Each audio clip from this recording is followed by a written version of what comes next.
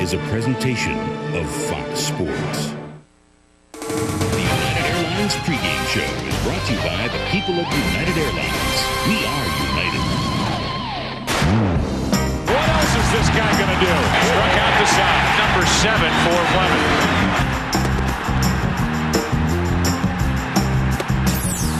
I don't need no doctor, 'cause I know what's ailing me. Oh, I don't need no doctor, no, 'cause I know what's ailing me. Been too long away from my baby. Now I'm coming down with misery. I don't need no doctor. I don't need no doctor. I don't need no doctor for my prescription to be filled. I don't need no doctor. No, I don't need no doctor for my prescription to be filled. I don't need no doctor. That's got to make you tap your foot, people. Come on, it's Halloween. It's Game 4 of the 2001 World Series. The Arizona Diamondbacks and the New York Yankees. Outside, Orlando Hernandez coming in prior to his start tonight, 9-2 in his career in the postseason. We've seen costumes, more American flags, even Superman. I need a ticket. So let's get this straight. He can bend steel with his bare hands. He can leap tall buildings in a single bound, but even he can't get a ticket to this game. We are your ticket to Game 4. I'm Joe Buck, Tim McCarver in just a moment. Well, this is easily the most controversial and most important decision Bob Brenly has had to make as manager of the Diamondbacks. To start Curt Schilling on 3 days rest. He will do it tonight. He's never done it in his career, and history will tell you that at least in the postseason from '99 on, pitchers struggle in this situation with a 1-9 record and a huge ERA. Orlando Hernandez on the mound for the Yankees. He has been an enigma all year long. The Yankees have no idea what to expect out of their veteran right-hander. We know what to expect out of Jeannie Zalasko and Kevin Kennedy. They're right by the field. They're ready to go. Let's take you down to the field now, guys. Thanks, Joe. Curt Schilling on Halloween, trick or treat? Well, that remains to be seen. But if history is any indication, it doesn't matter if it is October 31st. Curt Schilling making his way to the mound is a scary prospect for the Yankees. Well, he really is. Curt Schilling was dominant in Game 1, just like he's been all season long. He only threw 102 pitches, 67 strikes. When he's on, he's got that 96 to 98 power fastball. He's got a great split-fingered fastball as well. He just does not walk anybody. He struck out 8 in Game 1, only walked 1 man. But as we've talked about, it is only 3 days rest for Curt Schilling. Bob Brenly, as Joe Buck mentioned, does have a huge decision to make. He made that decision. I caught up with Bob Brenly this afternoon and asked him what it finally came down to. It just came down to the fact I got tired of listening to him. He wants that ball so badly for Game 4. He's a horse. He's been a horse for us all year. He only threw 102 pitches in Game 1, and that coupled with the temperature here at Yankee Stadium, very conducive to pitching. You don't tire yourself out as much in this kind of cool weather, so hopefully we made the right decision. Should he get in trouble early, how long will you go with him? Well, I think that depends on how he's pitching. We'll keep a close eye on him. We know when he's at his most effective, when he's making his pitches, and if we notice that he's off early in the ball game, perhaps we would have a quicker hook than we normally would have with Curt Schilling, but that's not always an easy thing to do either. You've had great pitching, great defense all year. As a matter of fact, you're the #1 defensive team in the National League. Last night, saw some miscues that we haven't seen all year from your ball club. Is that part of Yankee Stadium? Is that part of the guys maybe being a little bit nervous? Or what do you attribute that to? I attribute a lot of it to the weather. I mean, it was cold for both teams, but it was extremely cold down here at field level last night. And the winds, especially here behind home plate, were circling and swirling. And Damian Miller especially had a lot of problems with those pop-ups. We've both been there with catchers, right? All right, Bob. Good luck. All right. Thanks, Kevin.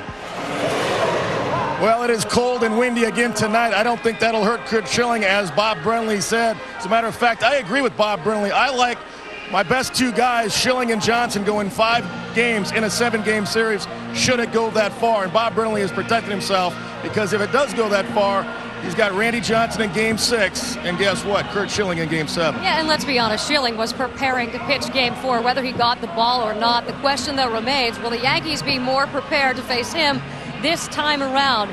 Derek Jeter has an interesting approach. Well, we can only do better. You know, our luck can't get any worse than it did in Game 1. But, you know, Schilling is a gamer. He enjoys pitching, regardless of whether he had 3 days rest, 4 days rest, or 2 weeks off. You know, he wants the ball, and you got to respect that out of a pitcher. But, you know, hopefully you want to be patient, but you don't want to be too patient because he throws a lot of strikes. But just hopefully we can have better at-bats than we did. Is this bad timing considering last night, 2 runs, 6 hits, a home run? Is the offense finally awake? I hope so. I mean, we haven't been getting the kind of hits we would like. We haven't put together too many rallies or had a lot of people on base. But, you know, when you face good pitching in the postseason, pitching is going to outperform the hitters. So, you know, hopefully we can come out and have better swings tonight and score a few runs for El Duque. So much history surrounding this club, so I don't know if you're aware of this history. Jorge Posado's home run actually sparked you guys in the divisional series. A home run last night. Is this a new series now? I hope so. I hope, you know, in retrospect, when it's over with, we can say that the similarities between the Oakland series and this series. But it's a 7-game series. It's 2 different teams. And, you know, we have to play well tonight. It's a must-win. Yeah, first things first, getting by Curt Schilling. A couple of lineup changes, including Derek Jeter, who will be leadoff tonight. And Joe Torre's done that before. He's had a lot of success with that. Knobloch out of the lineup. He has not had great at-bats so far in the World Series. Shane Spencer has. That catch he made yesterday saved the ball game and made this series now 2-1. I like Spencer in the lineup for one reason. He's a good high fastball hitter. Curt Schilling's a high fastball pitcher. When he makes a mistake up in the zone, the National League took him out for 37 home runs. Near the top of the league. And as for the question marks surrounding Derek Jeter's health, he told me, I am fine, but almost 2 million Americans are not. They suffer from an autoimmune disease called lupus. No cause, no cure as of yet. Awareness is the first step.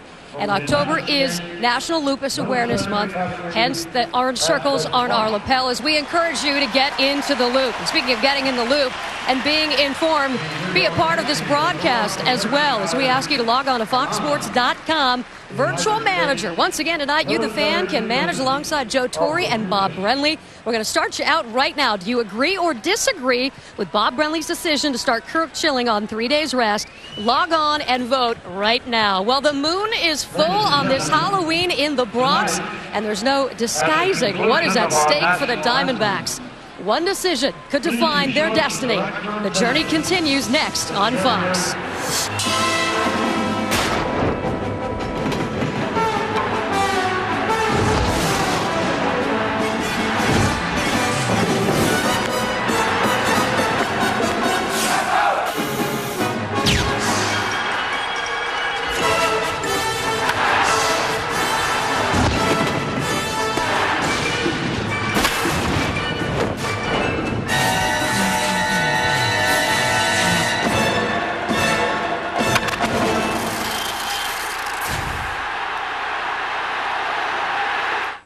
Fox Friday.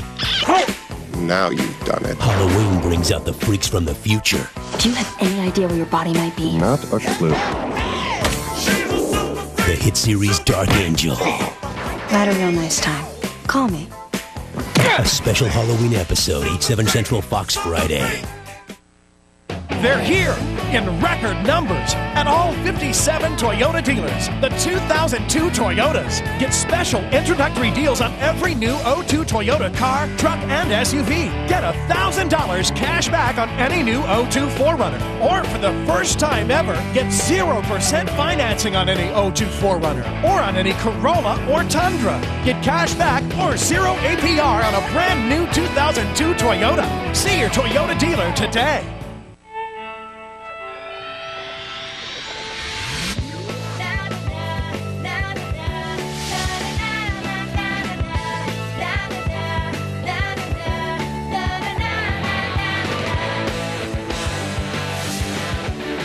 Introducing the new MSN from Microsoft. More useful, more advanced, and a great alternative to AOL. MSN, more useful every day. Daddy? Hey! Why are you eating my Cheerios? They help lower Daddy's cholesterol. They're good for Daddy's heart. Whole grain oat Cheerios is the only leading cold cereal clinically proven to help lower cholesterol in a low-fat diet.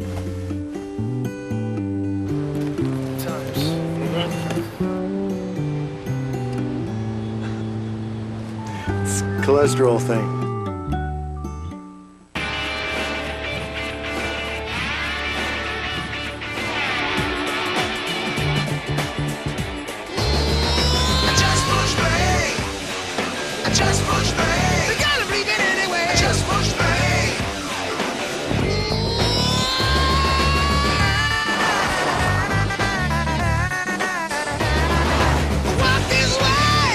Now get 0% APR financing on the all-new 2002 Dodge Ram.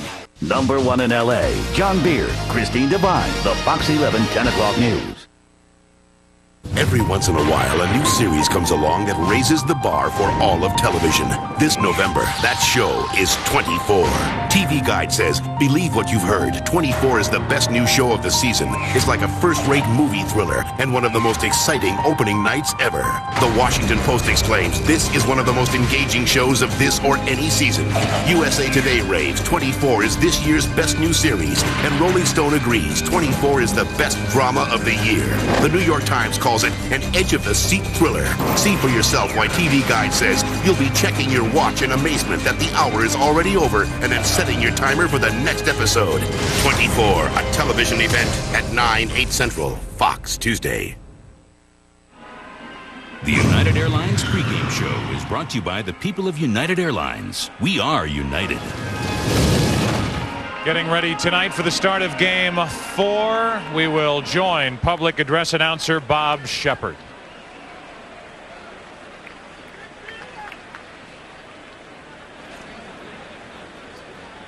Ladies and gentlemen, will you please rise?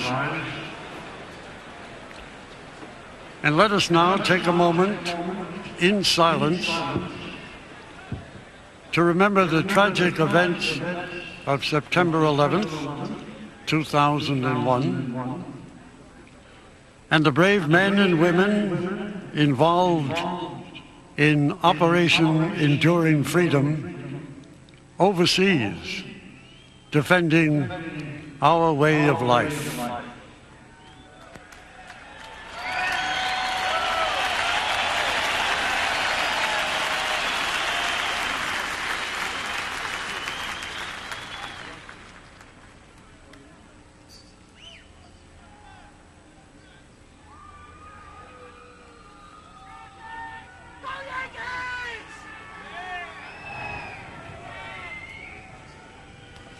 Ladies and gentlemen, please direct your attention now to the microphone behind home plate. And please welcome one of America's premier entertainers, Grammy Award winner, Lee Greenwood.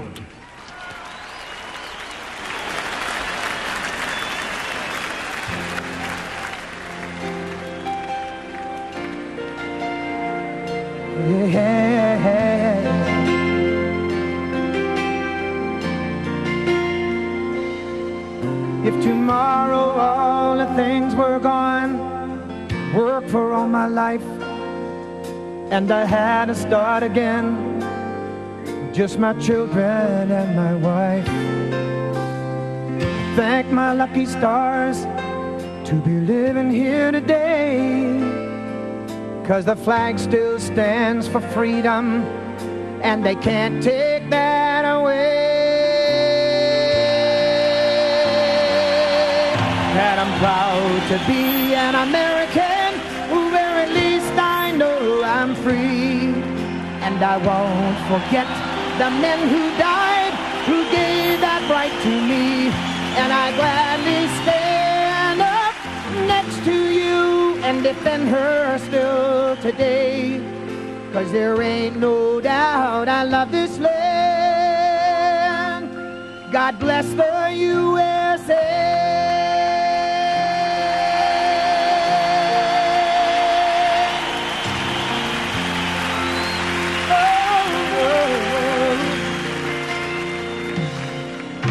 From the lakes of Minnesota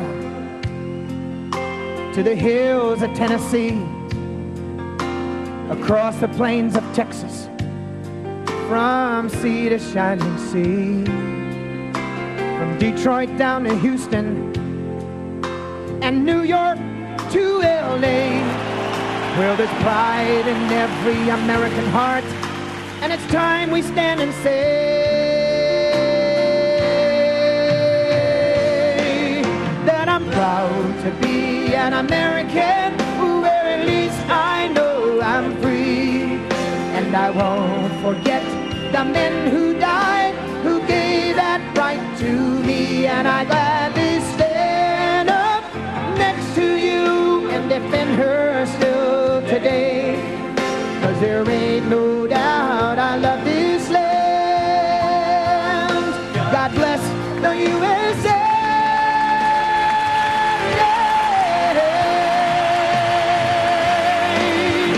And I'm proud to be an American, where at least I know I'm free.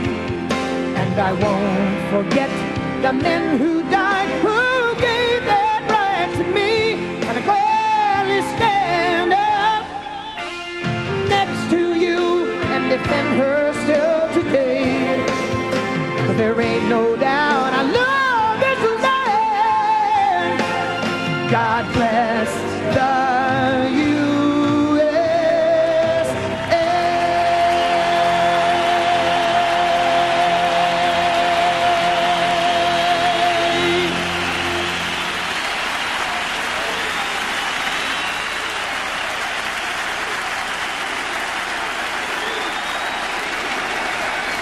Ladies and gentlemen, please direct your attention again to the microphone behind home plate and welcome Metropolitan Opera star Denise Graves, accompanied on guitar by David Perry. She will now sing our national anthem.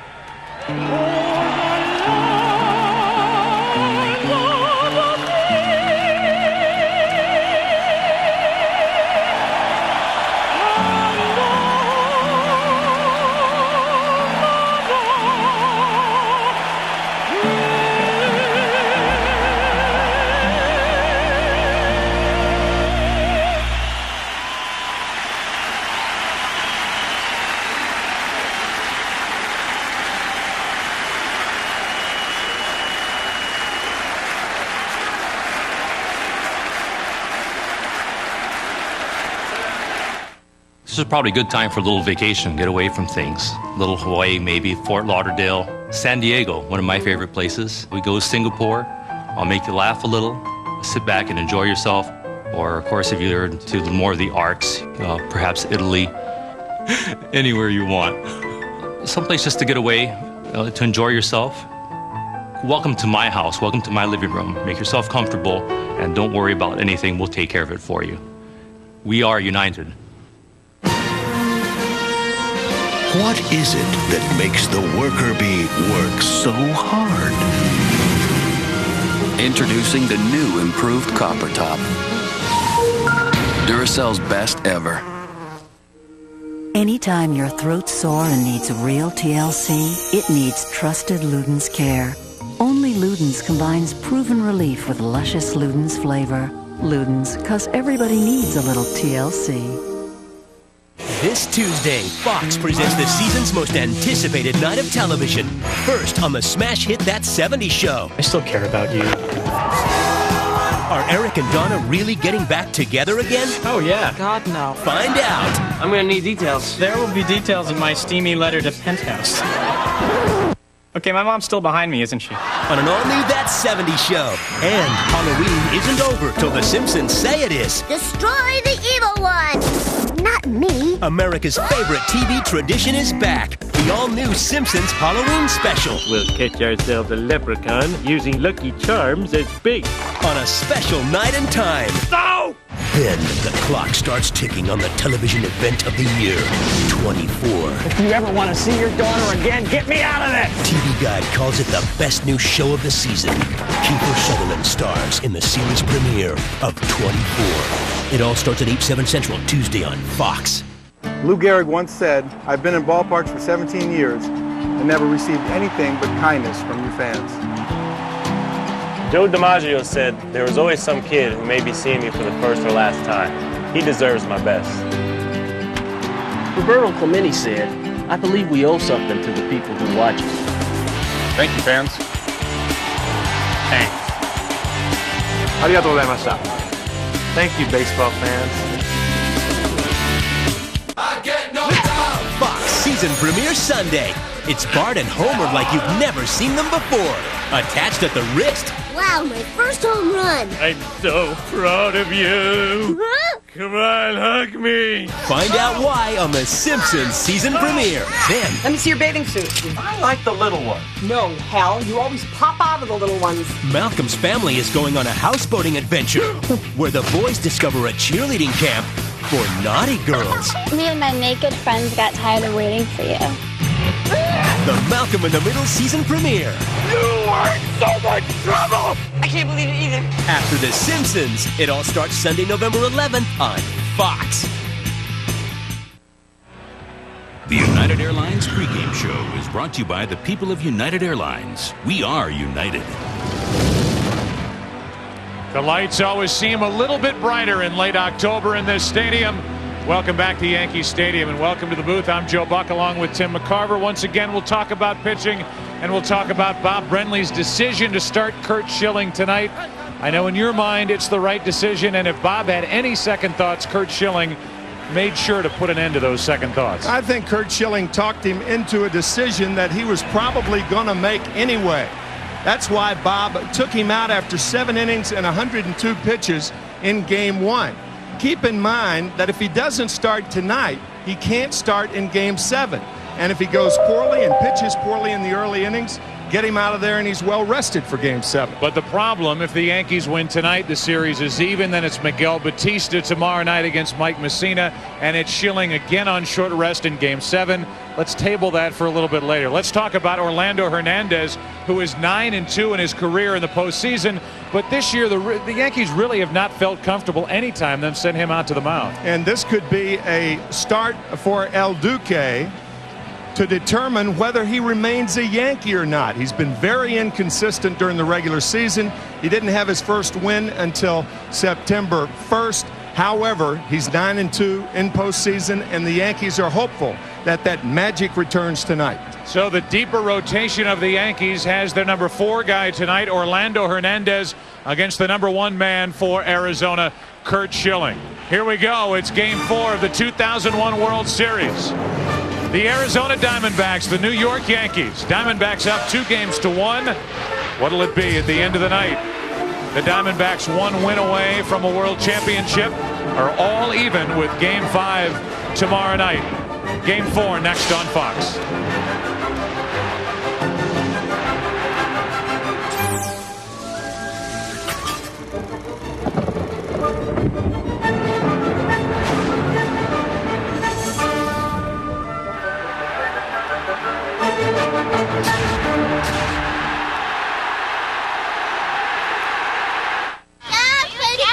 Okay.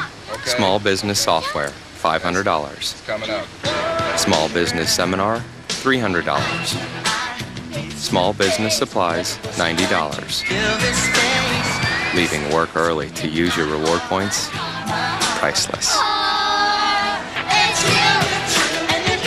Now, small business owners can earn points to use anywhere they see the MasterCard logo. There are some things money can't buy. For everything else, there's MasterCard.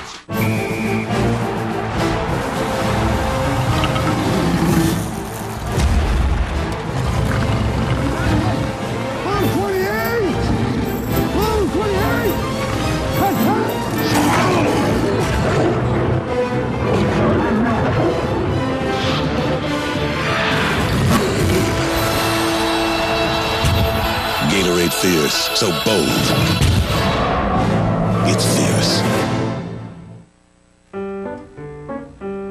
We all want something different. Some want consistency. Some want variety. Some like getting things in one simple package. That's why AT&T offers so many choices in long distance. To get the plan you want, call 1-800-ATT-4U and talk to the experts at making people happy.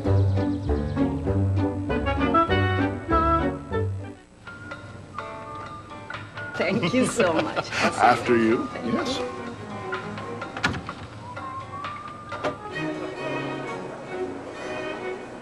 Thanks. Wow. Imagine a regular guy like me getting special treatment from a bank. You're a regular guy? Yeah. Oh, dear. A person's net worth should have nothing to do with their real worth. That's why at our brokerage company, WM Financial Services, financial consultants are available to everyone. Washington Mutual. Time for the Jack in the Box play of the day. The always dangerous Boston Bean punt returner Terrell Garbanzo is ready to burn the Carnivores with his third TD. But he didn't get far as the Carnivore blimp pilot breaks through the wedge with an emphatic, "Not in my house." Play of the day is brought to you by the $1.99 Ultimate Cheeseburger. 2 monster patties and 3 slices of melting cheese for just $1.99. Eat like a carnivore. Come to Jack in the Box, where we don't make it till a carnivore orders it.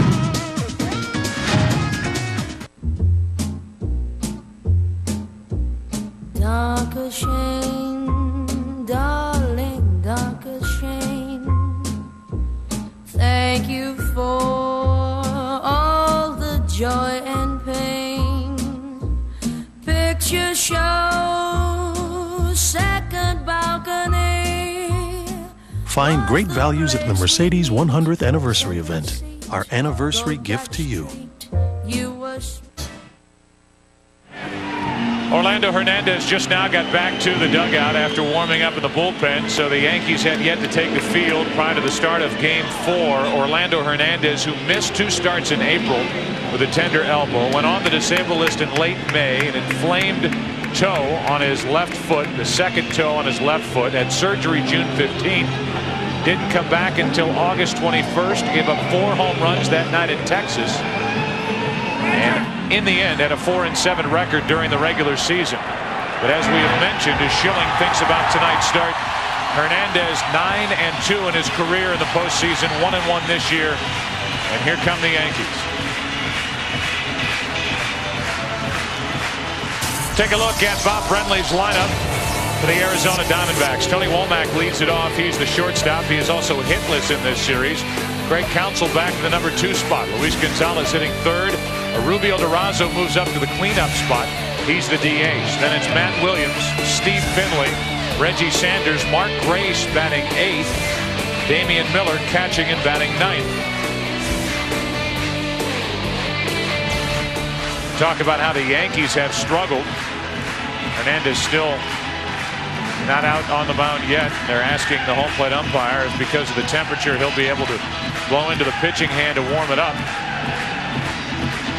Keep talking about the Yankees and their 144 team average. Have scored 3 runs. Arizona's hitting only 200, so pitching has certainly dominated this series. And Derek Jeter, who's in the leadoff spot tonight for the Yankees, is only 1 out of 11 all the way down that Yankee lineup. And now it's getting to be so for the Diamondbacks. Very few hits. This postseason, a record of 1-1 and ERA up over 5. He won Game 4 of the division series out in Oakland. He lost Game 3 of the ALCS here against Seattle. And those are his numbers this season. This is his scouting report. What will determine the success of El Duque tonight will be how he handles left-handed batters. 4 of the 6 left-handers have power in the Diamondback lineup. He's a fly ball pitcher with a short porch in right field, only 314 down the line, 385 in the gap. He better have late pop. If he doesn't, he could be in trouble as he tries to recapture that Houdini touch. Defensively for the Yankees, they had their best outfielder in the lineup again tonight. Shane Spencer. He made a diving catch in last night's game in the 6th inning to keep it a 1-1 game. The Yankees took the lead for good in the bottom of that 6th inning. Bernie Williams, a Gold Glover in center field. Paul O'Neill is in right. On the infield, Brocious, Jeter, Soriano, and Tino Martinez. Posada is catching Orlando Hernandez, and we've talked about it in the past. On a 57-degree night. Wind out of the south at 6 miles per hour. Wind chill is 54 degrees. And out in Phoenix, it's 83 degrees. And Bob Brenly telling Kevin Kennedy and telling us prior to the game that last night, the game that Roger Clemens started, the weather conditions and the swirling wind had more to do with the dropped and missed pop-ups for the Diamondbacks as opposed to jitters playing in their first game at Yankee Stadium. We were saying last night, Halloween came early for Damian Miller in the 4th and 6th innings of last night's game. It was a debacle defensively for the D-backs. Say again what you said during the stand-up portion of our broadcast, that Orlando Hernandez is pitching tonight. It figures to be his only start of this World Series, and depending on how he fares here tonight, it could color the decision as to whether to bring him back to the Yankees next year. He was erratic this year, not to be depended on. We remind you that this broadcast is also available in Spanish by utilizing the SAP button on your television. Next year, Roger Clemens will be 40. They may get a lot younger in their rotation next year, and they may end up trading away Orlando Hernandez. He is arbitration eligible this year, and the Yankees may not give him a contract. This is a big start, obviously, for El Duque. And he starts it with a strike to Tony Womack. 0 for 11 in this World Series. Only 188 overall in the postseason.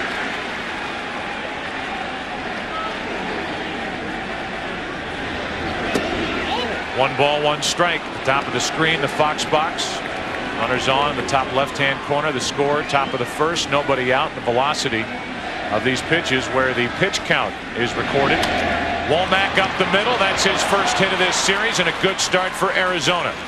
Tony Womack is on now, 1 out of 12. See if the Diamondbacks can chase him home. Right over the head of Hernandez, the high chopper. He tried to barehand, not a good idea. Too high, however. And the Diamondbacks start the game with the right guy on base in Womack. Remember, in the 3rd inning of Game 1, Craig Counsell bunted after he hit a home run. So we'll see what Bob Brenly does right here. Do you run Womack or bunt with Counsell?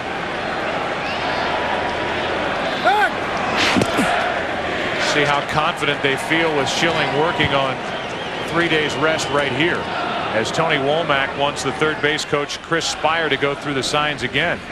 When Schilling is on full rest, first inning with this combination, Gonzalez and Durazo coming up, you would expect the bunt.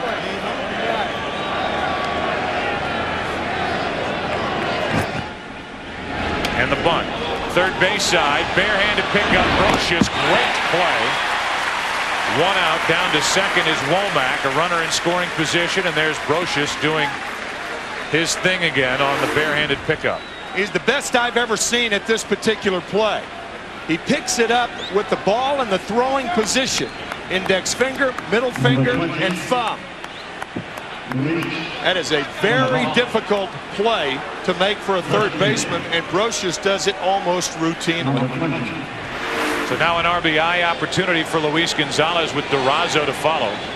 Gonzalez so far in this World Series 3 out of 11 with a home run. Former Gold Glove Award winner, and he has done that. That play in particular since coming here to the Yankees his first year in '98. Gonzalez could put Arizona on top here in the first inning and give Curt Schilling a lead. Now look back at Womack. Luis Gonzalez drove home 142 runs during the regular season and hit 57 home runs.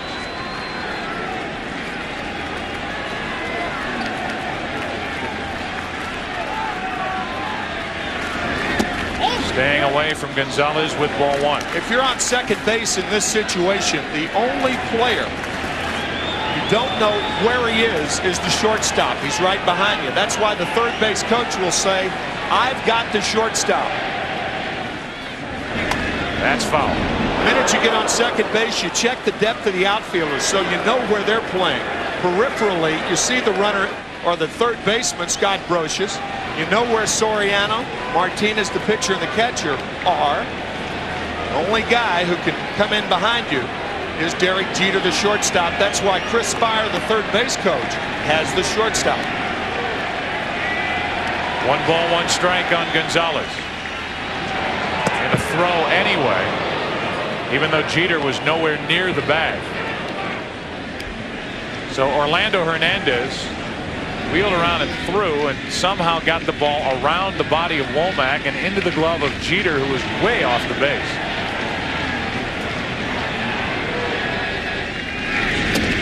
Inside for ball 2 to Gonzalez, and that is certainly something to watch for early. And you've made mention of this plenty with Orlando Hernandez.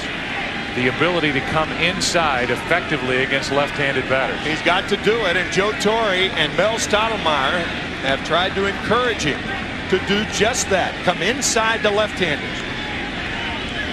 Inside and fouled back by Gonzalez, especially Gonzalez, who strides into the pitch. Left-handers hit .278 against Hernandez this season.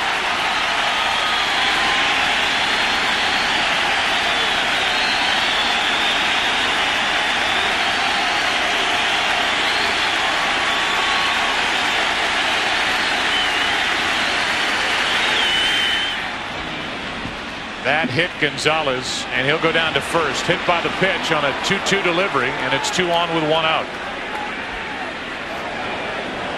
Second time Gonzalez has been hit. A lot of times with that open stance, when you stride to make it a closed stance, which is proper with which to hit, you can't move as well. Bob Brenly was talking about that before the game. Watch Gonzalez close, and now he can't get out of the way, and the breaking ball hits him on the left ankle. We heard on that 2-2 delivery this crowd get louder here in Game 4 than at any point last night in Game 3. It took some people over 2 hours to get into Yankee Stadium last night because of these security measures. A little quicker this evening, and the crowd appears more into it as the Diamondbacks will try to take them right out of it here in the first inning with 2 on 1 out. Rubio Durazo takes ball 1. We were talking to Bob Brenly, and I brought up to Bob that I thought Durazo was the most dangerous batter in the lineup against the likes of El Duque. With all due respect to Luis Gonzalez, this is a pitcher that Durazo can hit. And with that short porch, dangerous situation already for the Yankees. 2 on 1 out. 1 ball, 1 strike. We've seen Hernandez now with 3 left-handed batters start the hitter with a pitch way up and away and then try to come back inside. That was in enough to get on the hands of Durazo. 1 ball, 1 strike. He did it to Womack. He did it to Luis Gonzalez. And now Durazo. The thing about Hernandez in situations like this, he doesn't throw a lot of ground balls. So the double play normally is not in his arsenal. The double ground ball, double play ball. Had some of the security personnel walking in that hitter's background, and now another one coming down.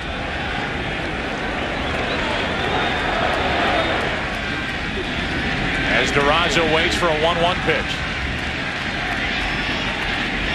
Inside on the hands and fouled back and out of play, strike 2. Matt Williams on deck.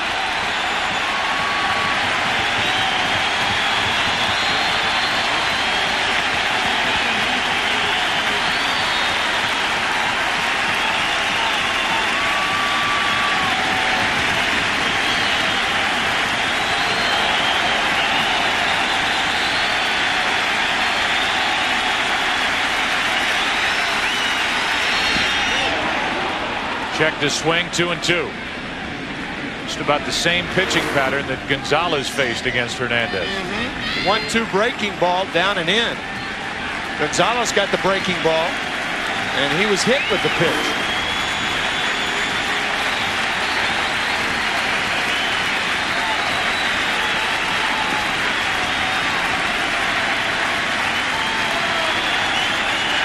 Two on for Arizona here in the first inning. 1 out.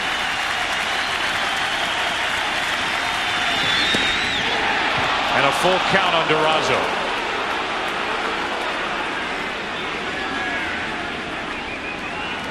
Brinley, a very aggressive manager. Expect the runners to run right here.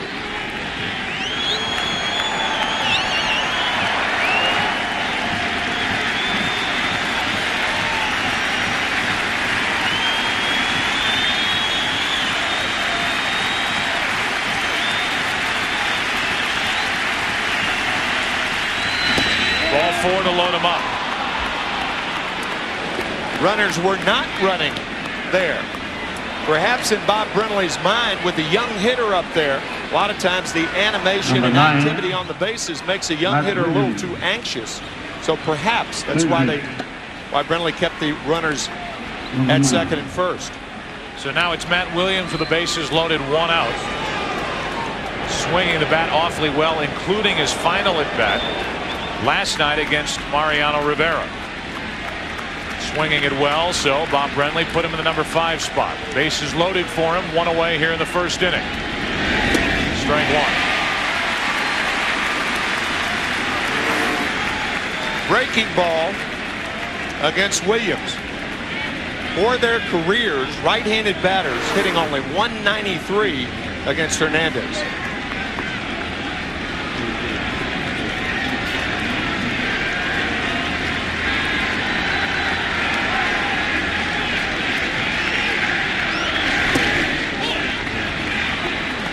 With the Yankees down 2-1 in Game 4 of the division series out in Oakland.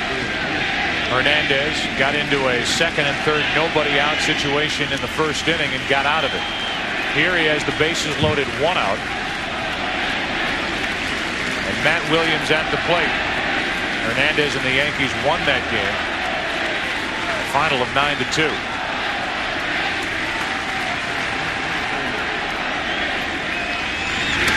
Strike 2 on Matt Williams. 2 strikes on Gonzalez, and Hernandez hit him. 1-2 on Durazo, and El Duque walked him. 1-2 on Matt Williams with the bases loaded.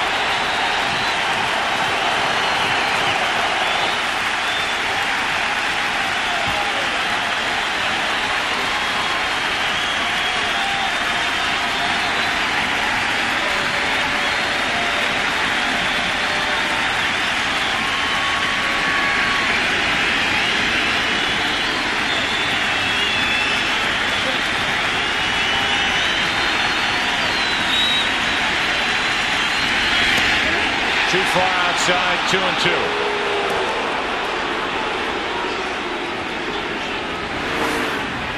He went to the breaking ball.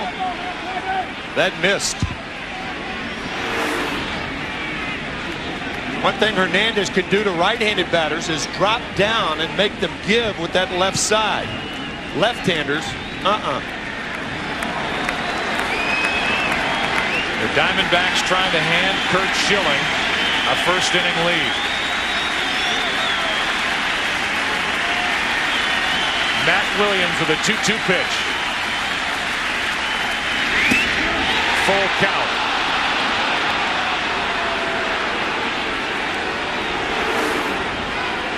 comes back inside with the fastball that misses by a lot.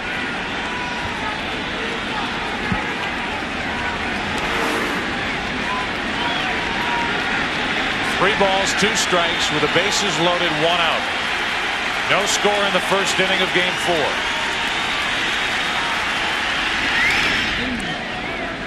Do it again.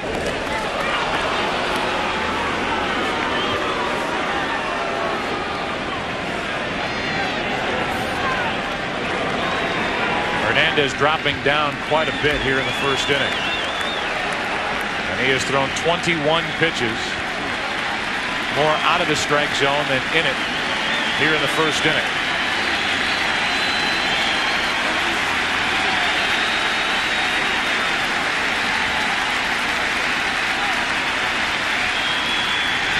Two out.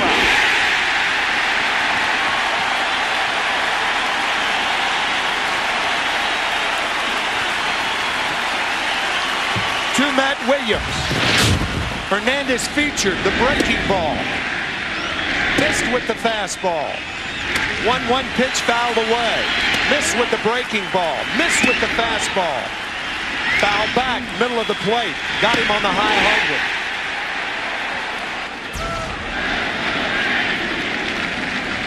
So now the bases are loaded with 2 out. And Steve Finley is at the plate, hitting .333 in this postseason. Ball 1. When a pitcher doesn't have confidence, he tries to be too fine. And that's what Hernandez is trying to be right now. Finley did not start in game 2 against Andy Pettit. Only 1 out of 6 in this series.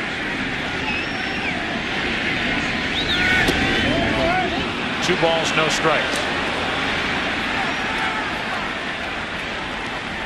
Orlando Hernandez tends to clamp down with runners in scoring position this season. Runners in scoring position, opponents at 171 against him, lowest in the major leagues, and in this situation with 2 out, only 163.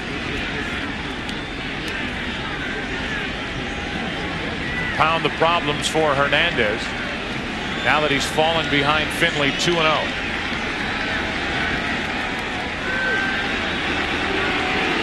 Finley, who played here as a member of the Padres back in '98 in the World Series, is 1 for 12 in that effort against the Yankees. Here's a 2-0. Popped up, foul ball, and Posada will watch it go into the seats. 2-1. El Duque got away with one then. Finley looking inside. He got it inside and just missed it. Posada setting up inside on a 2-0 count. You don't jam hitters when you're behind in the count. That is something Jorge Posada, in my view, has not learned yet. Often he'll set up inside 2-1, 3-1, 1-0. Not the time to jam hitters. Here's a 2-1 pitch now with the bases loaded, 2 out. 2-2. And here is the Yankee Stadium crowd.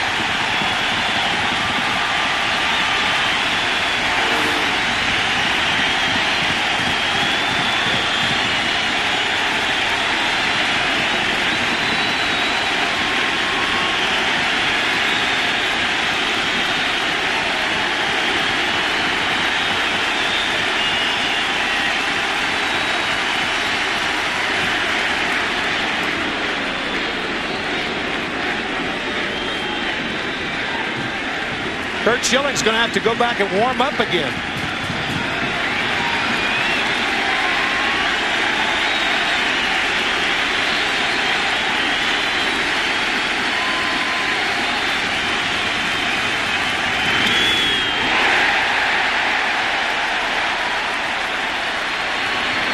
Inning over.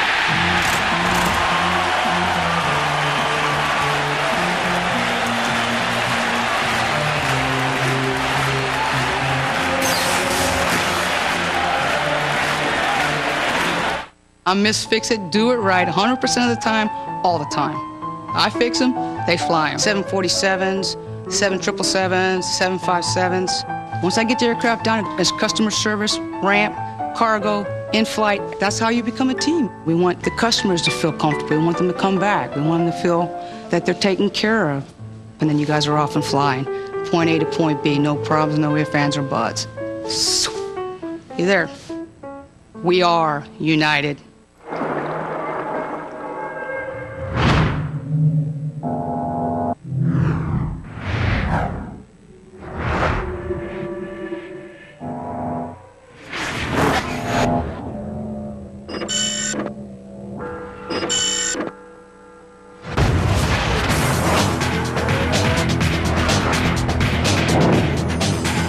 totally new Nissan Altima. So, you're sure? Oh, I'm sure.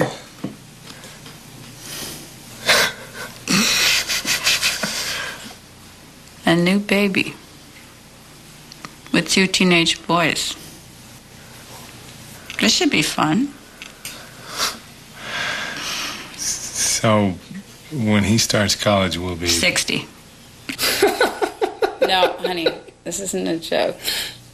These MLB Authentic Collection team jackets will head to the playoffs to grace the shoulders of their favorite players and share in the glory that is October. The others will grace the shoulders of Roys and Bobs and Steves and share in the glory that is a hot dog and a cold one.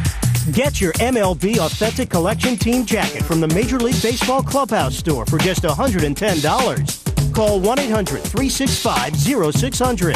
MLB Authentic Collection. Connect with it. Curt Schilling thinking about this start.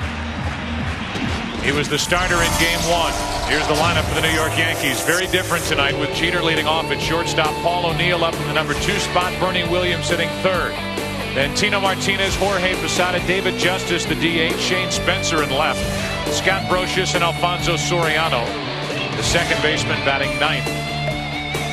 The numbers in the World Series ugly. You saw it, 144 with the average 3 runs total in 3 games. And here's Curt Schilling. His numbers this postseason are fantastic. Similar to Roger Clemens, who pitched so well last night. High riding fastball and a great splitter. Jeter late with that swing, strike 1. Jeter is 1 out of 11. And after having a great division series against Oakland, it has dragged his postseason average down to 239. He had only 2 hits during the ALCS. Overpowering for strike 2. Power, power, power with Curt Schilling.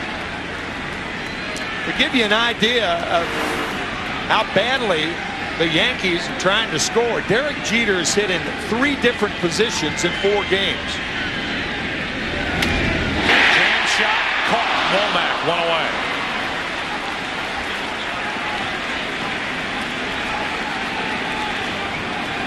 A timed jump by Womack. Diamondbacks continue to pound Derek Jeter inside. Derek's mom and dad, as they often are, in attendance. Thinking that might get over the head of Tony Womack. It landed in his glove, and Jeter leading off tonight. He could hit anywhere in this Yankee lineup. Is the first out for Curt Schilling, and now Paul O'Neill. O'Neill, 2 hits in last night's game, his first start of this series.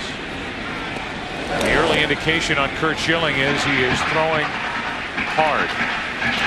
102 pitches in Game 1. A lot of people have made a lot about that figure. Should know that he averaged 105 pitches during the regular season per start. So about his average. He said after that start he felt terrific and had been lobbying his manager Bob Brenly as he walked off the mound in the 7th inning in Game 1 to start this one. Check swing, ground ball. Womack. 2 out. 5 straight strikes from Curt Schilling. All fastballs. We said power, power, power. Home runs, yes. He led the National League in home runs yielded with 37 given up, but 31 were solo shots. Shoulder high heat and shoe high splitters. He's shown only the fastball thus far. So now it's Bernie Williams, who's 2 out of 10. Right in the middle of this Yankee lineup. Their offensive output has been anemic so far in this World Series. 2 out, nobody on, and a strike on the outside corner.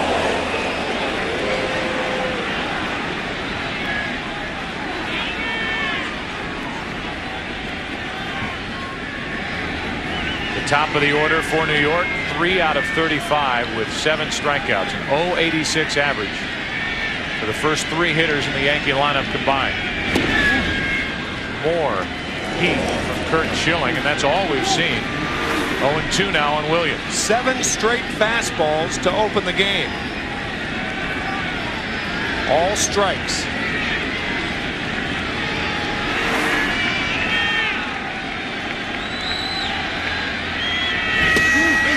Got him on the outside corner. A lot of questions about Curt Schilling starting on 3 days rest.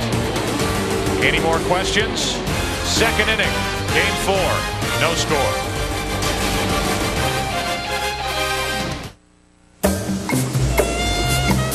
Great night for a swim. I don't have my bathing suit. That's okay. Neither do I.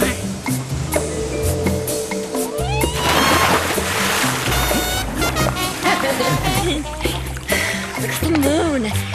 What could possibly make this moment more perfect? For the great taste that won't fill you up and never let you down, make it a Bud Light. Some places have silly ideas to bring you in. But once you get to the taste, where's the fresh? Want something made fresh?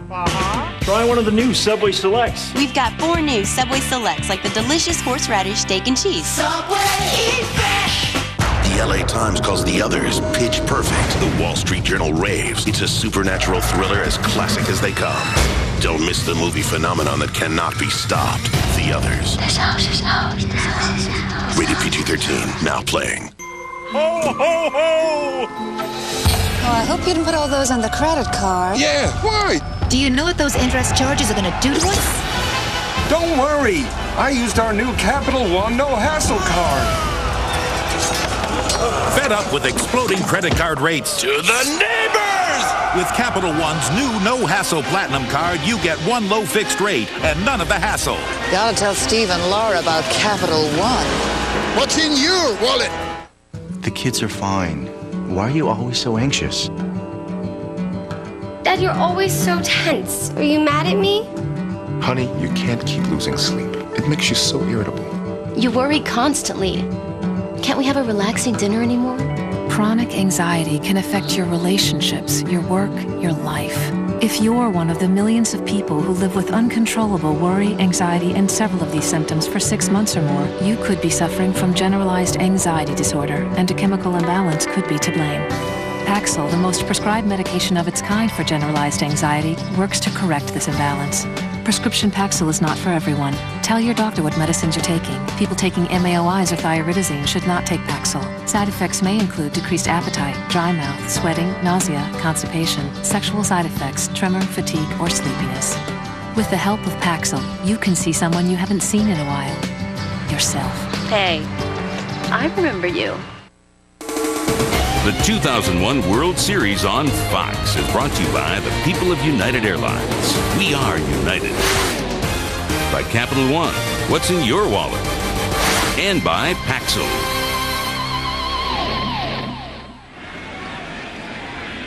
No score into the second inning. Reggie Sanders first up against Orlando Hernandez, and the first pitch is on the inside corner. According to Ed Rapuano, the home plate umpire, strike 1. It took Hernandez 27 pitches to get through the first inning. It took Curt Schilling 8. All strikes, all fastballs. Off the hands, out of play, 0-2. Sanders, who has been the cleanup hitter lately for Arizona, is now down in the number 7 spot. You look at the first inning. Just enough strikes to keep Arizona off the scoreboard. Schilling was perfect.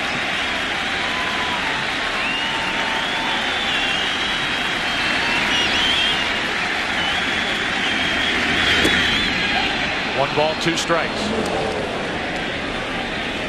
Mark Grace is the number 8 hitter. Damian Miller hits 9th. Those are the 3 scheduled hitters for Hernandez here in the second.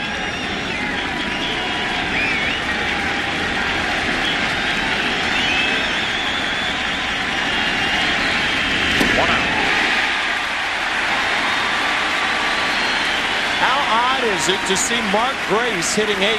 It's been 13 years since he has batted eighth in his days with the Chicago Cubs. First year, 1988. His manager that year, Don Zimmer. And scoring on that double was Ryan Sandberg. He had a terrific NLCS. Grace hit .647 against Giants pitching. Two are still very good friends, Mark Grace and Don Zimmer. Grace and Zimmer caught up around the batting cage before yesterday's Game 3. Mark Grace has just been in awe walking around Yankee Stadium. Grace, a guy who really understands and studies baseball's history, as does Curt Schilling, tonight's Arizona starter. When Mark was growing up, he was in awe of Keith Hernandez, the great Met and Cardinal first baseman. He wore his number 37 when he was in high school. One hop to Soriano. He could roll it the first. Wow. 2 out of the inning, and the batter will be Damian Miller. A strikeout, a ground out. Joe Altobelli was one of the coaches with the Cubs when Grace first came up and really worked with Grace, making him a better defensive first baseman. That is the flag we showed you here last night, that tattered and torn flag, which was recovered from the wreckage 3 days after the World Trade Center bombing.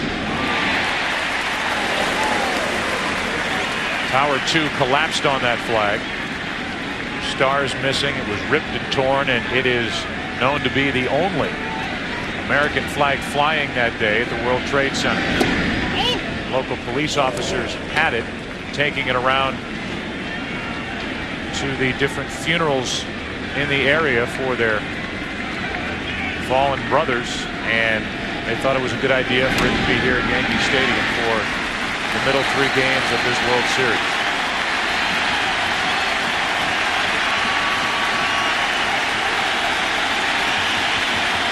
Out in center field. At the plate is Damian Miller, set up at a ball and 2 strikes. Inning over.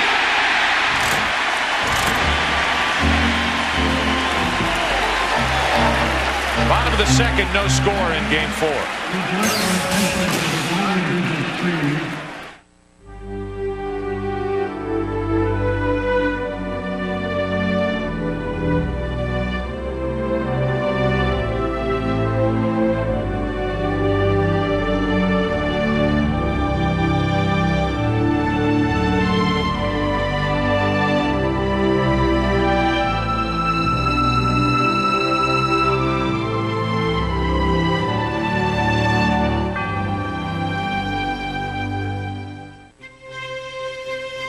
I am my own person. I have my own mind and my own body. I don't know everything, but I know this much. I want to keep it clean and strong. That means not smoking cigarettes. I only get one body.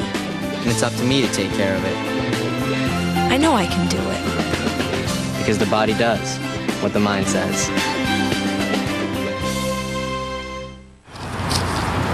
Is that the new Taco Bell chicken quesadilla? Yeah. Ah, the hot new handheld. Nice. But does it come with any games? Oh, yeah. Now get a new chicken quesadilla with 3 melted cheeses or a medium or large drink and get a scratch to win game piece. You can instantly win an Xbox along with 4 hot new games rated everyone to teen or one of millions of other prizes. To get your hands on the hot new Xbox, you gotta think outside the box.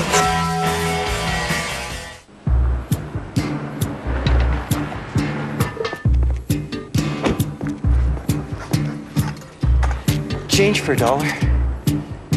Sure. Introducing the all-new Chevy Avalanche. The only vehicle that changes from an SUV to a pickup. Thanks. Chevy Avalanche. Like a rock. The 2001 World Series on Fox is brought to you by the New York Stock Exchange. The world puts its stock in us.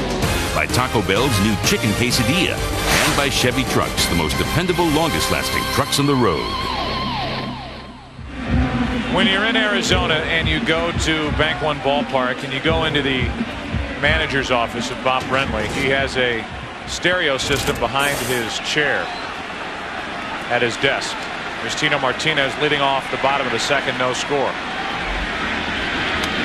Strike one. In that stereo system, it's a 5 CD changer. He's got 2 Led Zeppelin albums. He's got a Jethro Tull. He's got Tom Petty. One more. That's 4. Got 4 out of 5. You're hitting 800. Come on. It's all right. Tino Martinez grounds to the right of Counsell. 1 out. Brenly is a loose guy. And we always talk about Joe Torre and his ability to disarm a situation with a sense of humor. Here's an example of how Brenly does that with his catcher Damian Miller between innings.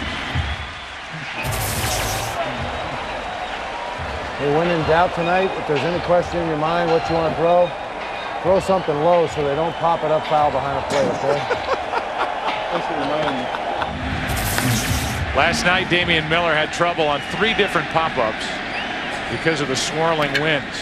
According to Damian during that little piece of tape, the wind is not as bad tonight as it was here last night.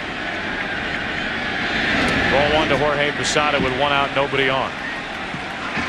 Joe Walsh, that's the 5th. Joe Walsh, yeah, from the Eagles. Yes. Guitar player from the Eagles, right. Yeah. And the difference between the managers, you go into Joe Torre's office, if he had a stereo system in there, I don't think Zeppelin or Joe Walsh would be in the CD changer. Tony Bennett, Frank Sinatra, Jerry Vale. Right. Fabian. Frankie Avalon. Eddie Layton plays the hits.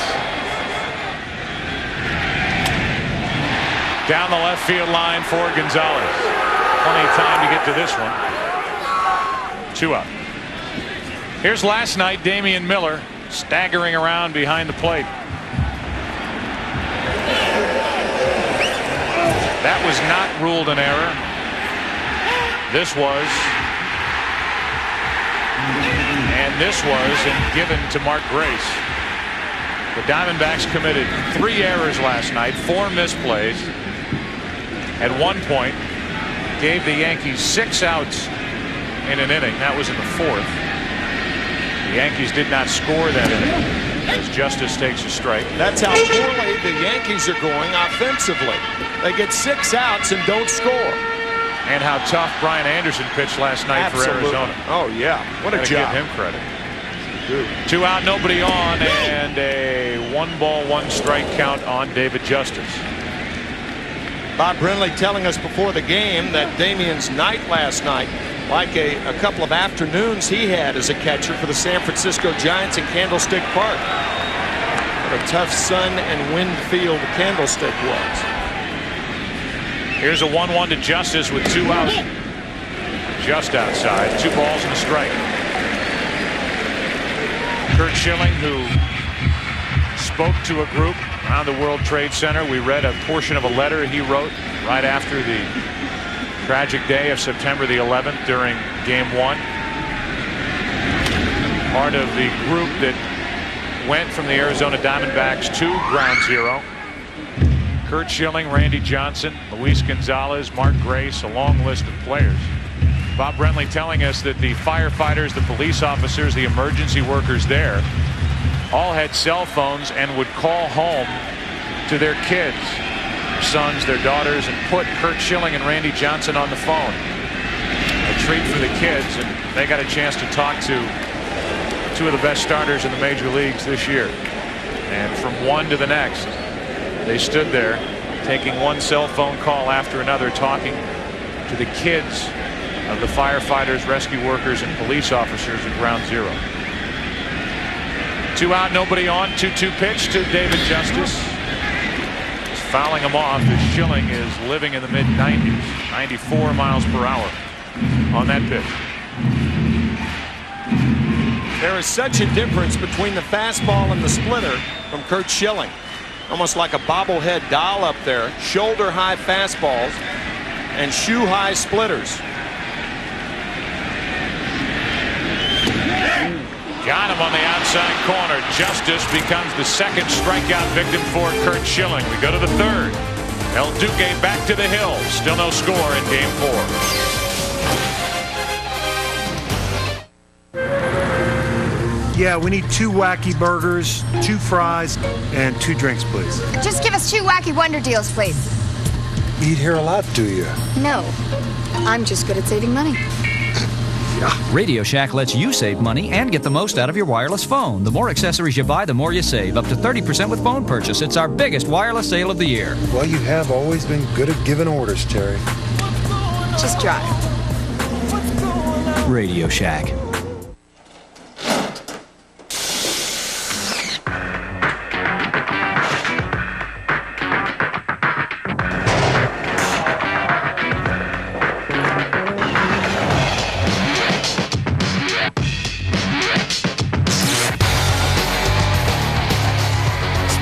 Ice premium malt beverage. Intelligent nightlife. Be smart. Drink responsibly. This weekend, Enterprise Rent-A-Car announces special low rates from just $9.99 a day. Friday till Monday from just $9.99 a day. Pick Enterprise. We'll pick you up. 1-800-RENT-A-CAR. Swordfish. Buy it on video. Best crackers in the world can do this in 60 minutes. Get the password. I need in 60 seconds. To action. 3, more time, 1. Not everything ends the way you think it should. Swordfish. Buy it on video cassette and DVD. Breaking through the clouds on an early morning and seeing the sun come up, there's nothing like it. I love my job.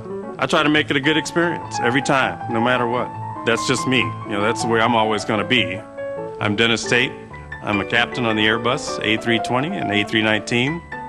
I'm one of those guys that says hello over the PA, and I mean it. And, I'm glad you picked this flight to come on because I'm going to treat you right. Come on board. We are united. He's true, he's blue, and he hasn't got a clue. How's the salad coming? Actually, these lettuce fragments are rather unwieldy. Introducing a comedy Time magazine called Spray Milk Out Your Nose Funny. I'd love to see the tiny fella who left this behind. The Tick, coming Thursday, November 8th to Fox. Just a devastating splitter by Curt Schilling to get David Justice. As you see the split fingers, watch the toppling effect. 0-1 to Tony Womack leading off the third inning. Tony singled his first time up the middle, his first hit of this World Series. Counsell bunted him down to second. 2-0. Gonzalez hit by a pitch and a 1-2 delivery that caught him on the foot. A walk to Durazo, but then Williams struck out. Finley popped up. It's 3-0 on Tony Womack.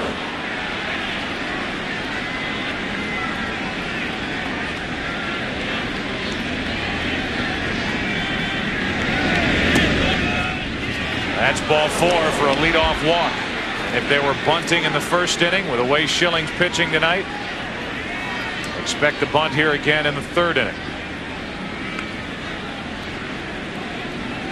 Take another chance at having Gonzalez, Durazo, and or Matt Williams bring Womack home.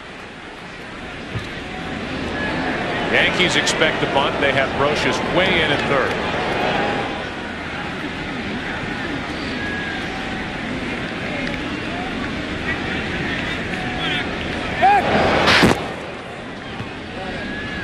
Usually if a pitcher can't find the strike zone with the leadoff batter, if he throws 4 straight balls, usually it's not a good idea to run or to bunt on the first pitch.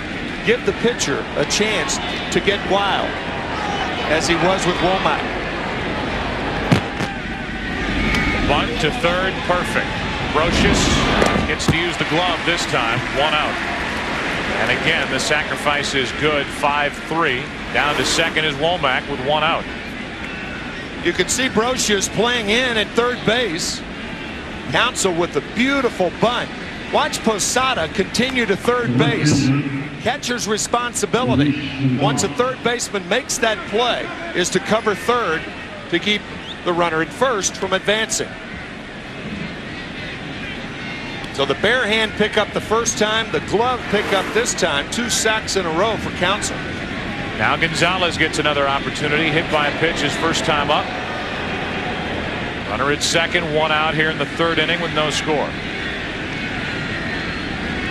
Talk about teams being strong up the middle with a catcher, the shortstop, the second baseman, the center fielder. The Yankees are strong on the corners of their infield defensively. Ball 1 to a guy who's been hit twice. Andy Pettitte got him on the left wrist in game 2. And in the 1st inning tonight, Orlando Hernandez got him on the Tootsie. Here's a 1-0. 2-0. And Hernandez is glaring in at the home plate umpire, feeling he's being squeezed here in this 3rd inning.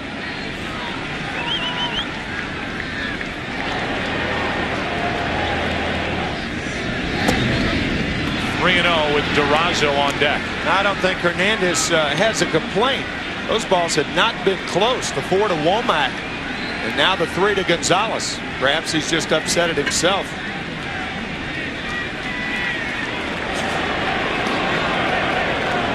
A 3-0 pitch. That's not close either. Second walk of the inning, and Posada's going to go out and try and calm him down. Hernandez is upset.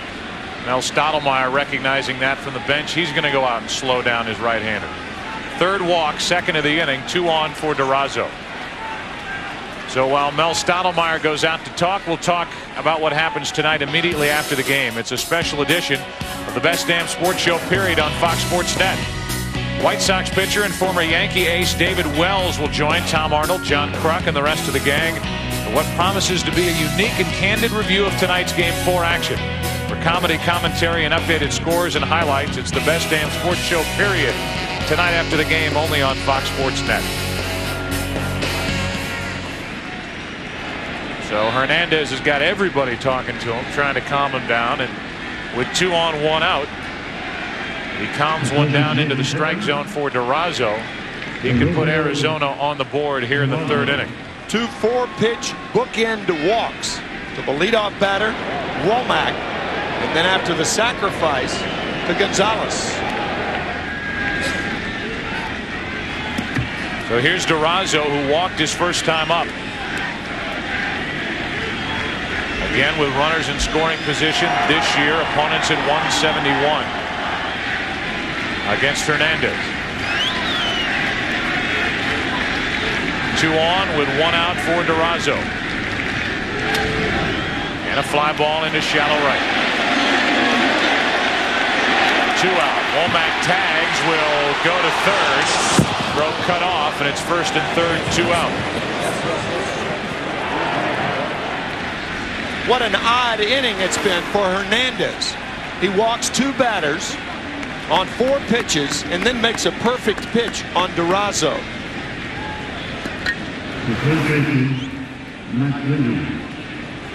O'Neill out there shaking his head as Womack just took 3rd on him. And really, if it was O'Neill, if it was anybody out in right field, Womack has got the speed to make it 2nd to 3rd. And now with runners at the corners, 2 out, it's up to Matt Williams again, who missed a chance back in the 1st inning when he had the bases loaded, 1 out. He struck out.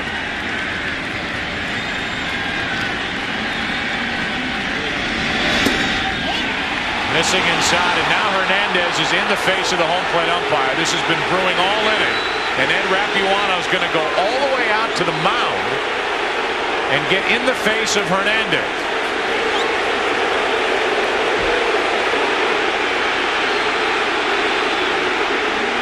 A manager cannot argue balls and strikes. It's an automatic ejection.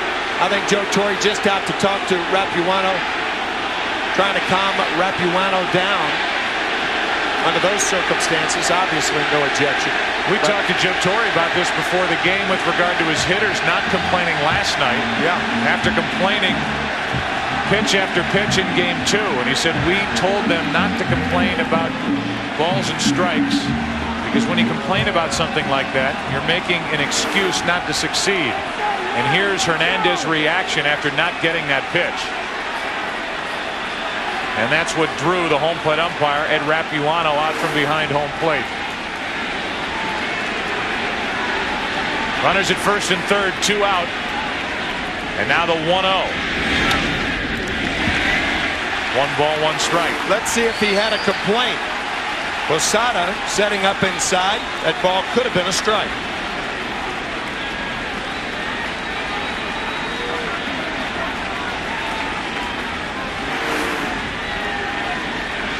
So a 1-1 count now on Matt Williams.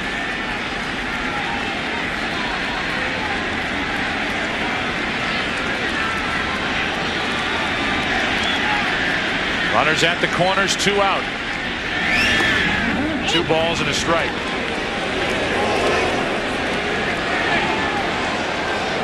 That reaction not too much unlike Roger Clemens while back with Boston in a game out in Oakland. 1990, Terry Cooney behind the plate. Clemens was ejected game 4 against the Athletics. Athletics went on to win, then lost in the series to Cincinnati. Williams hits it hard, but right at Brocious. Fires to second, and the inning is over. Rapuano walked down the first baseline a bit. Hernandez never looked at him. Bottom of the 3rd inning, no score.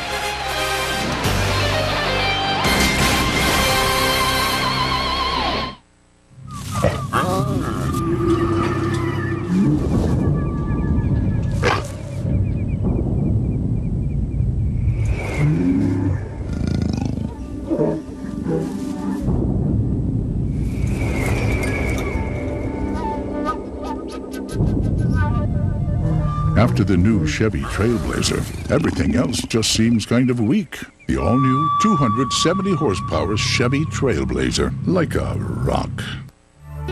Water sustains life. But why sustain when you can kick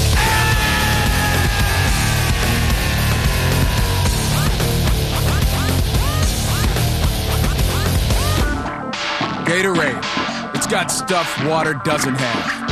Proven to get you not just back, but through, over, and above.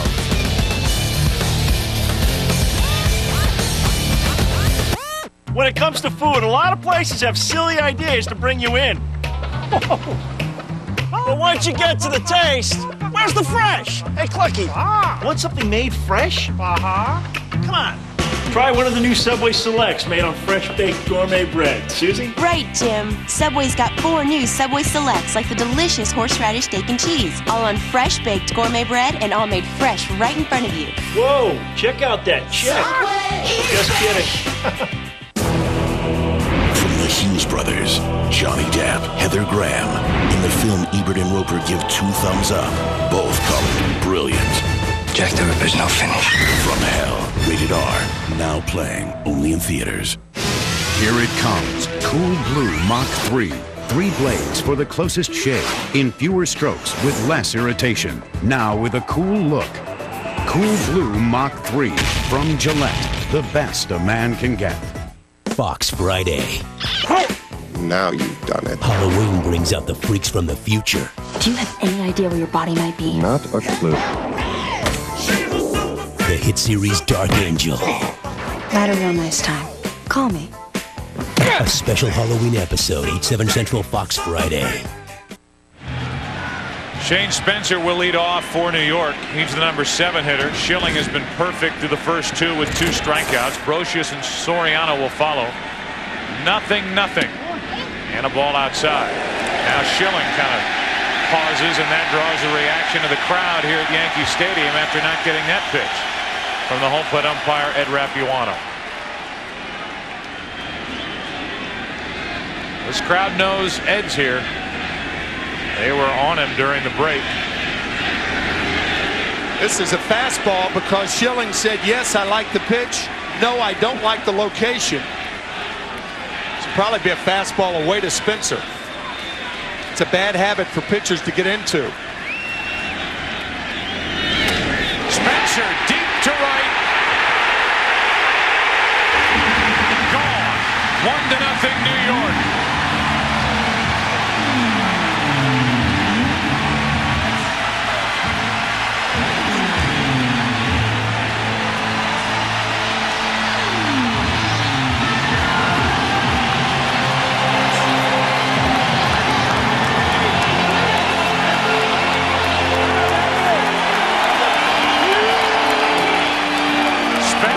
the pitch you would have been looking for. Hitters are smart. Hitters pay attention. When a pitcher shakes his head yes, then no, and then yes, he's looking for location because the fastball is the only pitch you locate. I would have to think that Shane Spencer was looking for a fastball away. There it is right there. No, Now he steps off.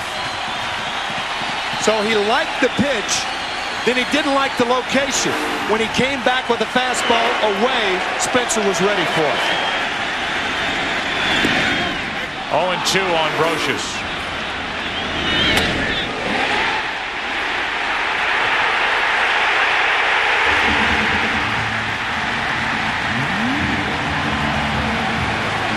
Spencer, who hit 10 home runs during the regular season, has played his way into the lineup here in Game 4 while Knobloch has played his way out of it. And Spencer, who delivered a diving catch in the 6th inning last night, cranks up a home run here in the 3rd inning to put the Yankees on top.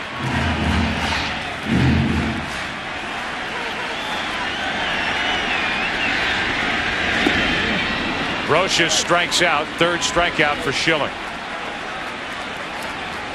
Once again, Curt Schilling gave up 37 home runs to tie the National League lead, but 31 of those 37 were solo shots. The 3rd home run given up by Curt in postseason. Here it is one more time. Yes, I want that pitch. Nope. Not there. Then he stepped off. And then when he came back on, Spencer had to be looking for a fastball. And he got it. Soriano with 1 out, nobody on, and a run home. Pops it up. Right side, long run for Counsell as the best angle. Now gives way to Sanders, who had time to get there. 2 out.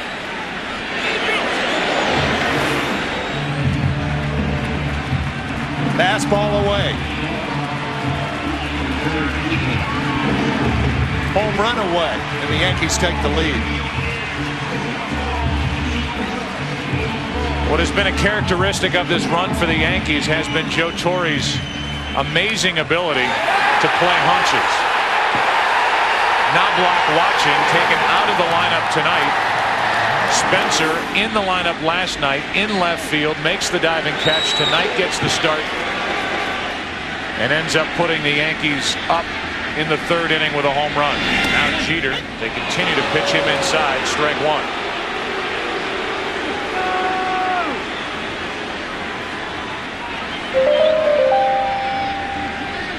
Bob Brenly has had one hunch after another go right early in this postseason. One hop to Womack, inning over. We'll see how Bob Brenly's hunch to start Curt Schilling works out here tonight. Fastball up and away, and up and away. 1-0 Yankees after 3 in Game 4. I'm Dell Enterprise. Servers, storage, and premier services. Sure, I keep your critical apps up and running. Microsoft, i2, SAP. But first I work with you directly to preload and pre-test them, so they scream from day one. How fast can I deploy your critical apps? How fast can you plug me in? Rapid deployment, maximum uptime. Easy as Dell. Dell PowerEdge servers use Intel Pentium 3 Xeon processors. The Honda Rancher ES, America's best-selling ATV. Makes work a little easier, shifting gears with the push of a button. Americans have places to go, things to do, so they go Midas. Alignment, we do that. Air conditioning, we do that. Brakes, we do that. So for total car care by certified technicians, who does it all? Midas, we do that. Anytime your throat's sore and needs real TLC, it needs trusted Luden's care. Only Luden's combines proven relief with luscious Luden's flavor. Luden's, 'cause everybody needs a little TLC. The 500cc 4-Trax Foreman Rubicon with the Honda-Matic transmission. the world's smartest automatic. Engineered to pass some of Mother Nature's toughest tests. He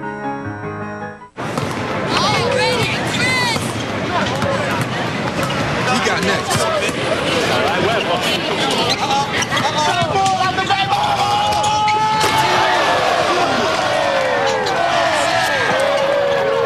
Gotta get a jam, gotta jam.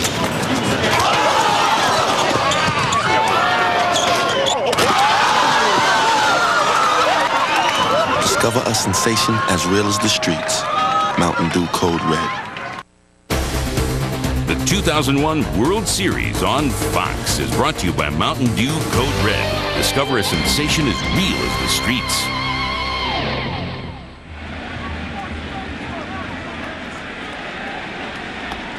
Curt Schilling talking to Ed Repuano saying, my fault, after he complained about that first pitch to Shane Spencer. First pitch to Steve Finley is a breaking ball for a strike. An umpire's common response after an argument about a pitch. Something happens later in the at-bat. Well, I didn't give up the home run. Yeah, right. And that's Schilling saying, yeah, that was me giving up the home run. Yep. Trying to take some of the heat off Ed Repuano as Steve Finley gets on. And for the third time in the 4 innings now for the Diamondbacks, they've put their leadoff man on. Finley is on with his second hit of this series. He's 2 out of 8. And now Reggie Sanders will bat, a strikeout victim his first time up. Steve Finley singled on a pitch in which he had swung through the time before with the bases loaded twice.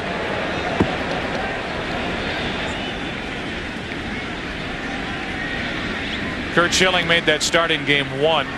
He gave up a first inning run on a flare double by Bernie Williams down the left field line that scored Jeter. And it was 1-0 Yankees after a half inning as Sanders grounds one to short. Jeter, Soriano, double play. Schilling said after Counsell tied it in the bottom of the first on a home run, he knew that the work had been done to overcome that first inning mistake. And he was either going to win or they were going to be lifting him for a pinch hitter in the 8th or 9th inning in a tie game. Nicely turned by Soriano. When a hitter is jammed, he doesn't get out of the box as well. And that's why Reggie Sanders, a fast runner, grounds into a double play instead of a fielder's choice. Matt Grace has spun off the plate with ball 1. One of the first things I'm sure a second baseman tries to learn, and Soriano picked up the second base position toward the tail end of spring training this year for the Yankees, is how to cheat. Right there. And he cheated there on the double play. The neighborhood play. And when we say cheat, kids, we mean it in the best sense of the word. That's right. 2 balls and a strike on Grace. Well, the reason that umpires, particularly second basemen, will give them the benefit of the doubt in touching second base is if they stay on the bag, the chance of an injury is great. Now 3-1 on Grace with 2 out and nobody on, and Damian Miller, the number 9 hitter, on deck.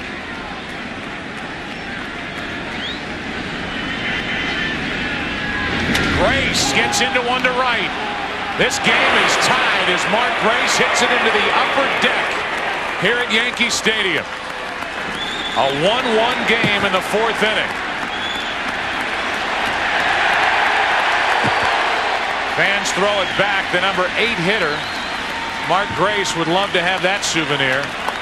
He has been wide-eyed walking around Yankee Stadium, and now he visits the upper deck, which wasn't there in fair territory when Babe Ruth used to swing the bat in this ballpark. That has been Hernandez' bugaboo, the home run to left-handers. Damian Miller pops it up. Soriano puts it away, and this game is tied. Home run by Spencer in the bottom of the 3rd. A home run by Mark Grace in the top of the 4th. Cubby for life. Not this year. First year with the Diamondbacks, and he has tied game 4. Today's high-tech devices demand a high-tech battery. This is Energizer E² with titanium technology.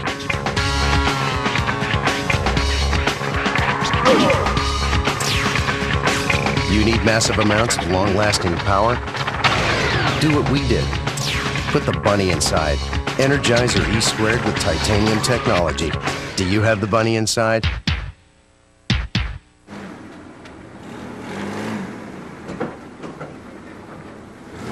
This is enough to put a high-life man off his lunch.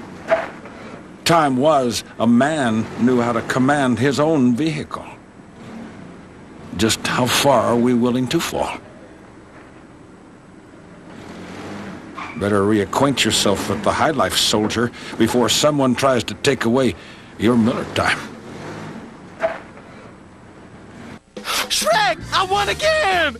Look at me, Shrek, I'm a winner! I'm a winner! I'm a winner! Donkey! Everyone's a winner. Really? Really, really? Every Shrek video comes with a prize. Just peel and see what you've won. You could win one of the hot new Xbox video game systems, the Game Boy Advance, Baskin-Robbins ice cream, or a Kia Sedona minivan for your family. Look out, coming through! I'm a donkey at the wheel! So you can buy Shrek this Friday, and you can be the first to get the great prizes. Everyone's a winner! Rated PG. Talking donkeys not eligible. What's your name again? My name is Gabriella. Gabriella Angelina Davila. What a pretty name.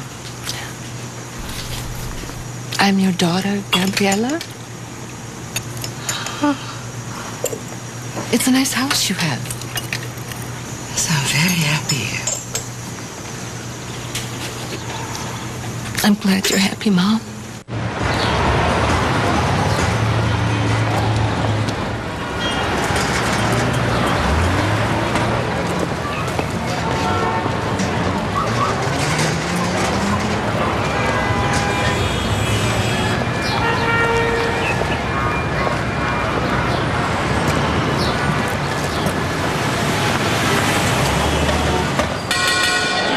The American Stock Exchange. Opportunity made fresh daily. Tonight after the game, it's a special edition of the best damn sports show, period, as David Wells drops by again for a World Series special. I might not have to go home. I have a good spot right here. What more could you want from a sports show? After the game, tonight on Fox Sports Net. Prior to that 3-1 pitch to Mark Grace, I know it crossed your mind, it crossed mine, that here at Yankee Stadium, 2 out, nobody on. Grace, who doesn't hit a lot of home runs, it had to enter his mind in a 1-run game, and he just crushed one into the upper deck to tie this game, and now we're in the bottom of the 4th. That's when a non-home run hitter can hit a home run. It's situational hitting. Ahead in the count, he knows what he's going to get, takes one shot at it, and it worked. No balls, 2 strikes. Yesterday, Mark Grace was walking around Yankee Stadium with Kevin Kennedy, talking about the history of Yankee Stadium, stadium that the Yankees first started playing in 1923. They had a little mini tour of this ballpark as O'Neill strikes out on a forkball, 1 away. Here is their conversation from yesterday. This is where you can really take it in, like, wow, the house that Ruth built. And then I'm going to hit in that batter's box where Babe Ruth hit, Mickey Mantle half the time, and Reggie Jackson, the same left-handed batter's box. They got a little more power than me, but I'm still going to, I can share that batter's box with them. It's only 314, though. 314? Even at 37 years old, I think I got 314, maybe in batting practice. He had plenty more than 314 on that 3-1 pitch as Bernie Williams takes a ball outside with 1 out, nobody on in the bottom of the 4th of a tie game. He had closer to 390 inning.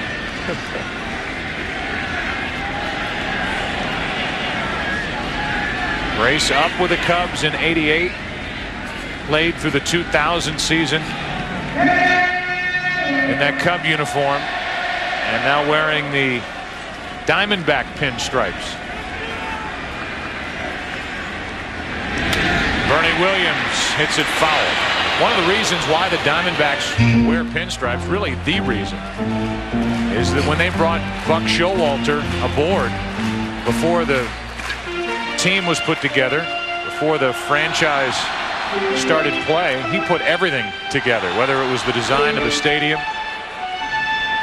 whether it was the uniforms and the different combinations of the uniforms. He had just been let go by the New York Yankees. He wanted to incorporate pinstripes in the Diamondback uniform. Showalter, who was 19 years in the Yankee organization, brought the pinstripes with him out to the desert.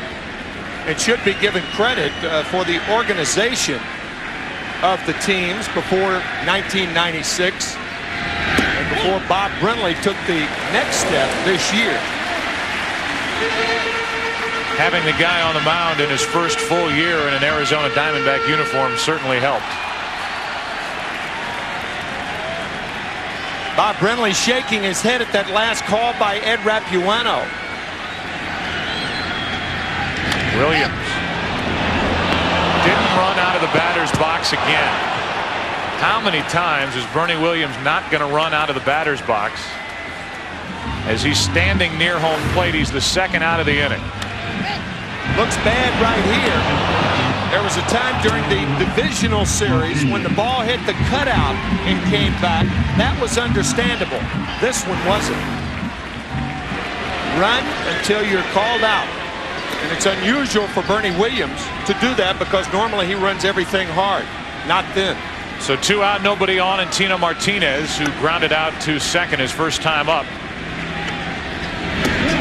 takes a strike. Martinez still looking for his first hit. He's 0 for 8.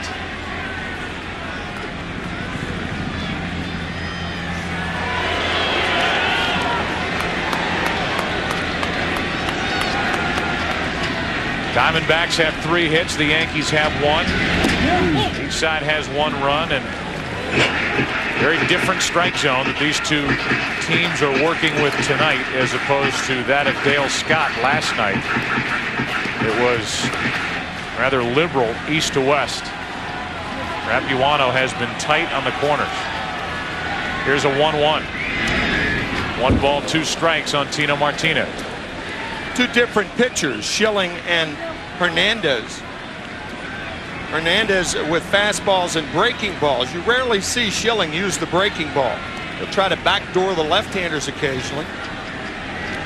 For the most part, high fastballs and low splitters. Martinez got a piece of that split-fingered pitch, and it's still 1-2. When the splitter is working, normally hitters hit it right into the ground, hit over it. It's a very tough pitch to lift. Roger Craig, the former Giant manager, a big influence on both Curt Schilling and Randy Johnson and their developments of the split finger fastball. 96 miles per hour from Schilling, and the count evens at 2-2. Tino Martinez hit 34 home runs during the regular season. Probably the most consistent hitter the Yankees had during the regular season. He is now 0 for 9 in the World Series. Schilling, 5 strikeouts. When a member of the opposition hits a home run into the upper deck, down either line, and you have great seats, fortunate to sit in the lower sections, pay attention.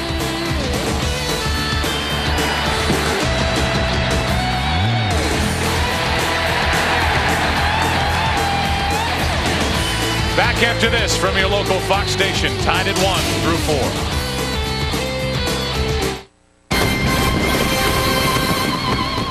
4. Tonight on the Fox 11 10 o'clock news, it's LA's biggest Halloween bash. And you're invited. Fox 11 takes you there live. We watch it all the time on the spaceship. Tonight on the Fox 11 10 o'clock news. Jack here with big news. I'm getting rid of my 99-cent menu. Why? Joe, we need to cut. Because I want to be richer. What are you doing? And if you don't like it, tough, go somewhere else. Pull over. Like Joe's Burger Hut at 782 College Street. I knew this was a bad idea. Please don't hurt me. I'm just a cameraman.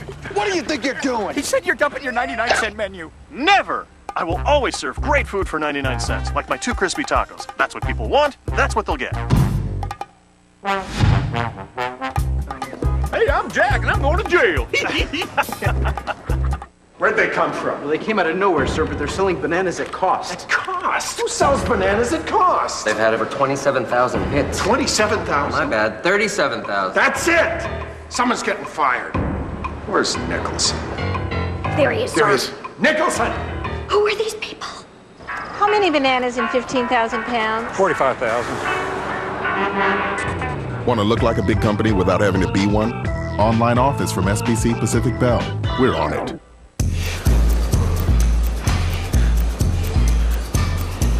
Excuse me. Hi, yeah. Why is your treadmill off? Oh, well, ladies, don't you know that it is important to avoid using your appliances until after 7 p.m.?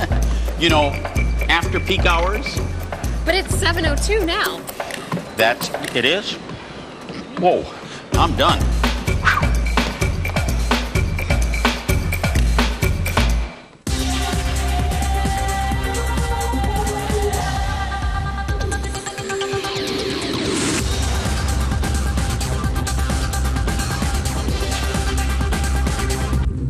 Careful. That's a Zenith digital TV you're looking at. From big to small, to flat to thin, you can't escape the power of Zenith Digital. Zenith High Definition TV, available at Ward's Furniture in Los Angeles. Top of the order for the Diamondbacks, fifth inning, 1-1 is the score, and a breaking ball stays high to Tony Womack, who's the leadoff hitter in this lineup and has now led off 3 of the first 5 innings and reached base in his first 2. Once on a hit, once on a walk, and he's up on the count here 2-0. 6 straight balls to Womack after the base hit up the middle. His first time up. Hernandez has walked 3, struck out 3, allowed a run on 3 hits. 2-1.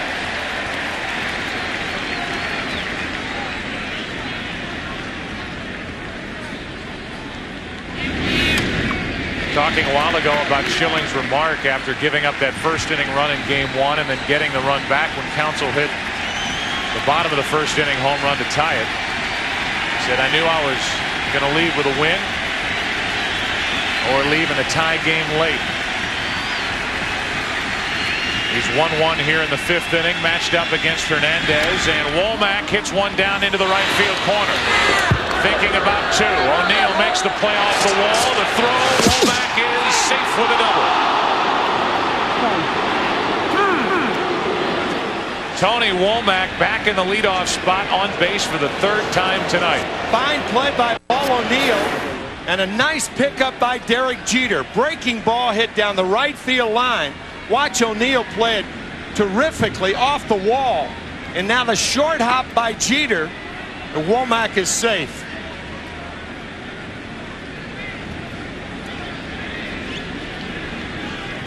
Womack with great speed, 28 stolen bases. You'd think it would be an easy double, but a fine play by O'Neill made it close. After having what he called an American League-like lineup last night, Bob Brenly putting Womack 9th, changed that around for game 4, and Womack back in the leadoff spot. Has singled, walked, now doubled. Now it's Counsell. Another bunt. To the right side this time. Martinez falls down and still gets the out. Sacrifice is good, 3-4. As Tino Martinez showed a lot of athletic ability, falling down, making that play. 3 straight sacrifices for Counsell, but watch Tino Martinez look at third. He looks, he had an idea, and now when he turns around, he has to throw from his knees. Really the left side of his seat. The look to third. Plopping on the ground and throws from his rear end to get Counsell. Now the Yankees forced to bring their infield in. Most sacrifice bunts in a single postseason. Counsell is up to 6. Record holder in that category is Gonzalez. Went around, couldn't hold up. Strike 1.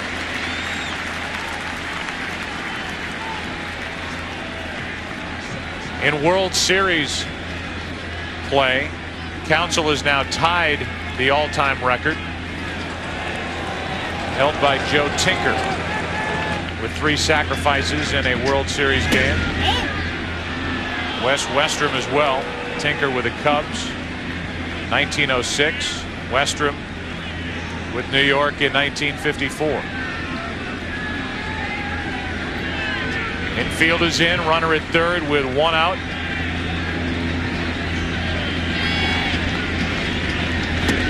On the inside corner, 1-2.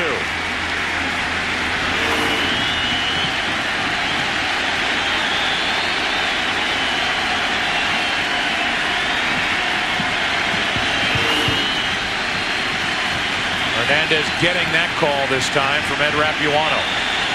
Womack in third, 1 out, 1-2 pitch, 2 balls, 2 strikes.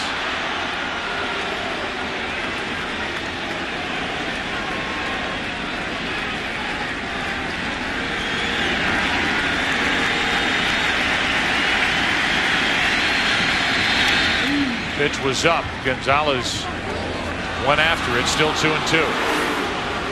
A pitch to hit for Gonzalez, and he fouls it back. But that gives you an idea of how the Yankees, like the Cardinals and the Braves in series before, have tried to pitch Gonzalez inside. Hernandez has struck out 3.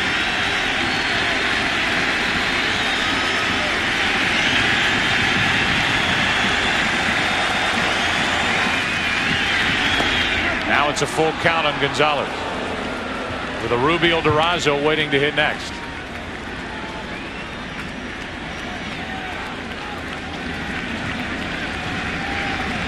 Situations like this, I think El Duque will try to get Gonzalez to go after a ball, not a strike. Shallow left. Spencer. Will they test him? Womack is coming. Here's the throw. To end the inning.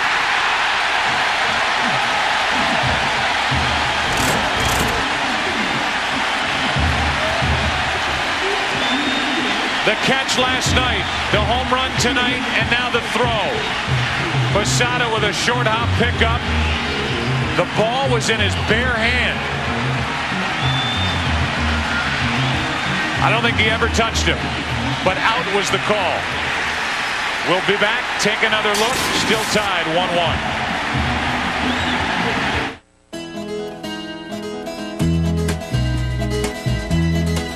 People stop and U.S. stare. Atlas, $20.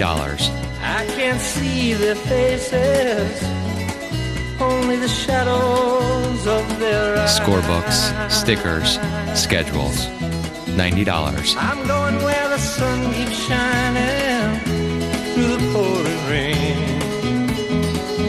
Going A used tire, some new wipers, $68. Banking off of the northeast wind. Stamps and postcards, $15.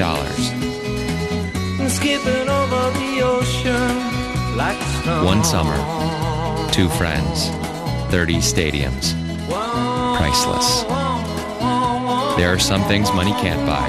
For everything else, there's MasterCard. Preferred card and devoted fan of Major League Baseball. Troy, I know you got out for a reason. You're worried about getting hurt. But it's a year later. I really think it's time. If you don't get back in, you're going to regret it. Remember what I told you. Think mutual funds. Stay diversified. Any tax implications? Wouldn't it be great if the person you trust most was your broker? Is there a healthcare fund that looks attractive? At Schwab, our mutual fund advice is always objective, uncomplicated, and not driven by commission. Call 1-800-4-NO-LOAD to find out which fund is right for you. Okay, good news. That broadband thing we all want? Got it figured out. Honey, you call the phone company. Tracy, you're digging the trench, shovels in the garage. I'm going up on the roof to assess satellite possibilities. Timmy, check out these schematics. Appreciate it. Let's go! Broadband! We know how you feel, and that's why Circuit City offers one-stop high-speed internet access. You can find what's available where, compare options, and arrange installation. Circuit City, we're with you. Huh, we can get broadband at Circuit City. The 2001 World Series on Fox is brought to you by Circuit City. We know how you feel. That's why we're here. Circuit City, we're with you. By MasterCard, there are some things money can't buy. For everything else, there's MasterCard. And by Goodyear, reminding you to take all your journeys on the wings of Goodyear. Bottom of the 5th inning. The combination that just ended the top of the 5th inning. Womack and Posada. Womack called out at the plate on the tag made by Posada. Tim, there's no doubt that the ball was not in the glove of Jorge Posada when the glove was on the body of Womack. The question is, if the bare hand, the right hand with a ball in it, grazed Womack on his way to the plate. The count goes to 2-0 from Schilling on Jorge Posada, who flied to left his first time up. It was a breathtaking play by Posada. Shane Spencer was shallow in left field, an in-between hop as opposed to a short hop. How he held on to the ball, I will never know. But at first glance, you're right, Joe, it looked like Posada tagged Womack with the glove with the ball in his right hand. We're going to take several views of it. What a play by Posada. It was 2-0. Now it's 2-2 on Posada, who homered in last night's game, has 2 home runs in the postseason with only 3 RBI. Hitting .341 at the start of the night, right in the middle of this Yankee lineup, but only 3 RBIs to show you how poor the top of the order has been for the Yankees. A 2-2. 1 out as Schilling just pounded it by him. This is our first look, and you'll see what Joe and I were saying. Great play by Posada. And it looks like he tags him with the glove with the ball in the right hand. However, here, he tags him with the glove and the ball.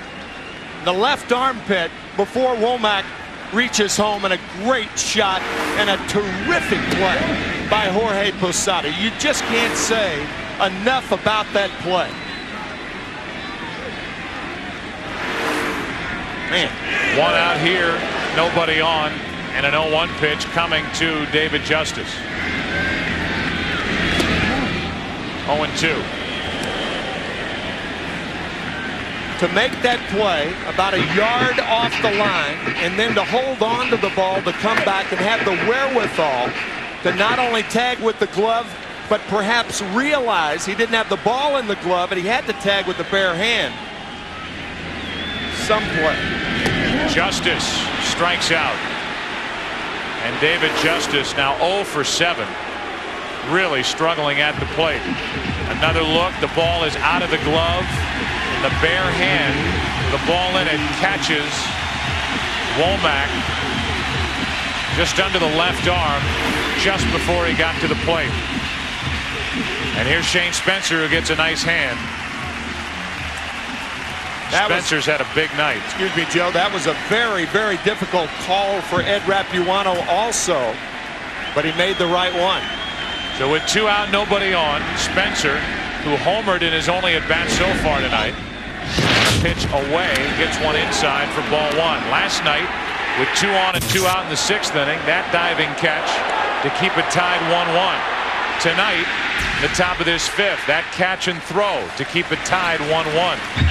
And the one on the Yankee side is compliments of Shane Spencer's 3rd inning leadoff home run. Count in Spencer's favor here, 2-0.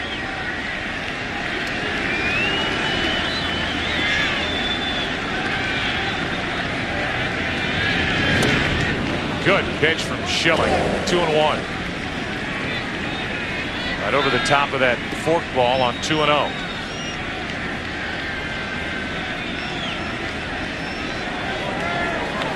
Heidi Spencer watching from the seats here at Yankee Stadium. It was 2-0, now it's 2-2. Schilling trying to get through the 5th inning here tonight. He has allowed 1 hit. The 3 days rest, the short rest, has not affected him at all. Only 1 base runner, and you're looking at it. He wasn't on for long. Williams backs up and still makes the play to end the inning. 7 strikeouts for Schilling. Only 1 hit. The home run by Spencer. 6th inning now. Game 4 tied 1-1. You have 1 new message. John, it's Bob. I've tried tracking you down everywhere, so I'm leaving this on your cell phone. Look, about your merger meeting, whatever you do, avoid the boardroom. Maintenance just lacquered the table and it needs 24 hours to dry. Man, I hope you get this. With ordinary cell phones, you leave messages. But with Nextel Direct Connect, the digital two-way radio, you get right through. Nextel, the official wireless telecommunications sponsor of Major League Baseball. Recently, at this quiet, unassuming little Pizza Hut, an interesting pizza discovery took place. Whoa! We've created the new Ultimate Lovers Pizzas from Pizza Hut. Our Lovers Pizzas now with cheese once, twice, 3, 4, 5, 6 kinds of luscious cheese, and 6 kinds of seriously satisfying meat toppings, or 5 garden veggies, or 2 layers of zesty pepperoni. And you'll discover it's not $12.99, it's only $8.99. $8.99. The new Ultimate Lovers Pizzas, only from Pizza Hut. Let's look at what makes the dome structure of great importance. You see, its circular design allows for maximum volume in a minimum space. So, an amazing number of people or things can actually fit in a relatively small area. With such an efficient design, it's a wonder domes aren't seen more often today.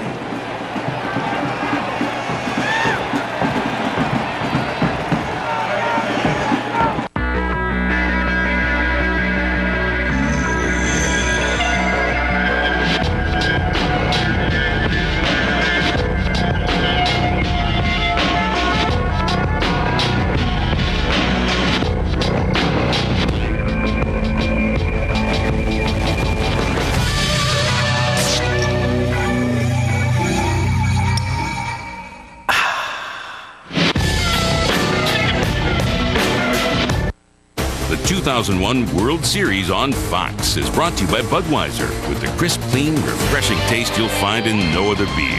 This Bud's for you. We move to the 6th inning, our MasterCard fan cam on Halloween night.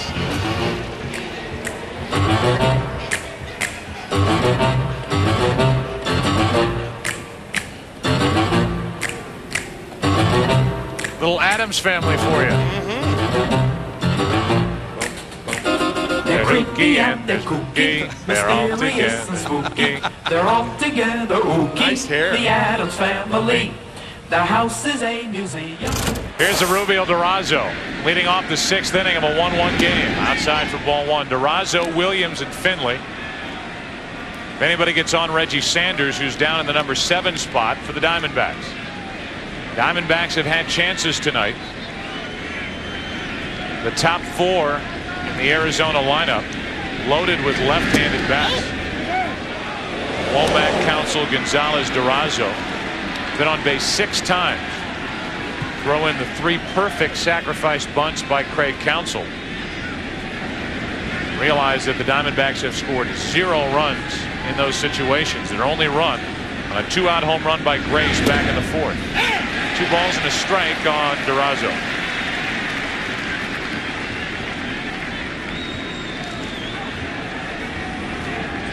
Matt Williams, a hitter on deck, has left 5 runners on tonight.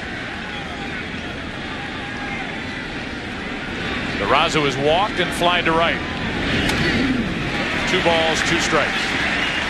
Talk about great defense when you need it. Last night, 7th inning, that stop by Soriano on the ball hit by Durazo, and you've seen Shane Spencer's catch. Tonight, the throw by Spencer and the brilliant tag by Posada. Posada made that play happen.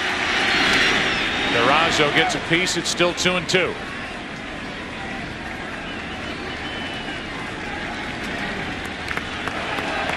Tony Womack has started 3 innings by reaching base.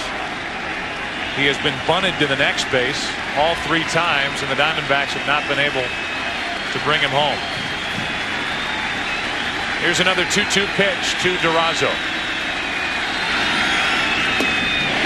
out, strikeout number 4.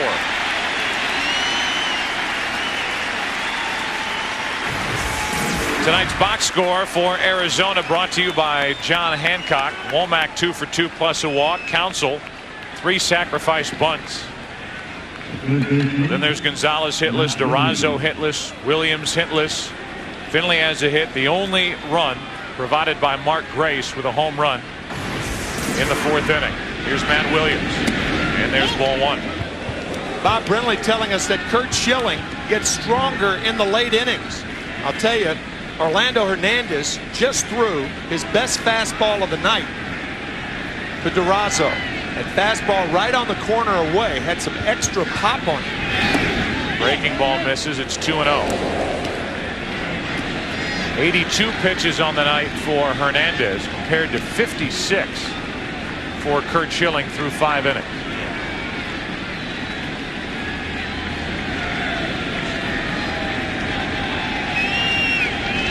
Schilling looks at none of his teammates.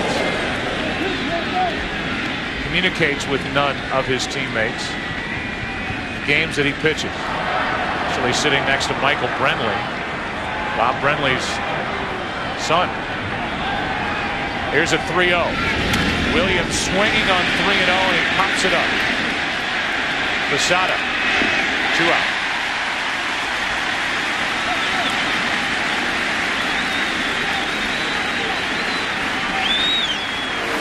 That's a pretty easy call to allow Williams to swing 3-0. He just gets up under it. Posada with an easy play. So a frustrating night for Matt Williams as it comes down into the glove of Posada. Williams struck out with the bases loaded, 1 out back in the first inning and bounced into a force out with 2 on and 2 out in the third. Here's Steve Finley with the bases empty and 2 away. One. Can you believe the pitching we have seen in this World Series? Remarkable. From pitch 1 thrown by Curt Schilling on Saturday night in Phoenix. Mike Messina did not have his best stuff in game 1. No. To a man. That is a foul ball. To a man, the Yankees cannot wait to get Mike Messina back on the mound tomorrow night for game 5. That's right.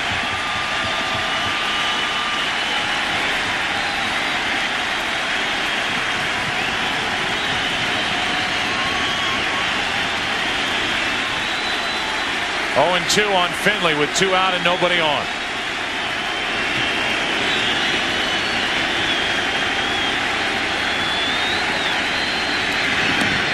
Got the corner, inning over. 5 strikeouts for Hernandez. Bottom of the 6th inning. More work for Curt Schilling. Brocious, Soriano, Jeter coming up. Tied 1-1.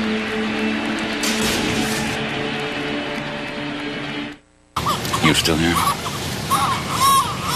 How's she doing? I don't know how to say this, Mr. Foley. It's going to cost you a fortune to put her through college.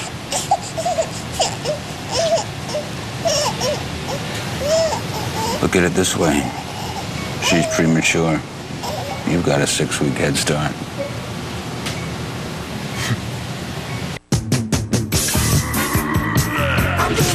You know, I am so romantic, sometimes I think I should just marry myself. Give me a break. I was just thinking about the first time I laid eye on you. Roz, you're looking fabulous today. Is that a new haircut? New makeup. You've had a lift. You've had a touch.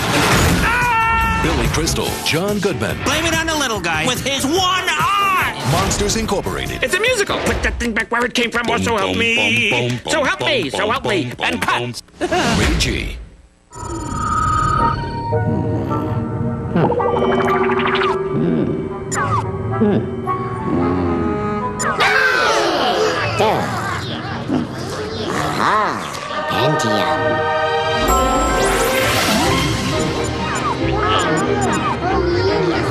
Change the face of digital photography with the Intel Pentium 4 processor, the center of your digital world. You're going to hear a lot of secrets about winning from a lot of drivers. Well, I'm going to let you in on this 3-time champion secret, okay? Good lunch. Can't win on an empty stomach. I hear you. When you're hungry, nothing's better at satisfying that crave than Wendy's Bacon Mushroom Melt with 3 strips of bacon and mushrooms in a cheddar sauce. Now that's a lunch. Should I get the combo? Get the combo. Wendy's Bacon Mushroom Melt. When you gotta have one, you gotta have one. Rookies. Hey, they're all alike. Remember, Wendy's pickup window is open late, so you can eat great, even late. Dad, are we there yet? No. Podemos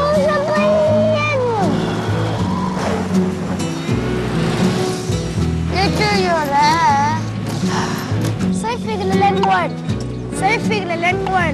Malam saya lain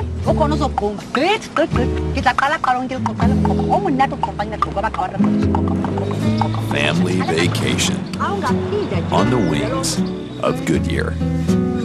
It's an all-new Simpsons Halloween special. Destroy the evil one! Not me. On a special night in time. We'll catch ourselves a leprechaun using Lucky Charms as bait. At 8:30, 7:30 Central. Fox Tuesday. No! Tim, there's a dilemma when you face Curt Schilling, aside from his wonderful pitching stuff, and that is the approach you're going to take, especially against Schilling working on short rest. And that is, do you go after the first pitch? The numbers are amazing. When the first pitch from Schilling is put into play, opponents are hitting .429 against him, the second highest average in the major leagues during the regular season. Brocious hits one to center. Finley stumbled going after it at the wall, off the base of the wall. And Brocious has a leadoff double.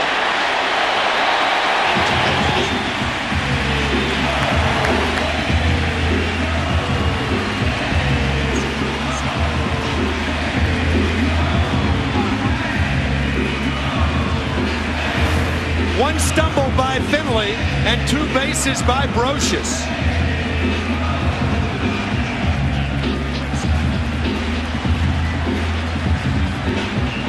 The first couple steps from Finley, he almost went down.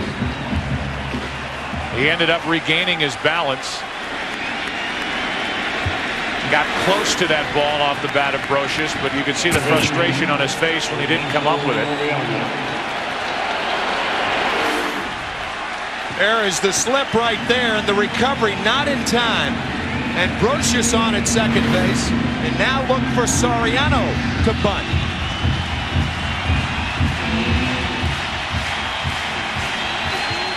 Mark Grace way in at first. Williams about a half step in front of the bag at third. And a strike on the outside corner to Soriano. Mark Grace was so close then, he could have shaken hands with Soriano after Alfonso took the pitch. You're going to bunt it. You try to bunt it down the third base line and make the third baseman feel the ball.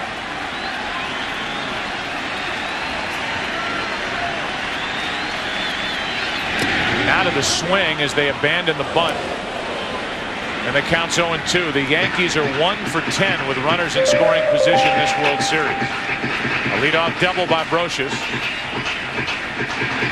And Soriano is in the hole 0-2.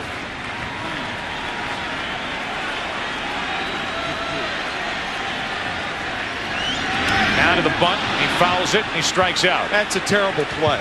Awful. Joe Torre can't believe it. You can see that look in Torre's eyes saying, wait a minute. Bunting 0-2, terrible play by Soriano. He takes the first pitch, swings through the second one, and then 0-2. Joe Torre can't believe it, neither can I. Bad play right there. So now Jeter with a runner at second, 1 out, and Torre immediately talks to Soriano. World Series or not, instruction from the Yankee manager for the 23-year-old second baseman. Jeter way late with that swing on a 96-mile-an-hour pitch from Schilling, strike 1. It makes you scratch your head. Alfonso's at bat. Perhaps he thought the first pitch was called a ball, and maybe the count was 1-1. That would be the only explanation.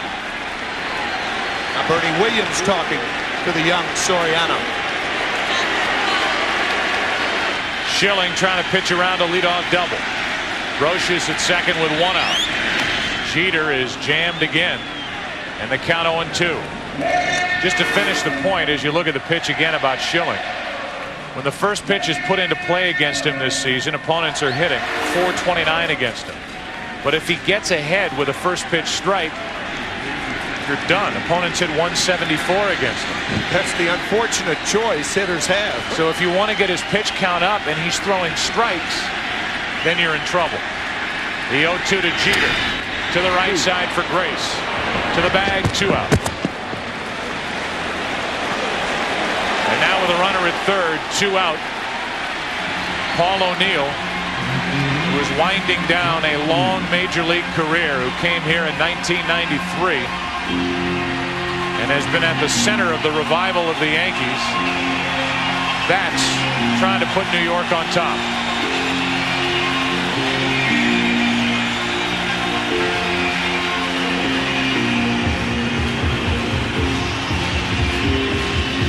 They meet on the mound, and we go back in time to 1990, the National League Championship Series, playing with Cincinnati.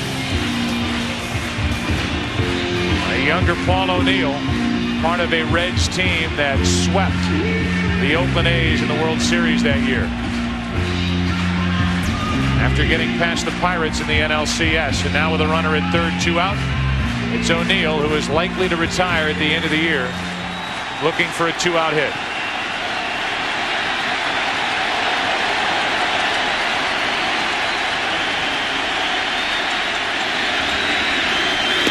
Strike 1. And O'Neill is yelling away from the home plate umpire, Ed Rapuano. And Rapuano is yelling back at O'Neill as O'Neill took a walk around the plate. Paul didn't like it, and I don't blame him, but that pitch was a strike. And Rapuano standing there with his hands on his hips. It's been a long night for the home plate umpire. The 0-1.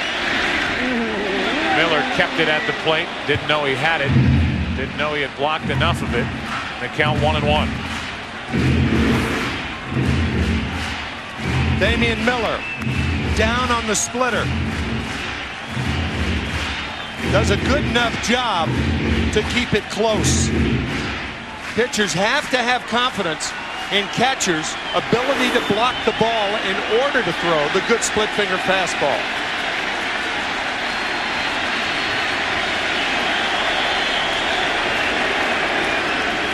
(1-1) in the bottom of the 6th, game 4 of this 2001 World Series, with the Diamondbacks up 2-1.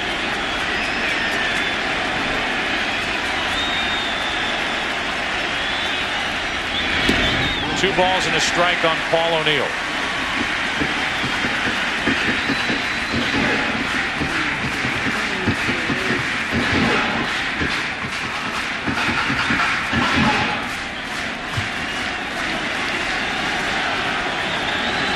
Schilling working from the windup during this at bat by Paul O'Neill.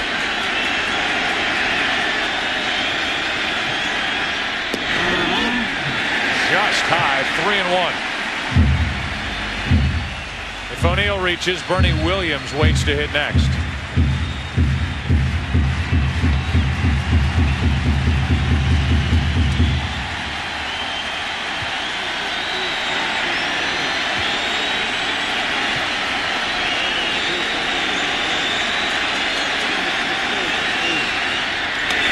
Slow roller. Race to Schilling. Got it. And the inning is over.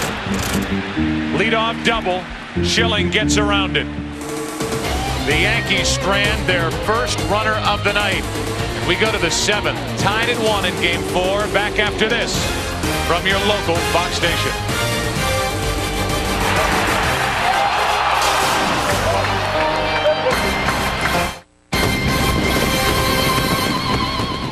Tonight on the Fox 11 10 o'clock news. I'm Christine Devine. It's the biggest Halloween party on the planet. We'll take you there live. Plus, accused SLA member Sarah Jane Olsen pleads guilty tonight. Why she did it. Tonight on the Fox 11 10 o'clock news. We should get out of here now. This film has been given an R rating for horror, violence, gore, nudity, and some language. So be warned. From the producers of House on Haunted Hill, 13 Ghosts, rated R. Now playing. Don't you love the heat lamps? Keeps food hot for hours and hours. Who's in the mood for something made fresh? Subway makes every sandwich right before your eyes. For $10.99, get 3 foot-long Subway sandwiches. That's 3 for $10.99. Subway, eat fresh. It's time for you. It's time for you. It's time to spread your wings and do the the things you always wanted to do. Life's beginning to rhyme. Come on, baby, it's time. Yeah, baby. It's time for you.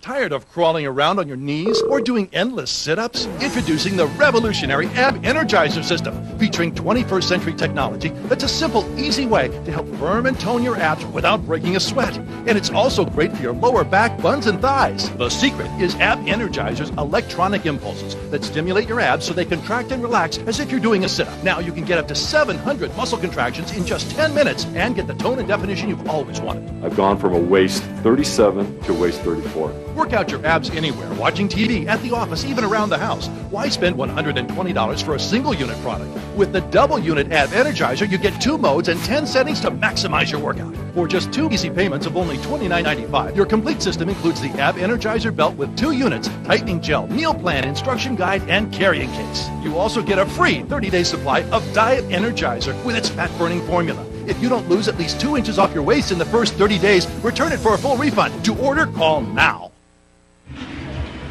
Well, that play at first base was a lot closer than we initially thought. Really was. We'll get a look at it on the replays in a moment. 1-1 game, 7th inning. Reggie Sanders off the hands, fouled back for strike 1. Watch the right foot of Curt Schilling. Mark Grace couldn't get the ball out cleanly. Up, and then he comes down just before the left foot of Paul O'Neill hits the bag, and an exuberant Schilling back to the Diamondback dugout. Man. No balls, 1 strike on Sanders. 0 for 2 tonight, including grounding into a double play. Now he tries to bunt his way on. And he's in the hole 0-2. Give you a pretty good idea of how the Diamondbacks think Hernandez is throwing now in the mid to late innings. It's Sanders, who's been their cleanup hitter for the first 3 games of this World Series, just trying to drop down a bunt. The 0-2.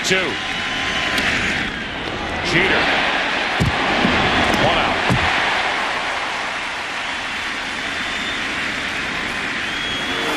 A low tracer to Jeter. Giving with the hop and making a strong throw.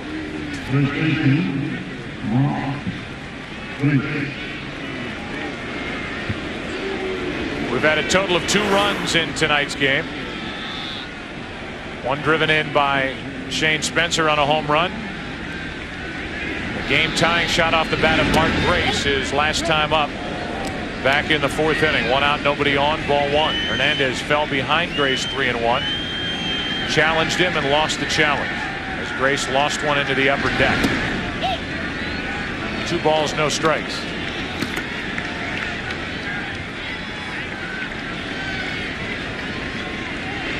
Looking for another pitch to pull. And he does, into the seats, foul. It had been 11 days since Hernandez had last started, because the Yankees finished off Seattle in 5 games, then the layoff, then Hernandez, the number 4 starter in the rotation for Joe Torre. It looks like it has taken him about 75 pitches to really start throwing effectively, as he misses high with a fastball. 3-1, struggling early. The Diamondbacks loading the bases in the 1st inning, getting a couple on in the 3rd inning. A leadoff hit, later a home run in the 4th inning. Hernandez issues a 1-out walk to Grace. The 4th walk of the evening for the New York right-hander. The in-game box score for the Yankees, brought to you by John Hancock. In the bottom part of the order, the home run by Spencer, leadoff double by Brocious in the 6th inning, and that is it. The rest of the lineup hitless, no walks, 8 strikeouts piled up by Curt Schilling. Here's Damian Miller, the number 9 hitter, 2 out of 12 in this World Series. Inside for ball 1. Ramiro Mendoza, the right-hander, Mike Stanton, the left-hander. And as they start to loosen up, and they just got up, Mel Stottlemyre will trot to the mound.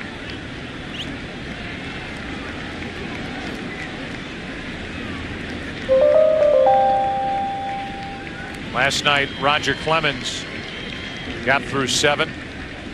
Got the game into the hands of Mariano Rivera. Tonight, Orlando Hernandez, who's thrown 97 pitches, tries to go through 7. He has a runner at first, 1 out, and a 1-0 count on Damian Miller. Talking to Joe Torre before the game, and you asked him, Joe, will Rivera be ready for 2 tonight?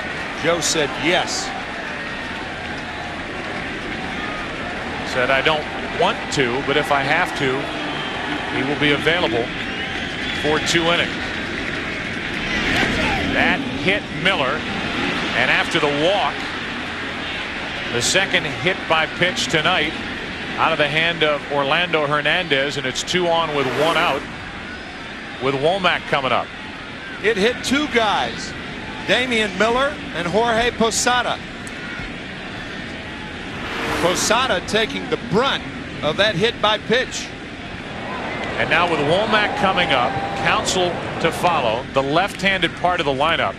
They asked Tino Martinez to go over and talk to Hernandez, and you could see a pitching change here, although Joe Torre and Mel Stottlemyre seated with Stanton and Mendoza getting ready. Womack, now you see Joe with his right hand telling Posada go out and talk. He'll go out for a while, then home plate umpire Ed Rapuano will go out there to break it up, and Torre will go out to take Hernandez out of the game. But you could see with that, you mentioned Senior Winches the other day. I think that was Joe Torre doing Senior Winches, right? That was this. Sawdite. So Rapuano doesn't have to go out there. Hernandez knew it. Any big league pitcher knows it in that spot. When Martinez came over and the catcher comes out, you talk about how that used to be an awkward conversation. Oh, man.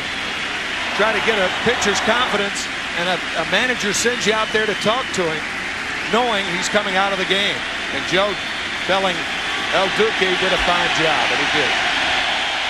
And now Hernandez comes over to talk to Ed Rapuano. The two had words earlier, and they're able to smile, laugh about it. And the mood is lightened between those two as Hernandez heads out. Next, he'll call to the bullpen. Time for a left-hander. Time for Mike Stanton. 2 on, 1 out. Top of the order coming up for Arizona. 1-800-MEDIC. I'd be very happy to. Right, half pepperoni and half. Oh, hello. I'm here at 1-800-MEDICARE, where important questions are being answered. Hold the mail. Questions about Medicare health plans, nursing homes, and supplemental insurance. Some even ask, how does switching plans affect my coverage? Although my coverage is none of their business. So call the experts, like Raymond here, 24 days a week, 8 days a night. 1-800-MEDICARE, helping you help yourself.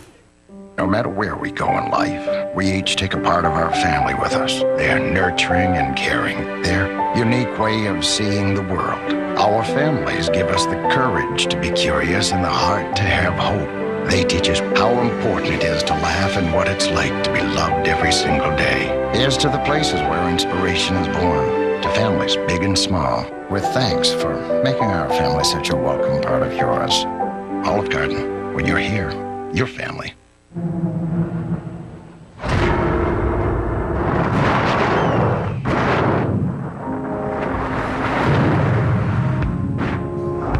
This is Silverado Heavy Duty. Available with the new Duramax diesel. The most powerful diesel you can get in a pickup. Silverado Heavy Duty.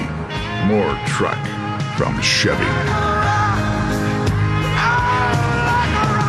Tuesday, Fox presents the season's most anticipated night of television. All right! First on the smash hit That 70s Show. I still care about you. Are Eric and Donna really getting back together? Oh, yeah. God, no. Or is this just a one-night stand? Find out on an all-new That 70s Show. Then, Halloween isn't over till The Simpsons say it is. Destroy the evil one! Not me. It's the all-new Simpsons Halloween special. We'll catch ourselves a leprechaun using Lucky Charms as bait. On a special night and time. No! Followed by the series premiere you must not miss. Kiefer Sutherland stars in 24. It all starts at 8/7 Central, Fox Tuesday. Hernandez got into the 7th inning. Mike Stanton will try to get out of the 7th inning. Joe Torre, a catcher, when he broke in, used to give signs to Warren Spahn. Now, as the manager of the Yankees, giving different signs to catchers. And by the way, as you look at Stanton, and we give you his numbers, credit Ed Rapuano with walking over and getting in the path of Orlando Hernandez as Hernandez made his way over to the dugout to put that nasty incident a little earlier to bed. Now with 2 on, 1 out, a 1-1 game in the top of the 7th. It's Stanton against Womack, who's had a big night. That's a big fastball from Stanton, strike 1. Rapuano came up the line and made sure that he and Hernandez were on good terms as Hernandez left stage right. Now with 2 on, 1 out, Tony Womack, who has singled, walked, and doubled, tries to put Arizona out in front.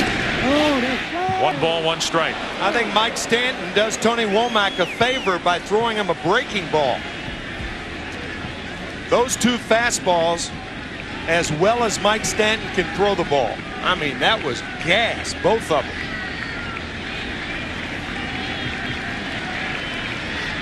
Stanton has not had a lot of work in the postseason for the Yankees. It's just been the way it has fallen for New York. As Womack is late on another 92-mile-an-hour fastball, and the count 1-2. The left fielder and center fielders, Shane Spencer and Bernie Williams, playing Womack shallow and over toward left. Womack does not have a lot of power. Only 3 home runs on the year and almost no power to left field. For the Diamondbacks, no speed on the bases. Grace with a bad hamstring, the lead runner at second, the catcher Damian Miller at first. 1 out here in the 7th. Breaking ball misses to Womack, 2-2. Just so you know, Stanton has worked only 7 2/3 innings this postseason.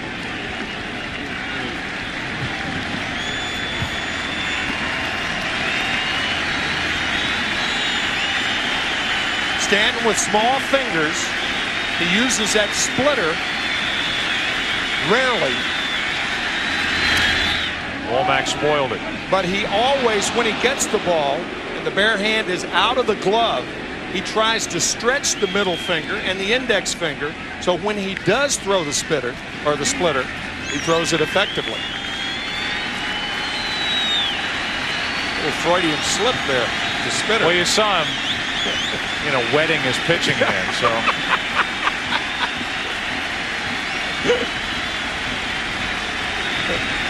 Two balls, 2 strikes, 2 on, 1 out.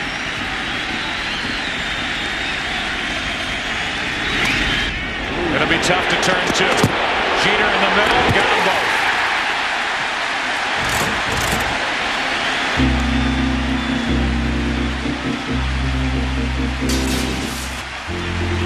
Pitching, pitching, pitching. Stanton in relief of El Duque. Tonight's game is being seen live around the world by U.S. servicemen and women.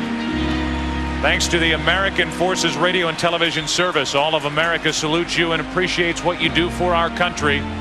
These are special moments when Ronan Tynan is in the house. He is here tonight, and we go to public address announcer Bob Shepard.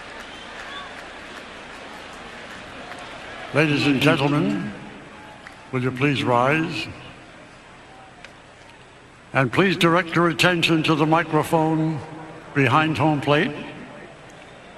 And welcome the world-famous Irish tenor, Ronan Tynan, will now sing God Bless America.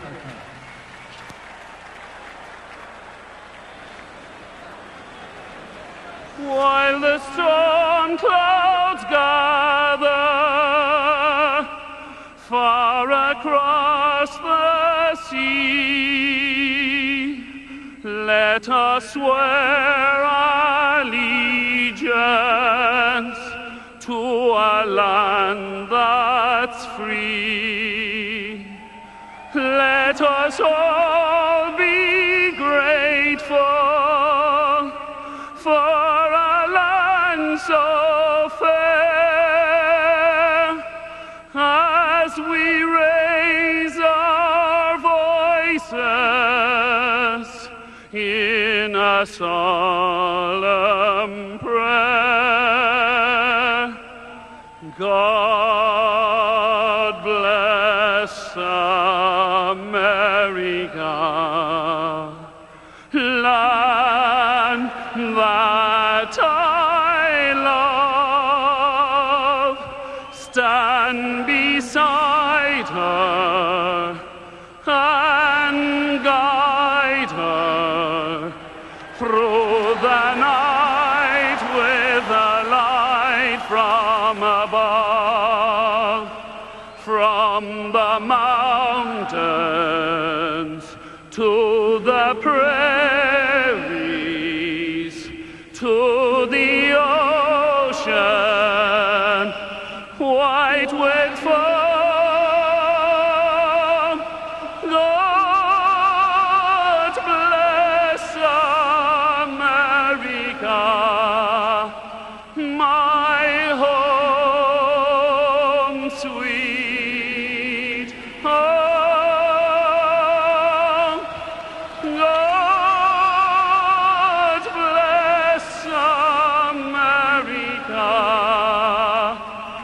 my home sweet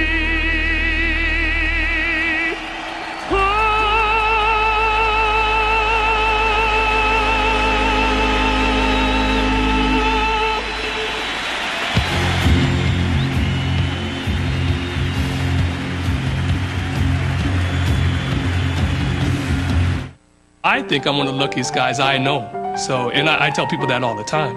All the cliches about being a flight attendant, you like people, you like to travel, hey, they all fit. It's amazing. To be here 22 years and to see United grow so much, it's a real service. I mean, the whole country moves on travel. When they close the door, I really feel like it's my airline. We're here to serve. I'm here. My name is Paul Edwards. I'll be the purser today. You're gonna have a great flight. We are United.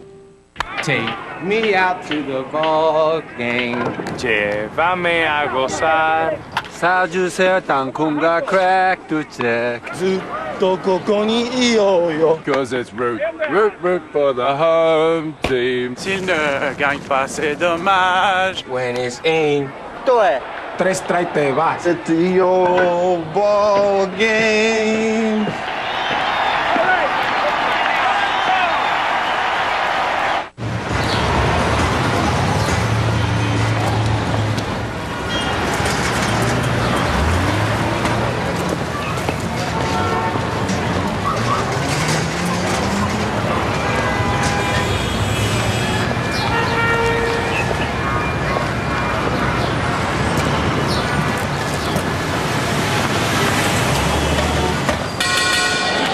The American Stock Exchange. Opportunity made fresh daily.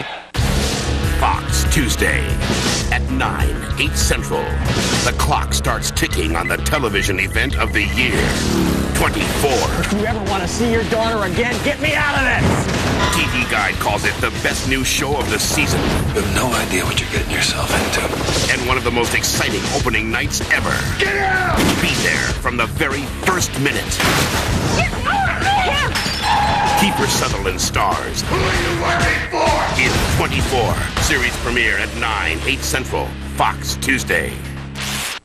The 2001 World Series on Fox is brought to you by the people of United Airlines. We are United. And by the American Stock Exchange. Opportunity made fresh daily. Please remember Radio Shack is a collection site for the September 11 Fund, benefiting survivors, victims, families, and rescue personnel. The September 11 Fund is a collaboration of United Ways, the New York Community Trust, and the Council of Foundations. As pitch one of the bottom of the 7th inning is in for a strike, nothing new from Curt Schilling. With Bernie Williams, Tino Martinez, and Posada coming up. He just said fastball. He mouthed it. And Williams fouls a 94-mile-an-hour pitch back. It was with Williams at the plate back in game one that we saw Schilling mouthing the pitches to his catcher Miller, and he says he does it all the time. Yeah, right. Here it is right here. Fastball. Bernie's from Puerto Rico, but he speaks very good English. Here's the 0-2. Base hit. Apparently. That was a hanging splitter right there.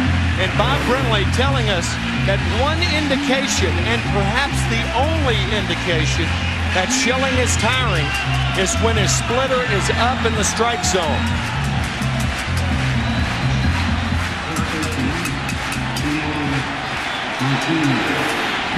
Still, it's only been a 72-pitch night for Curt Schilling.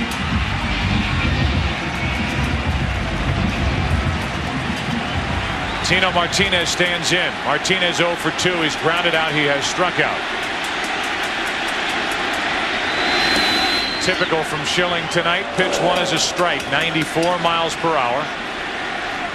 And with the cleanup hitter at the plate, no sign of the bunt. Joe Torre does not like the bunt with his left-handed hitters in the lineup. Again, the short porch in right field. 1 ball, 1 strike. Regardless of what happens the rest of the way, in my mind at least, it is obvious Bob Brenly made the right call by putting Schilling on the mound. No question about it. So effective tonight, and if there is a Game 7 back in Phoenix, he would be available for that. Here's a 1-1 to Tino Martinez. 2 balls and a strike. The Yankees have 1 run on 3 hits. They've left 1 runner all night. For the 2nd inning in a row, they have their leadoff man on. A leadoff double by Brocious last inning. He was stranded. Leadoff single by Bernie Williams here in the 7th.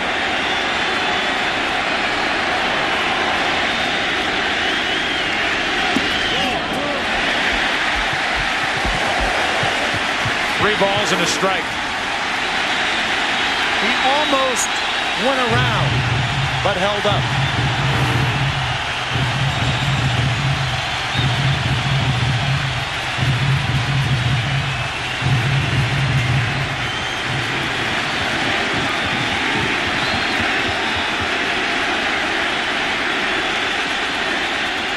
Ball 4.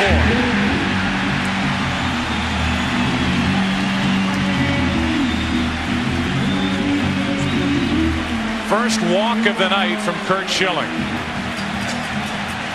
And Bob Welch, the pitching coach, goes to the phone. The Diamondbacks have yet to use their closer in this series, Byung-Hyun Kim. They can't get to him, or there hasn't been a situation where he has been needed. They're gathering on the mound right now to talk about what to do, just in case Posada bunts. But again, Torre does not like to bunt with his left-handed hitters. There's Kim getting loose right now. Miguel Batista, another good arm, is supposed to start tomorrow night. He's not even sitting in the bullpen.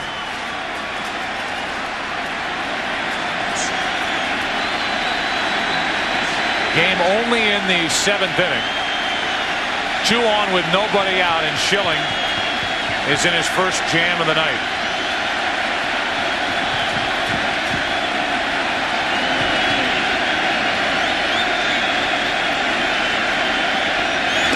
Strike 1.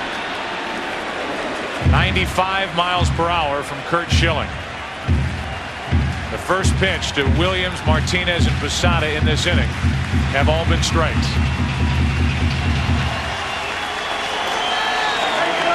Laura Posada.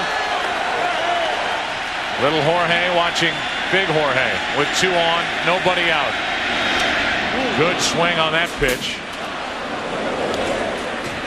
And count 0-2. We have not seen too many pitches in the middle of the strike zone tonight. That was one of them. It is rare from Schilling or from Hernandez or from Stanton. But that pitch certainly hittable. Now Schilling calls Damian Miller out to talk. Runners on at first and second, nobody out. The Diamondbacks leading this World Series 2-1. the 7th inning of a 1-1 game, and we have seen tremendous pitching from Curt Schilling, Orlando Hernandez, and Mike Stanton, who came on to finish the top of the 7th. Last night, Bernie Williams made a great play on a splitter in the dirt. He's alive for that right now. That one stays out of the dirt and out of the strike zone. 1-2.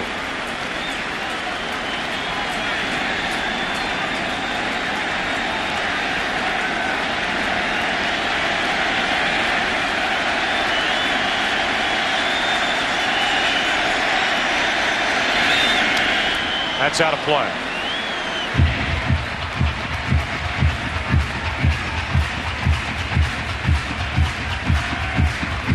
To show you the situation in the Arizona bullpen, they have Schilling on the mound and their closer getting loose in the 7th. A closer who has told Bob Brenly, if you need me to pitch 3 innings, I can. A former starter in Korea. The 1-2. Posada's had some of the best swings against Schilling all night. But again, an idea about how Schilling is throwing. When you still can't get around on the high fastball. And here we are in the 7th inning.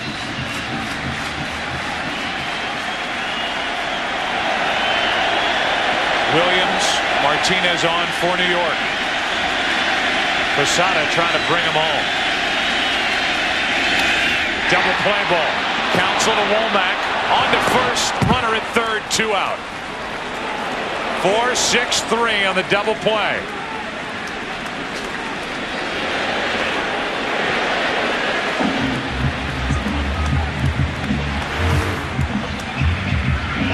Posada hits it fairly hard, but right at Craig Counsell.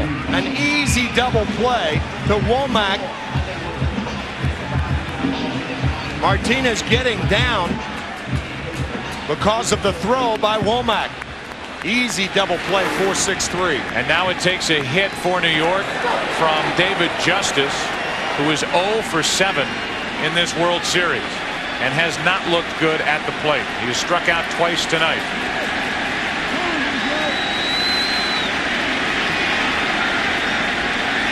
Runner at third, 2 out. Tie game, bottom of the 7th. Way late with a swing and a foul ball.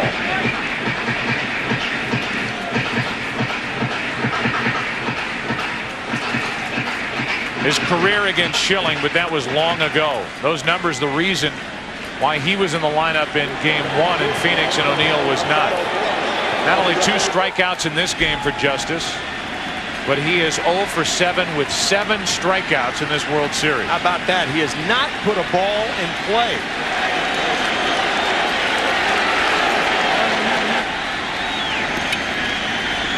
Runner at third with 2 out. On the outside corner, 0-2. 98 miles per hour in the 7th inning of this game. A game started by Schilling on 3 days rest. You talk about reaching back. Wow.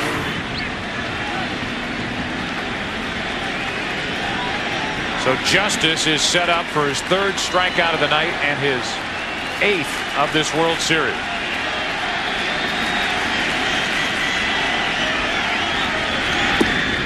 Wouldn't go after the splitter. 1-2. The Diamondbacks in the 8th inning will have Counsell, Gonzalez, Durazo.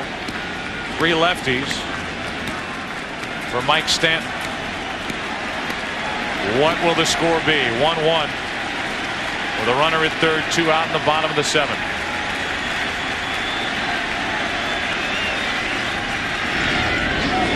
Again, Miller good enough to keep it at the plate. What a save by Damian Miller. After that miserable night last night, for the time being, keeps it tied.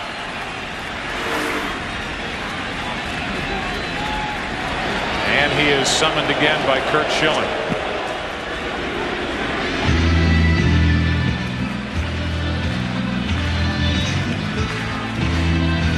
Runner in scoring position here. Runner in third, 2 out for New York. And the Yankees are 1 out of 14 in this series in this position. You can see David Justice still talking to Ed Rapuano about that fastball on the corner, the 0-1 pitch. that made it 0-2.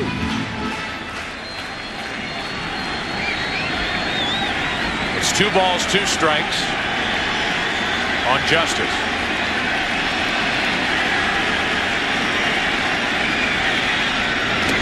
Went up and after it, and Schilling struck him out. Justice is struck out in all 8 at-bats in this World Series, and Schilling is through 7. 3 days rest, 4 days rest, doesn't matter. Schilling, great tonight, just like he was in Game 1. 8th inning, tied 1-1.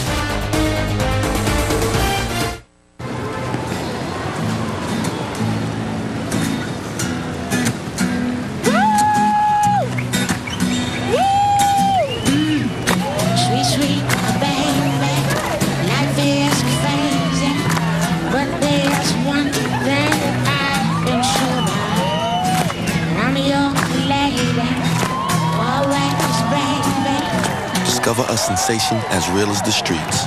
Mountain Dew Code Red.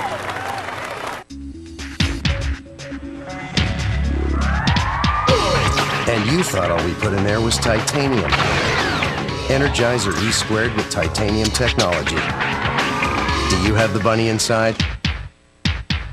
2 thumbs up for K-Pax, the #1 movie in America. An extraordinarily original and moving motion picture. What the hell? See this film. And be prepared for anything. K-Pax, rated PG-13, now playing. Darker shame, darling, darker shame. Thank you for all the joy and pain. Picture show, second balcony. Find great values at the Mercedes 100th anniversary event. Our anniversary gift to you. You're looking for one person. One person who can point to solutions instead of pointing fingers. I'm Dell Enterprise, servers, storage, and premier services. And when they build me, they build a central knowledge base. So I not only have one person with all the answers, I have thousands. Premier Enterprise Services. Total accountability on site, online, and on the phone. Easy as Dell. Dell PowerEdge servers use Intel Pentium 3 Xeon processors. Is that the new Taco Bell chicken quesadilla? Yeah. Ah, the hot new handheld. Nice. But does it come with any games? Oh, yeah. Now get a new chicken quesadilla with 3 melted cheeses or a medium or large drink and get a scratch to win game piece. You can instantly win an Xbox along with 4 hot new games rated everyone to team or one of millions of other prizes. To get your hands on the hot new Xbox, you gotta think outside the box. Sap and the Bucks. Farm and the Packers. Fox NFL Sunday this week, noon Eastern, 9 Pacific. A 1-1 game into the 8th inning. Joe Buck and Tim McCarver with you. There's an old saying in baseball, the good pitching will stop good hitting every time and vice versa. So I ask you, I present to you, Mr. McCarver, what are we seeing here tonight? Great pitching or just very poor hitting? Well, we're seeing great pitching. Is what we're seeing. I knew the answer. Yep. On the outside corner for a strike from Stanton to Craig. Counsell. If most major league hitters, as Mendoza is warming, had to face the pitching that the Diamondbacks and the Yankees have faced in this series, with the exception of Game 1 and Mussina's outing, a lot of hitters out of work. A lot of them. 0-2 on Counsell. That's about as mean a look as Craig Counsell can give a home plate umpire. Thinking he had checked his swing. Called for strike 2.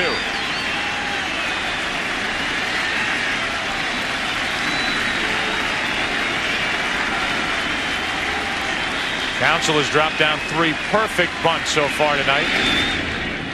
Stanton goes even farther away. It's 1-2. Sometimes on a check swing, there have been hitters that have broken bones in their hands.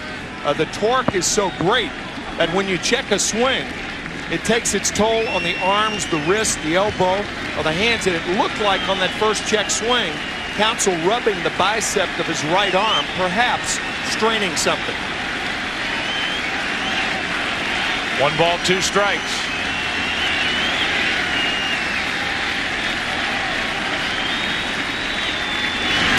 Off the end of the bat.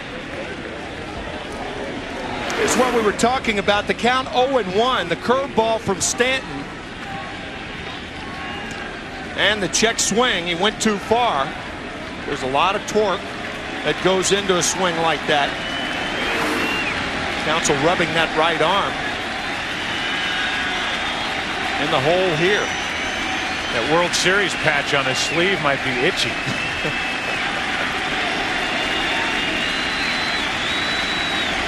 1 ball, 2 strikes. 2-2. Boy, is Stanton throwing hard. 94 miles an hour.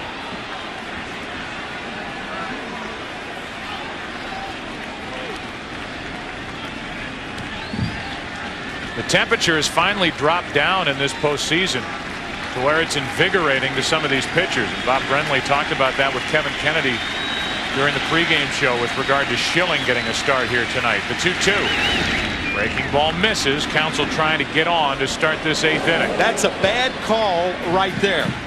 2-2 to Craig Counsell. If you're going to challenge anybody, you challenge him right there. Catchers are trained on 2-2 pitches. When in doubt, call for the pitch that the pitcher can get over the best. That means fastball.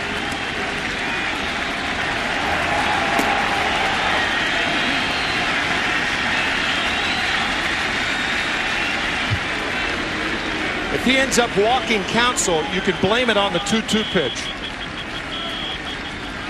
It's 3-2 with Gonzalez and Durazo to follow. 1-1 in the 8th.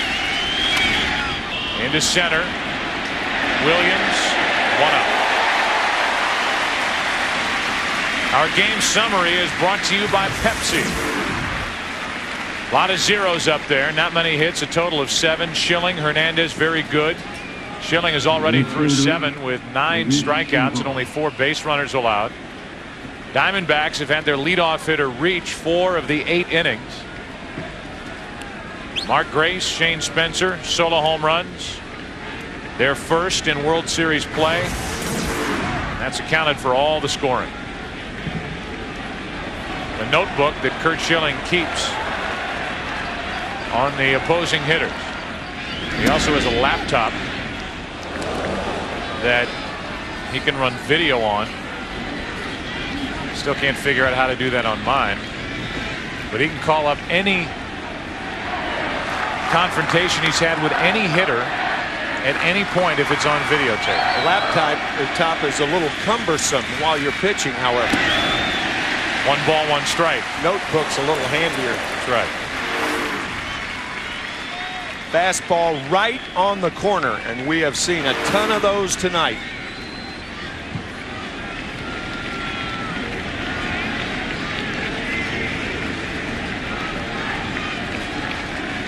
Gonzalez has been hit by a pitch, drawn a walk, flied to left at the start of a 7-2 double play. Into center field, a base hit. Williams over to cut it off, and Gonzalez is on with 1 out here in the 8th inning. Just about 11 o'clock straight up on the scoreboard clock here at Yankee Stadium. Game 4, Arizona on top 2-1. Joe Buck, Tim McCarver with you. Michael Weissman and Bill Webb, our producer and director, down in the truck. It has been a story of pitching since the beginning. The questions were about the Arizona starter, Curt Schilling, working on 3 days rest. He has been fantastic. And Orlando Hernandez, Yankees didn't know what to expect out of him. Went 6 1/3 innings pitched, 1 run on only 4 hits. Now it's Stanton with a runner at first, 1 out, facing a Rubio Durazo. Durazo hitless tonight. It's ball 1. If you're thinking why a lefty against a lefty, just remember Game 5 of the National League Championship Series when it was Durazo who was called upon when Mark Grace pulled a hamstring and he homered off the left-hander Tommy Glavine of the Braves to give the Diamondbacks the National League pennant. Also realize that Mendoza's ready in the Yankee bullpen if they went to a right-handed bat like Coleman. Check on Gonzalez, especially with Matt Williams, the right-handed hitting third baseman, on deck. Joe Torre would make that switch. So Bob Brenly wants Durazo against Stanton. He really likes the way Durazo's been swinging the bat. He is some good-looking young hitter.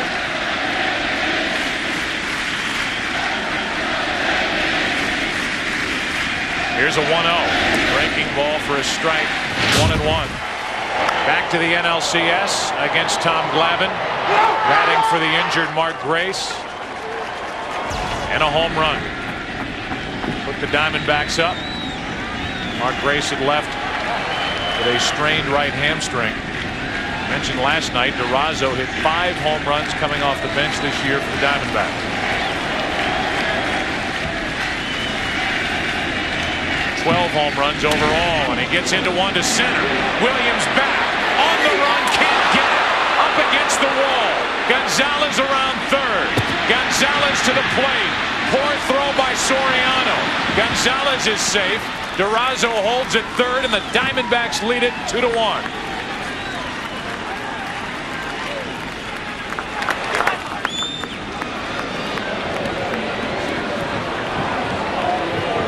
Durazo, the 8th Mexican to play in a World Series, and the first since Jorge Orta in 1985. Connects on a low fastball. The relay. Soriano's throw to the first base side. Gonzalez is safe easily, and the Diamondbacks have the lead. Did he miss second base? That was close. Gonzalez nearly stumbling around the second base bag. Ended up scoring easily, and Stanton is finished. The Nextel call to the bullpen. Stanton is gone. Mendoza is coming in. Matt Williams is coming up. The Diamondbacks lead in this series 2-1. They lead in game 4 2-1. As a Rubio Durazo stays in to face Stanton and delivers with an RBI double. Took third on the throw home. The Nextel call to the bullpen. It's Mendoza's turn with the Diamondbacks up 2-1.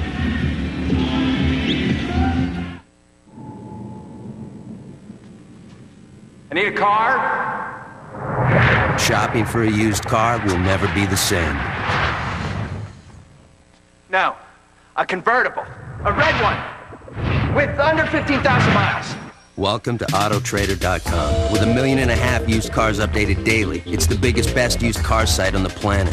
You couldn't help me with a loan, could you? Can we help you? Autotrader.com. Your car is waiting. You know, since we graduated, about 80% of us stayed within a 100-mile radius of each other. It's family love. 70% of us got married, some of us twice. There are 5 of us who are no longer with us. 3 of us came out, and 67% of you had the guts to show up here tonight. Give yourselves a hand! Class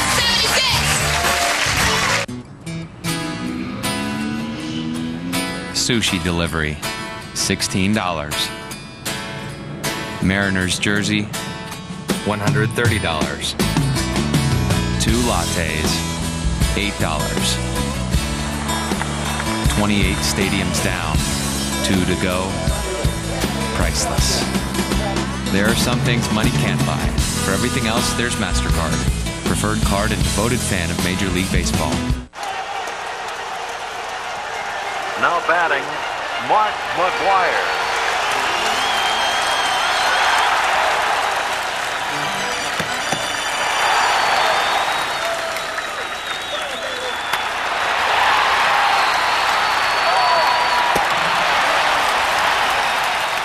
In-depth stats on where they hit them and everything else baseball straight from the source. MLB.com.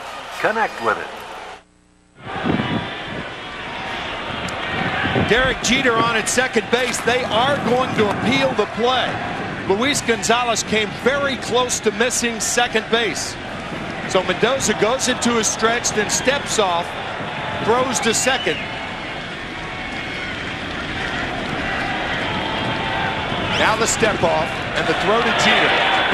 Which one? First runner. Hey. Second one.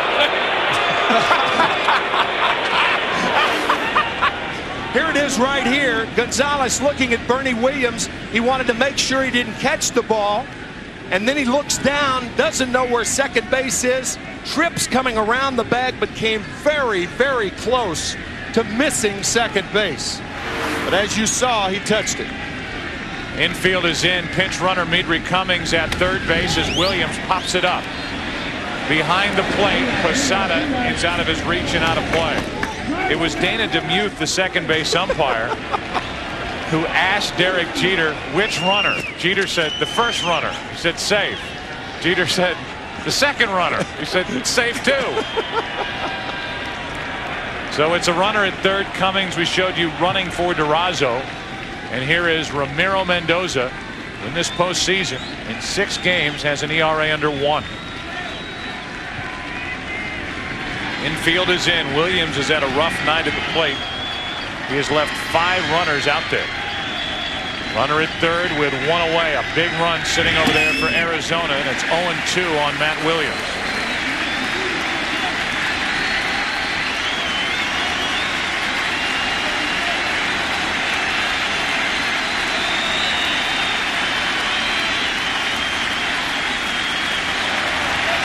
Young-Hung Kim is getting ready in the bullpen as Williams lays off.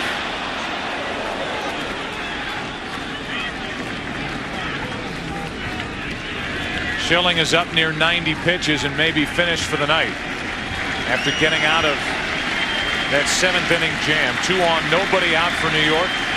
Double play ball and a strikeout. Kim has yet to pitch in this series. And usually an indication of your short reliever in there if he continues to throw. The 1-2 to Williams. To short. Jeter. What a play. And safe as Posada dropped it. It's 3-1 Arizona. Ed Rapuano about ready to call the runner out, but Posada couldn't hang on, and it's a 2-run Arizona lead. That's a bad throw by Jeter, too. It's the first base side. However, if Posada holds on, he gets the play. Bob Brenly sending Cummings on contact, but the throw makes Posada reach first base side, but a hard slide by Cummings knocks the ball out of the glove of Jorge Posada. Good, hard, clean slide. Midri Cummings is put together. He is a big body coming down the line. Safe anyway. You're right. But you could see the home plate umpire ready to put up that right fist, but the safe call when Posada dropped it. So it's 3-1 Arizona leading here in the 8th inning. And Finley with a big swing. Foul ball to the right side, and it's out of play. 1 ball, 1 strike with Williams, the runner at first, on the fielder's choice for an RBI. Give Bob Brenly credit. An RBI for Williams. Derek Jeter thinks he made the play. The throw to the first base side, and Brenly forcing a Yankee mistake. Most managers would not send the runner from third with a left-handed hitter up facing a right-handed pitcher. They'd make the ball go through. A 1-1. Too far inside. 2 balls and a strike on Finley. A 1-out hit by Gonzalez against Stanton. Durazo, lefty on lefty, doubled into straightaway center to score Gonzalez. Now Finley pops it up after Williams drove home the run. Jeter out to get it. 2 out. Thing almost popped out of his glove. Runner back to first. Williams 2 out. Batter will be Reggie Sanders, with the Diamondbacks leading 3-1.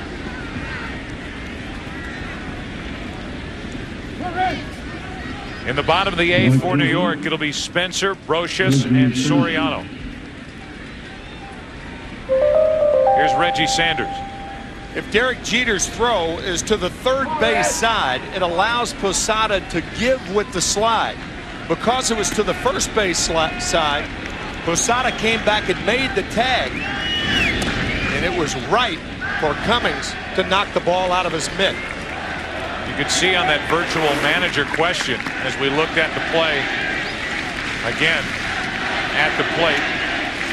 Cummings got his foot on the plate as Posada had to drift to his right, come back, try and make the tag. Home plate umpire ready to call him out, but the ball popped out. You can see on that virtual manager question that people at home logging on believe that Schilling is going back out there for the bottom of this 8th inning. Young-Hun Kim continues to get loose for the Diamondbacks out in their bullpen. Got to think Kim's got to be in there since he's continuing to throw. Sanders hits it to Brocious, fielded a tricky hop in the force out at second base to end the inning. A big inning for Arizona. Up 2-1 in this 2001 World Series. Durazo drove home the first, Williams the next. And as we go to the bottom of the 8th at Yankee Stadium, it's 3-1 Arizona.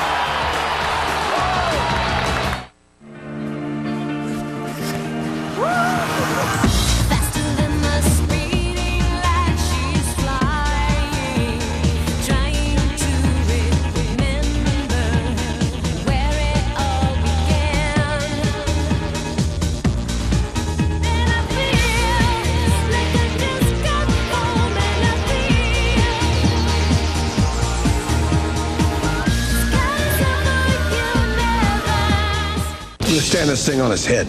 Plan has changed. You know, they'll hunt you down. I hate to do anything as dramatic as count to 3, but 1, 2, 3. Heist. Rated R. Starts November 9th. This weekend, Enterprise Rent-A-Car announces special low rates from just $9.99 a day.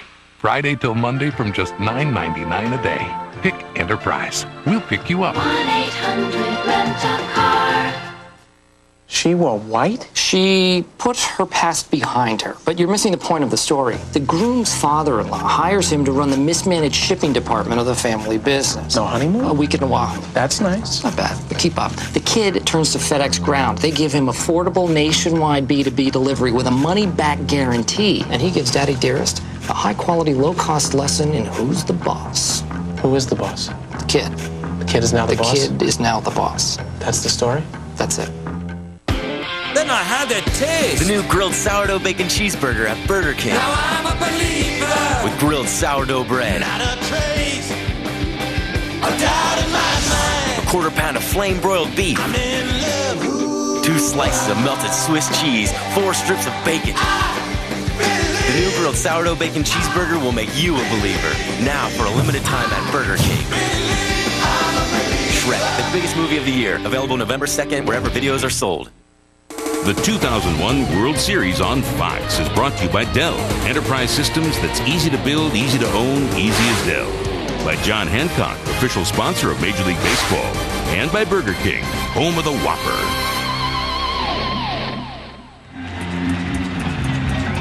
Young-Hun Kim makes his first World Series appearance, and Curt Schilling is sitting on the bench and watching here in the 8th inning. 3-1 Arizona. The numbers for Kim in the postseason: only 4 games, an ERA of 0. Kim is asking home plate umpire if he can blow on his hands. Shane Spencer first up. Bob Brenly has made a lot of decisions in this postseason. One of them, in our opinion, worked out extremely well. Curt Schilling starting on 3 days rest here in Game 4. This is a decision that I do not agree with. Well, if you're the Yankees, it's an interesting decision by Bob. If you're the Yankees, you're glad to see Schilling out of the game. However, if you're Bob Brenly, you're thinking about Game 7. And I know your point. Forget Game 7. Don't get mad at me. My gosh. I'm not. Here's the 2-0. 2-1. If you're leading 3-1 in Game 4, and you've got Schilling rolling. He's thrown 88 pitches. He threw 98 miles an hour to David Justice last inning. Get the game here in Game 4. You've got Randy Johnson waiting for Game 6. There may be no Game 7. Well, again, a lot of times the way you gauge whether to take a pitcher out or not is to consider how your opponent feels about removing that pitcher. 3 balls and a strike on Shane Spencer. Popped up to the right side. It's foul and backing out of play.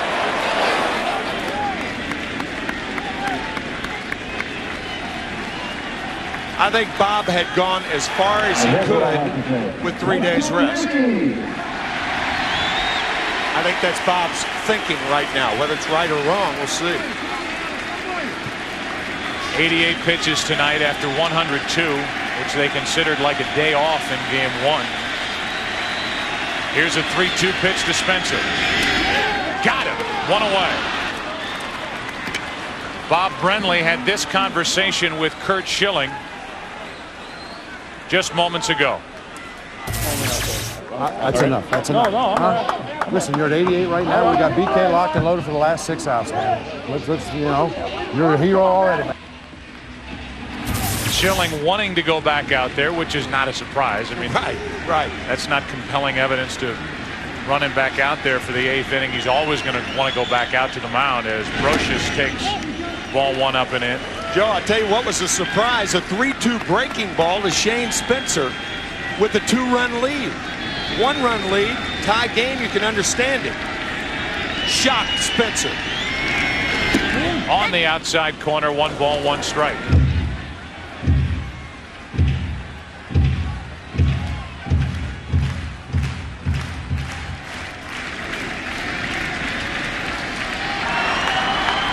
A 1-1.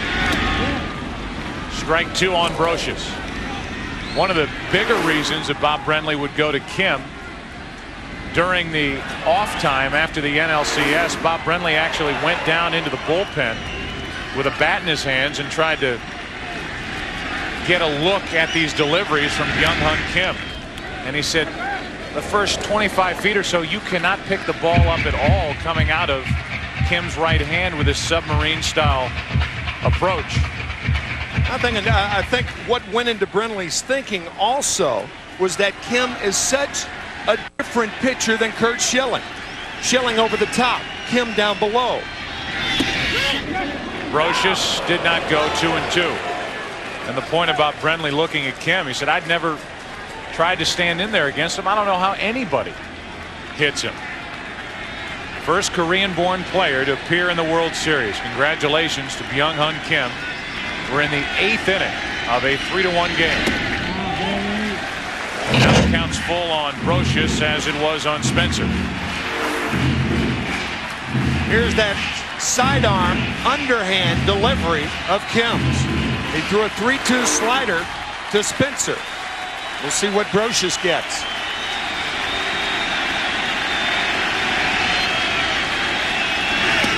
Two out. Back-to-back strikeouts of Spencer and Brocious with Soriano coming up. You can see that tightly spinning fastball action. Nobody happier than Curt Schilling. And nobody could do any better than Byung-Hun Kim here to start the 8th inning with back-to-back strikeouts. Bob Brenly telling us before the game he couldn't wait to get Kim into a game to give these Yankees that new look. The Yankees really haven't faced any pitcher of this style. No. Really, not just this year, but anytime recently. The 0-1 to Soriano. 1 ball, 1 strike. It's that sweeping breaking ball. When you throw a breaking ball from that far down under, the ball can't go down. What goes down is a sinker. But when you're under the ball stays on a level plane or goes up. That pitch seemed to go up. 2 balls and a strike. They actually call the pitch an upshoot, which is a throwback term for these deliveries from Kim that seem to rise when they get to the plate. Byung-Hun Kim is 1 strike away from striking out the side here in the 8th inning. Picking up for Schilling, who wanted to go back out there, and Kim, who has yet to appear for tonight in the World Series, isn't fazed at all by this, as he has run the count full to all 3 hitters he has faced here in the 8th inning. That was the other unknown. You didn't know how Kim would respond. That's right. Coming out of the bullpen with that long of a layoff at Yankee Stadium for the first time in the World Series. And boy, did he respond. Struck out the side. Bob Brenly, the right decision. Curt Schilling watching all 3 strikeouts from the dugout. 1, 2, 3. 3-1 after 8. Okay. Small business software, $500. Coming up. Small business seminar, $300. Small business supplies, $90. Leaving work early to use your reward points, priceless. Now, small business owners can earn points to use anywhere they see the MasterCard logo. There are some things money can't buy. For everything else, there's MasterCard. Let's get this party started. Eddie Murphy in Dr. Dolittle 2. It's twice the fun of the original. This is good news. Get more laughs. You sure you just had ice cream? With Dr. Dolittle 2 on video and DVD. Buy it today at a great low price. What a deal. Americans have places to go, things to do, so they go Midas. Alignment, we do that. Air conditioning, we do that. Brakes, we do that. So for total car care by certified technicians, who does it all? Midas, we do that. Wine should be for drinking and enjoying, not stressing over. That's why there's Woodbridge. An easy choice because it always tastes great. Handcrafted and aged in oak barrels for more flavor. Woodbridge. It's all you need to know about great wine. The closest shave is as easy as 1, 2, 3. Mach 3. Easy loading, easy rinsing with no clogging, and 3 blades that shave closer in 1 easy stroke. Mach 3 from Gillette. Honey, would you relax? The market always comes back. Yeah, but it's our safety net. You don't screw around with that. You can't just... Wait a minute. Do you think that this is easy for me?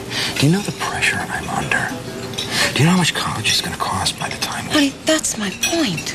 What if something happens to you? You know? Where would that leave me and the kids? You ever think about that? Comedian Bernie Mac has been called many things. You wanted to be a daddy? Get to daddy. But Parent of the Year isn't one of them. How you want your hair, baby? Pretty. The Bernie Mac Show. Bernie. Premieres Wednesday, November 14th on Fox. Ramiro Mendoza back to the hill, 9th inning, and the first pitch down and away for ball 1. Mark Grace homered back in the 4th inning to tie the game at 1. The Diamondbacks now lead 3-1. And again, you look up on the board, and there are a total of 3 hits up there for the Yankees. For the 3rd time in this series, the Yankees have 3 hits. Game 1, Game 2, and tonight. And a total of 4 runs as they have played 4 games now, this being the 4th game. That's outside 3-1 on Grace.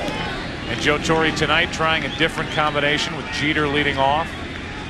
O'Neill in the number 2 spot, everybody moving up. Spencer in there, that's paid off with a home run for the only Yankee run of the night back in the 3rd inning.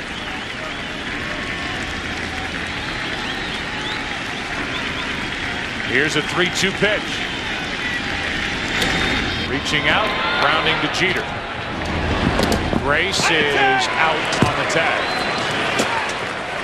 Mark Grace back in the 4th inning. Found the upper deck. 3-1 pitch from Hernandez. And the first base coach, Eddie Rodriguez, saved the ball for Mark Grace. That'll, I'm sure, be a prized possession. A guy who treasures baseball history, getting it here at Yankee Stadium. Absolutely. Here is Damian Miller. 1 out, nobody on. That's off the foot, the lower part of the leg. 1 ball, 1 strike. Catchers take enough of a beating defensively. Perhaps his last at bat of the ball game off the left foot. So a 1-1 count. Breaking ball, strike 2.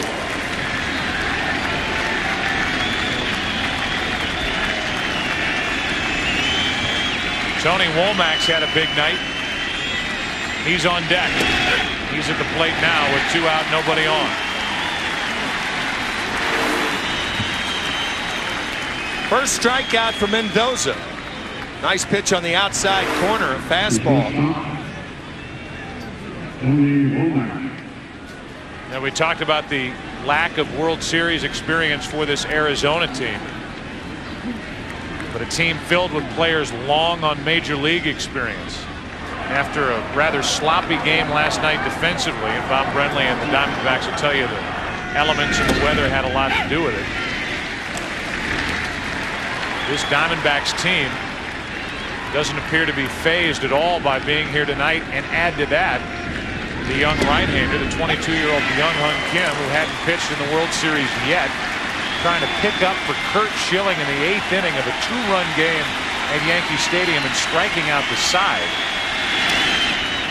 is phenomenal pitching. That's the thing. His first major league appearance is at Yankee Stadium. He got through the 8th. He'll go back for the 9th and deal with the top of the Yankee lineup. 3-1 Arizona. A new life has begun. There's something wrong with your baby. And the darkest mystery of all. You know something you're not telling me. Has been born. We are unstoppable and are in the FBI. Lucy Lawless guest stars. You can't kill us. Can't be killed. The X-Files season premiere Sunday, November 11th on Fox. Come take my hand, we're going to Happy Funland, Happy Funland. It's nothing but joy. Happy Funland, Happy Funland. It smiles for every girl and boy. Around here, things aren't always what you'd expect. Like the Mercedes-Benz E-Class. It comes with free scheduled maintenance. Happy Funland, Happy Funland.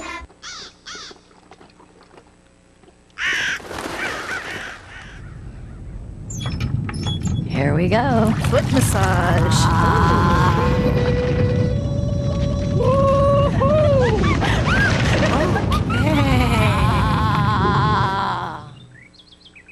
Oh. Yeah, those never last long enough. Great cheese comes from happy cows. Happy cows come from California. Real California cheese. It's the cheese.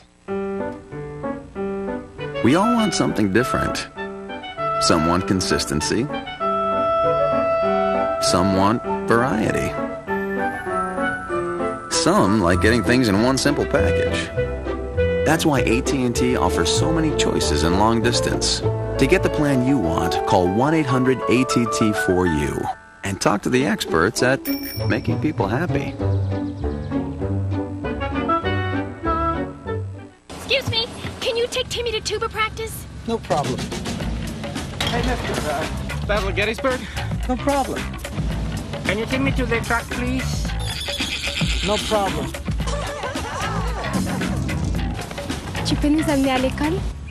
Dodge Caravan. It offers an exclusive power rear hatch Hey, my pony. and 972 seating configurations.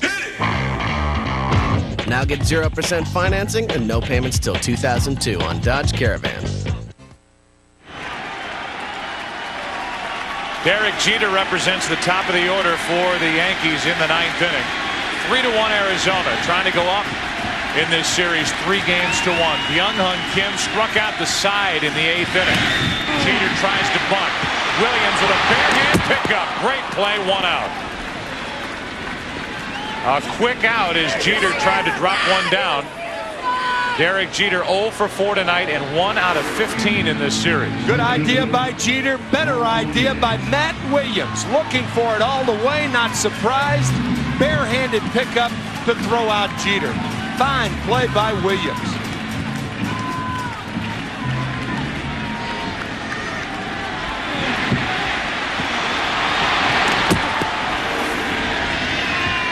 So 1 out to start the 9th inning. Paul O'Neill takes ball 1. Kim, who we saw in the division series struggle in that game 3 outing against St. Louis, has come in here and pitched better than he has at any point in the postseason and down the stretch. Realize that Kim struggled down the stretch for Arizona, yet Bob Brenly went to him in the 8th inning to take over for Curt Schilling. Bob Brenly is certainly not afraid to make these decisions. Curt Schilling didn't agree with him. Young Hun Kim rewarded Bob Brenly with a 1-2-3 8th inning. Now they count 2 balls and a strike on Paul O'Neill. 11:31 here in New York. 1:31 p.m. Thursday afternoon in Korea. Anyang Hashimnika to the Korean fans watching. As a 2-1 pitch. Wow. Just missed. 3-1. That means hello to a fan base that used to follow every move of Chan-Ho Park, and now because he's in the World Series, Byung Hun Kim has taken over. The huge fan base back in his homeland. 1 out, nobody on. 3 balls and a strike on O'Neill. Kim with his 4th full count, facing his 5th batter.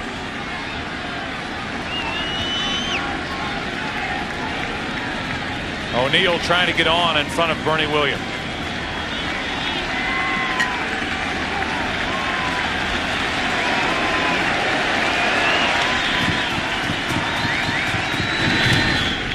Able to get a piece. So you know, 41 teams have trailed 3 games to 1. World Series. 6 have come back to win the series.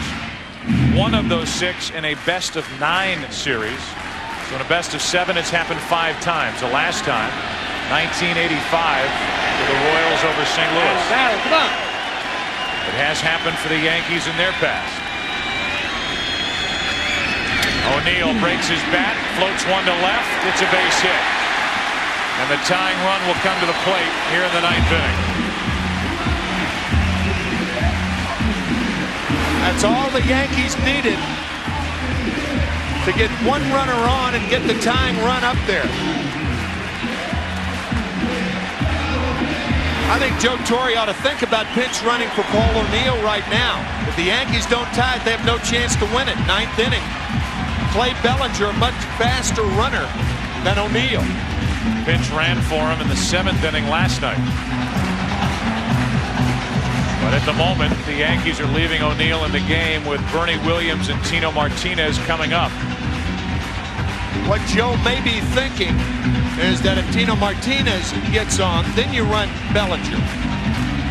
But right now, bang-bang play at second base, a force play, something like that, where Bellinger makes it and O'Neill doesn't, I think you have to think about that. Bernie Williams at the plate, 1 out of 3 tonight, facing Byung Hun Kim for the first time and taking a strike on a slider. Only time the Yankees won a game when trailing by 2 runs after 8 innings, the 1939 World Series Game 4. It's a 2-run Arizona lead in the bottom of the 9th, and Bernie Williams hits a foul outside first. I was just going to say that I am very surprised Mark Grace is holding Paul O'Neill on at first base. To me, you got a 2-run lead. You play your first baseman back this way and guard the line. Protect against the double. If Bernie Williams hits one into position, Bob Brenly will never forget it. Here's an 0-2. 2 out as Williams strikes out. That is 4 strikeouts for Byung Hun Kim. Looked like a slider out of the strike zone, and Williams is down on strikes. What a job by Kim. So now it's the tying run at the plate in the person of Tino Martinez, and the Diamondbacks are 1 out away from taking a 3-games-to-1 lead in this 2001 World Series. In Game 5 tomorrow night, Messina and Batista. 1 on, 2 out. Martinez hits one to deep right center field. At the wall. Tie game.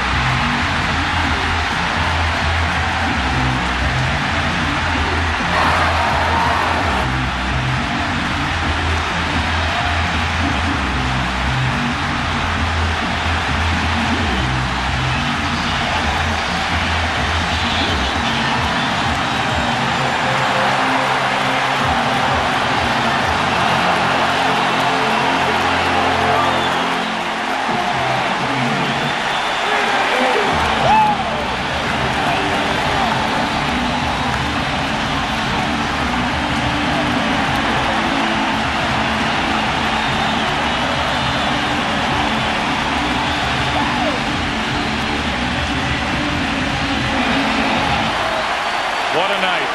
Mercy. A 2-out, 2-run, game-tying home run in the 9th inning. Now Jorge Posada.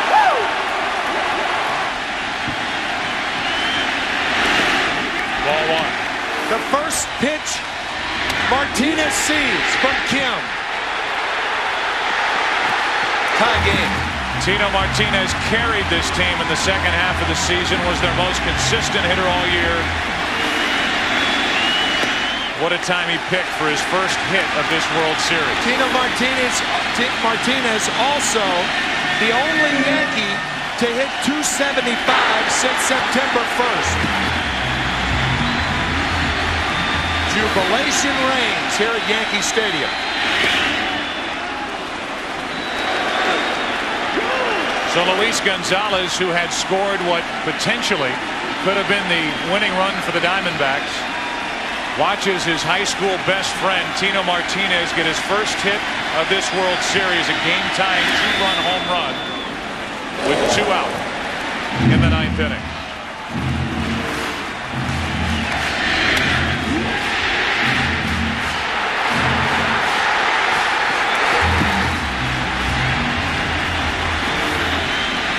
Here's a 2-2 to Posada. 3 balls, 2 strikes.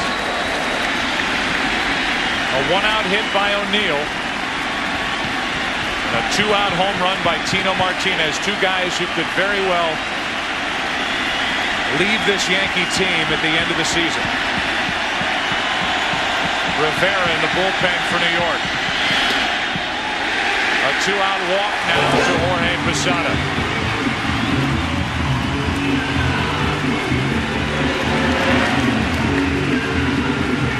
So Kim was asked to go 2 innings.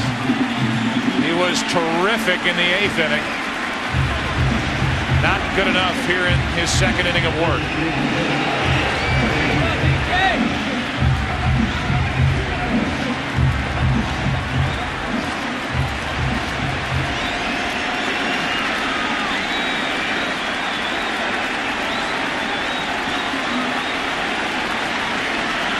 Now with Jorge Posada at first, Mark Grace asked the dugout whether he should hold against the runner, and they will. Justice at the plate, hitless in the series, ball 1.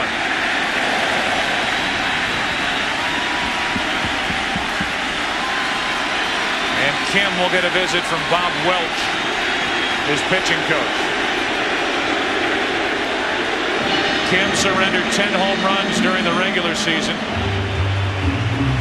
He just gave up the game-tying home run as Welch will come out and talk with Justice at the plate, who is 0 for 8 with 8 strikeouts in this World Series. From what we understand, Kim does not speak English. So one has to wonder how Bob Welch communicates with Kim.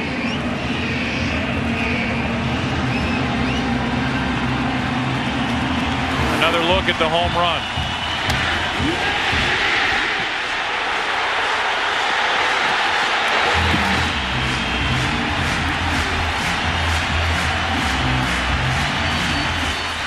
Now the 1-0 pitch to Justice. Good pitch on the inside corner for strike 1. David Justice has been to bat 8 times in the World Series. He has struck out 8 times. One swing of the bat. Yankee fans forget about the first 8. To the right side. Counsell slips, and the inning continues.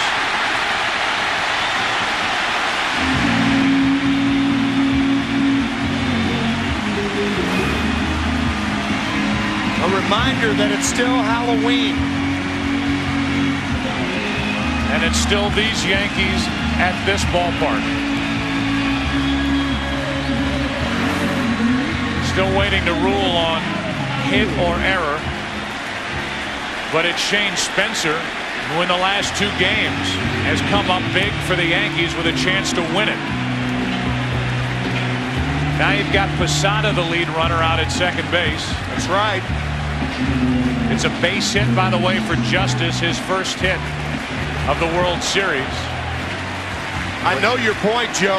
Why not pitch run for Jorge Posada, who is not a good base runner, and he's not fast. The Diamondbacks do not have good arms in the outfield. Steve Finley throws the best in center. 2 on, 2 out. 3-3 game in the ninth. Spencer, ball 1.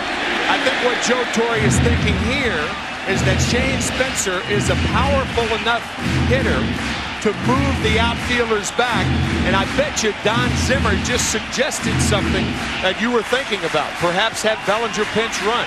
By bringing Kim in the 8th inning. Now, because of this 9th inning rally, Kim is facing these Yankee hitters for the 2nd time. Spencer faced him to start the 8th. 1 ball, 1 strike. Don Zimmer was just looking out at Posada saying, get a big lead, get a big lead. Moving his hands outward so you can score on a base hit. Because nobody is going to think about holding Posada close at second base. No way.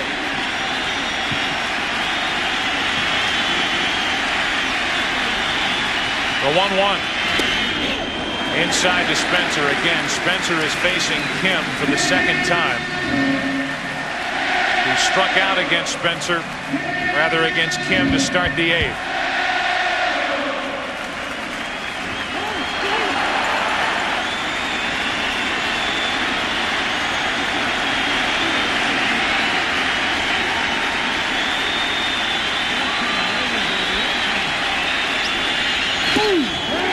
Ball 3.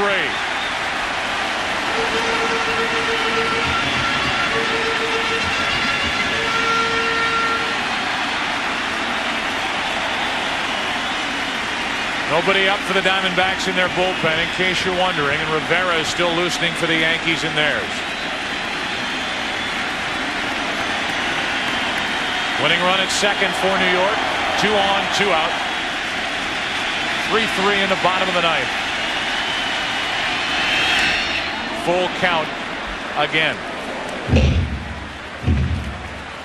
He had a full count on Spencer in the 8th, and Spencer struck out. Damian Miller with another visit to the mound. Now 3-2, 2 outs. The runners will be off. So the slow of foot Posada is not an issue right now. You see only 2 teams have come back from being down by 2 or more runs in the bottom of the ninth to win a World Series game. The Yankees trying to do that tonight. 1911 Giants, 1929 Philadelphia A's. 2 on, 2 out, 3 balls, 2 strikes. Runners go. Struck him out, and we go to the 10th. 5 strikeouts for Byung-Hun Kim. 3 hits in the inning. The biggest one, a 2-out game-tying 2-run home run from Tino Martinez. Let's play on in Game 4.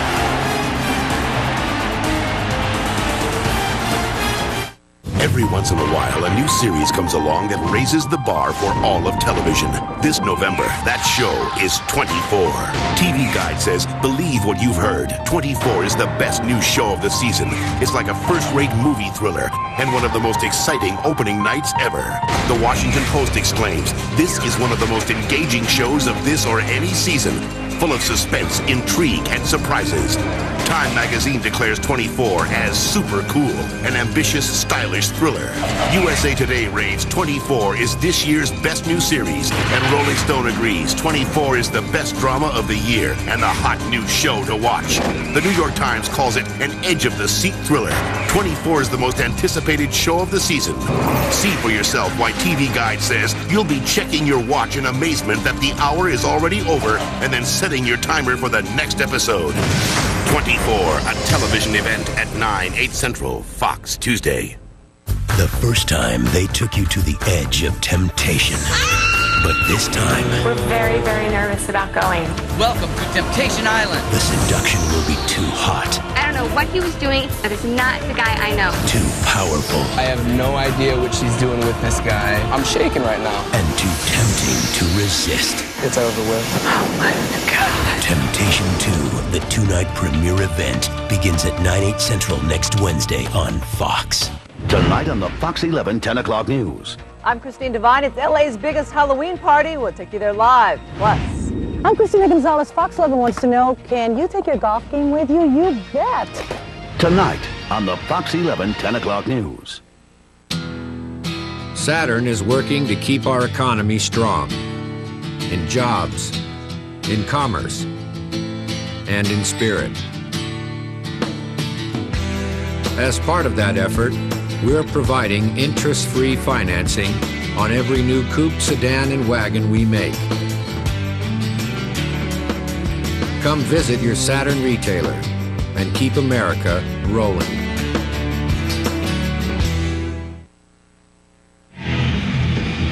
Mariano Rivera takes over for the Yankees in the 10th. It'll be Counsell, Gonzalez,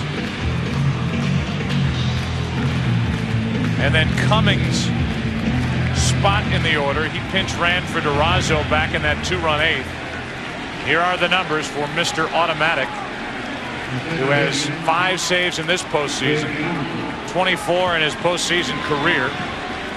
He has saved 23 straight. This is obviously a non-save situation, but in these pressure moments, there has been nobody better than Mariano Rivera.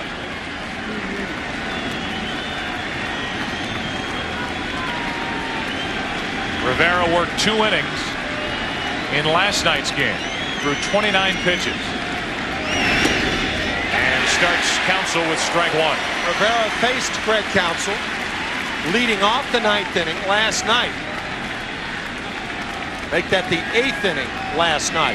Counsell tried to bunt against him. Rivera made the play.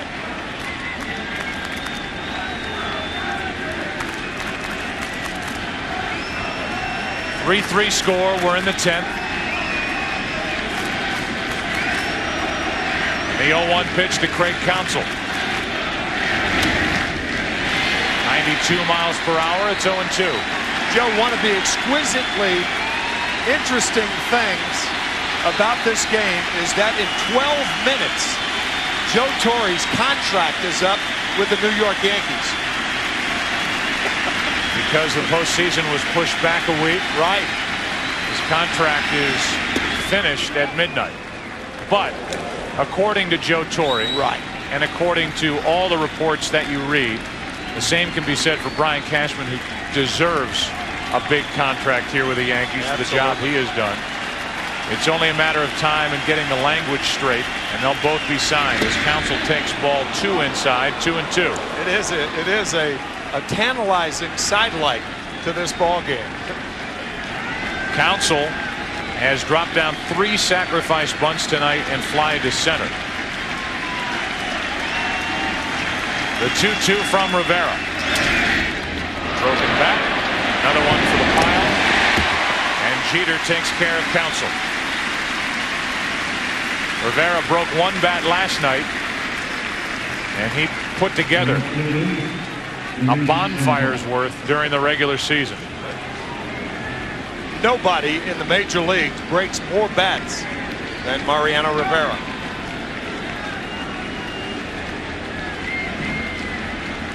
Now it's Luis Gonzalez. Last night struck out against Rivera for the final out of the top of the 8th. Danny Batista in the on-deck circle. He'll bat for Cummings. 1 out, nobody on. Gonzalez tries to step into one and comes up empty. Strike 1.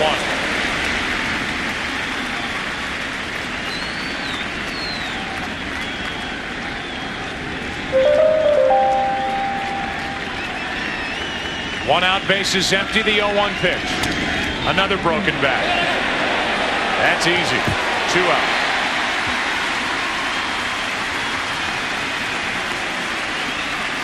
Johnny Sane was a great pitcher of Spahn and Sane and Pray for Rain, Boston Brave days. He has said and still says that pitching is the art of fooling the hitter, not for Mariano Rivera. There is no fooling any hitter that faces Rivera. They all know what's coming. They know the speed of it. They know the movement of it. And how he continues to do it is unbelievable. The dart at the end. How can a 170-pounder throw a ball that hard? That's what hitters have said. Danny Batista, who was a starter in Game 2 and delivered for Bob Brenly, a 2-for-3 night. Driving in a run, scoring a run, is at the plate. Since 1998, 23 for 23 in the save department with an ERA under 0.7. 1 ball, 1 strike on Batista. Good work by Ramiro Mendoza for the Yankees. He goes an inning and 2/3. No hits, 1 strikeout, no walks.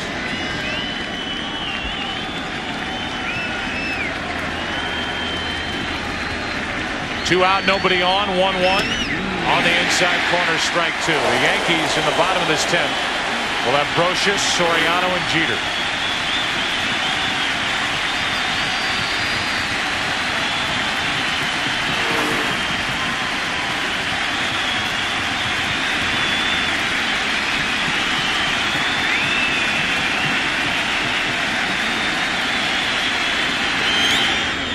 .94 miles per hour.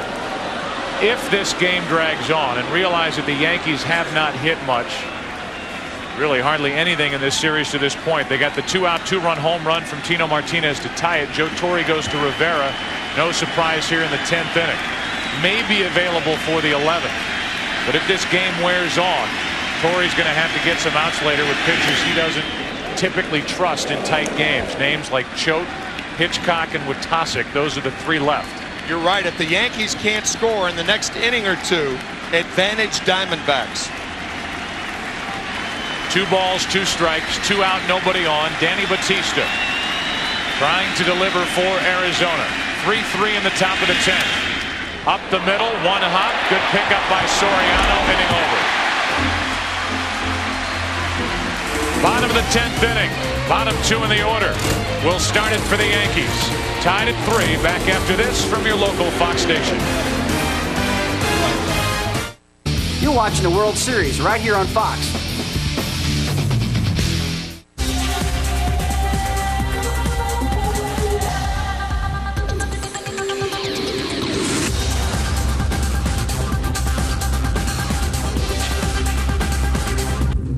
Careful. That's a Zenith digital TV you're looking at. From big to small, to flat to thin, you can't escape the power of Zenith Digital. Zenith High Definition TV. Available at Ward's Furniture in Los Angeles.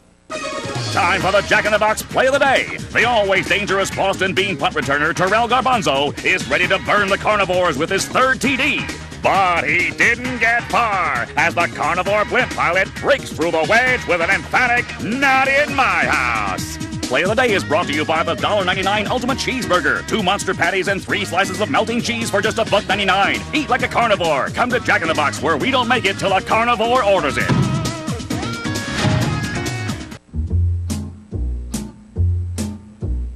Dark as shame, darling, dark as shame. Thank you for all the joy and pain. Picture show, second balcony. Find great values at the Mercedes 100th anniversary event. Our anniversary gift to you.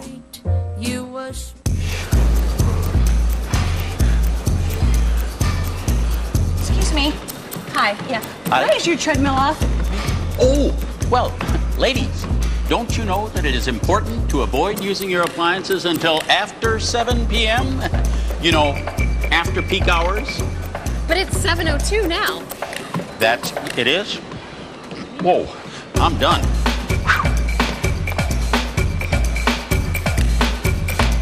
Steve, Jillian, and Dorothy. Good Day LA. Weekdays from 7 to 9. Tino Martinez with a 2-out, 2-run game-tying home run in the bottom of the 9th.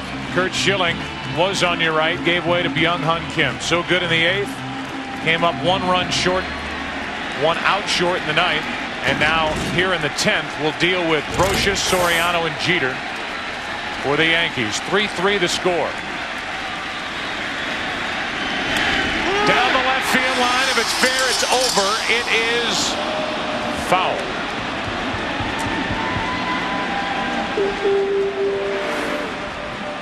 Down and in.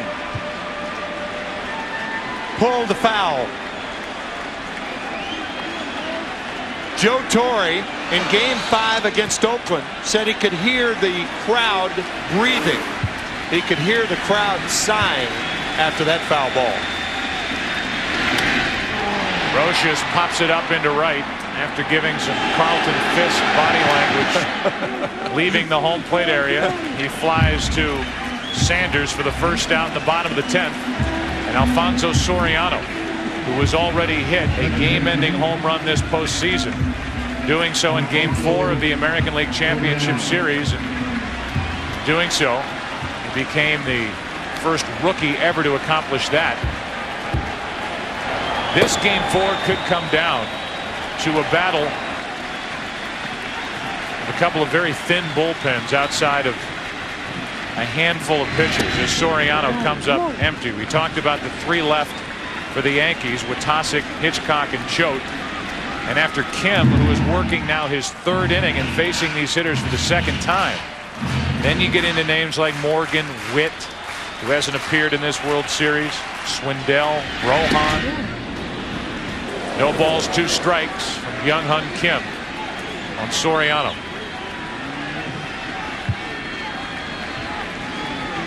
Soriano 0 for 3 tonight. Struck out his last time up against this right-hander. 1-2, and you can see Damian Miller having a tough time just catching that pitch. That was a backup slider. That's an area where a lot of pass balls come for catchers.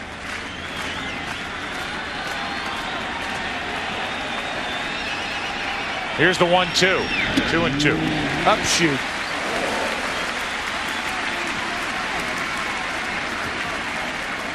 That 2-run home run, by the way, hit off Kazuhiro Sasaki, the short reliever for the Seattle Mariners. Hit to right center field.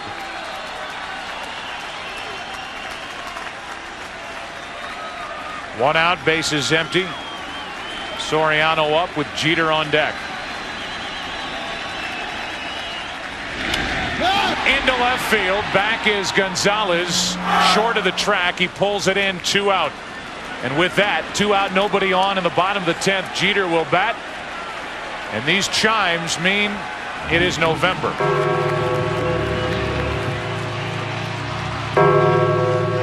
For the first time in the history of Major League Baseball, playing the World Series during the month of November, and for very good reason. Everything pushed back 1 week after September the 11th, pushing the postseason back, and now officially into November as Derek Jeter bats with 2 out and nobody on. In on the hands as the Diamondbacks have been doing to Jeter all series long. Strike 1. The right-handed hitters against Byung-Hun Kim as they welcome the fans here at Yankee Stadium to November baseball. The righties against Kim 0 for 7 with 4 strikeouts. It was a hit by the left-handed hitting Paul O'Neill with 1 out. The 2-run home run by Tino Martinez, the lefty, with a couple out in the 9th inning that tied it. Justice has the other hit. The 0-2 to Jeter. 1-2.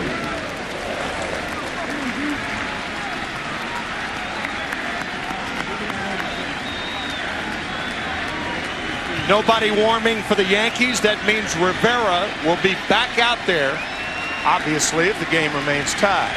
The 1-2.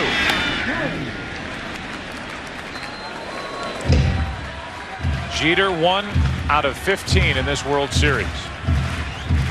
Rivera went 2 innings last night. He threw 13 pitches in his first inning of work here tonight. And if needed, he'll go back out there for the 11th. Kim trying to make that happen. Jeter pops it foul off to the right, out of play.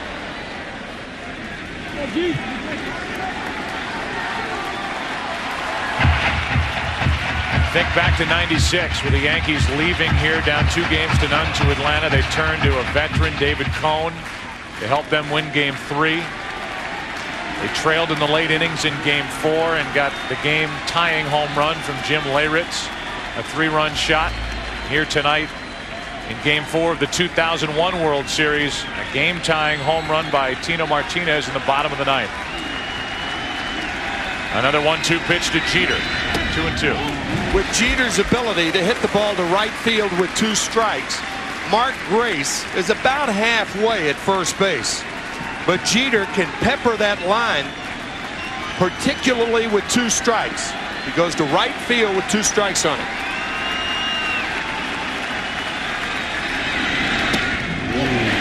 Three and 2.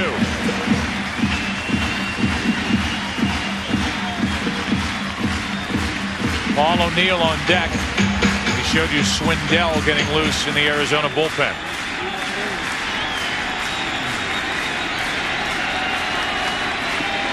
Two out, bases empty.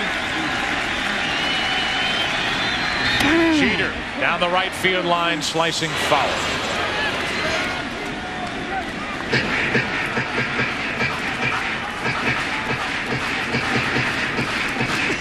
Somebody has to be. Somebody will be at the end of the night. If only for one day.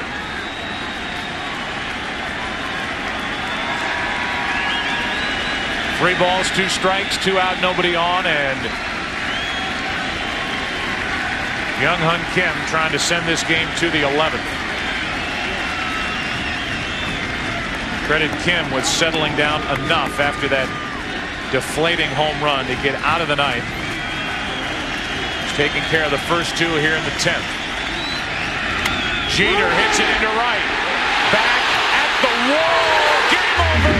Yankees win and the series is tied.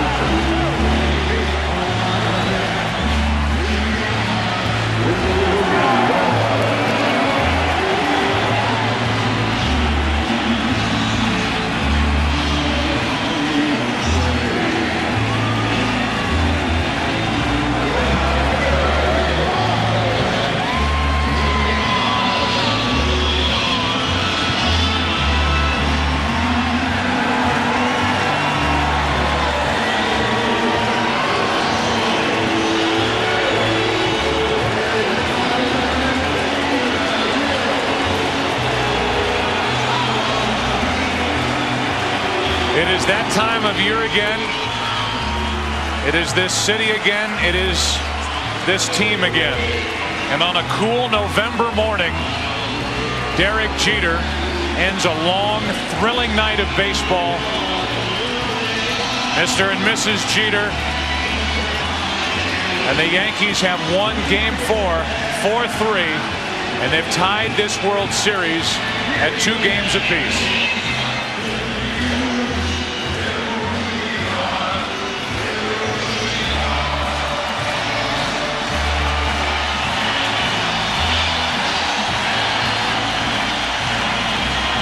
One for the ages.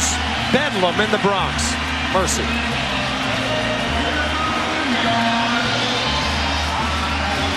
Well, we hope that Kevin Kennedy can hear us. Kevin, it's all yours. Okay, thanks, Joe. Derek, what is it? Is it a Yankee mystique? It's just unbelievable the way you guys can come back. First of all, let's go back to Tino Martinez. What are you guys thinking about on the bench in the bottom of the 9th inning? Well, we always feel as though we have a chance to win a game. Once you get into the postseason, you can throw everything you've done out the window. Because every at-bat you come up, you have an opportunity to do something huge. Tino came up with a big home run. When you came up and you've never really seen Kim before, what are you thinking in your at-bat? Are you thinking home run, or you think let's get this thing over with? Well, my first at-bat, I just wanted to get on base, so I tried to bunt. Matt Williams made a nice play. And in that situation with 2 strikes, you just try to get a hit and get a runner on for O'Neill. Curt Schilling starting on 3 days rest. What was your guys' approach? Well, I mean, did you have any fear of him tonight? Did you think when it got to 3-1 this game was over? No, not at all. I mean, Curt is a gamer. He's a big game pitcher. And we knew regardless of how many days rest he had, he was going to be tough. It was tough on us again today. We were fortunate to score some runs late. All right. Can you keep the emotions in check for tomorrow? Because now you've got Mike Mussina going and a chance to actually win all 3 here and take this thing back to Arizona. Well, we need to win tomorrow night because if we don't win tomorrow night, tonight's game meant nothing. Okay. Thanks, Jake. The last swing of a long night of baseball. 3:14, that short porch down the right field line. Derek Jeter had it measured perfectly. The Yankees celebrating here again. Mom and Dad watching. The city of New York watching, and Derek Jeter has delivered for this team that keeps on doing it. Martinez tied the game of the night, and Jeter gets every Yankee to the top step with a game-ending home run.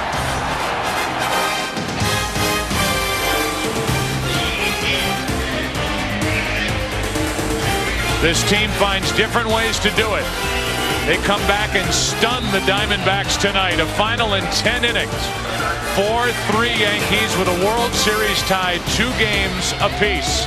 Back in a moment.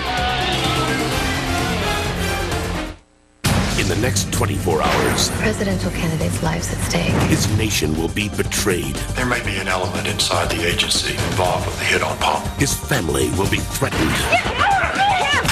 And federal agent Jack Bauer will have no one to rely on. Find a shooter, Jack.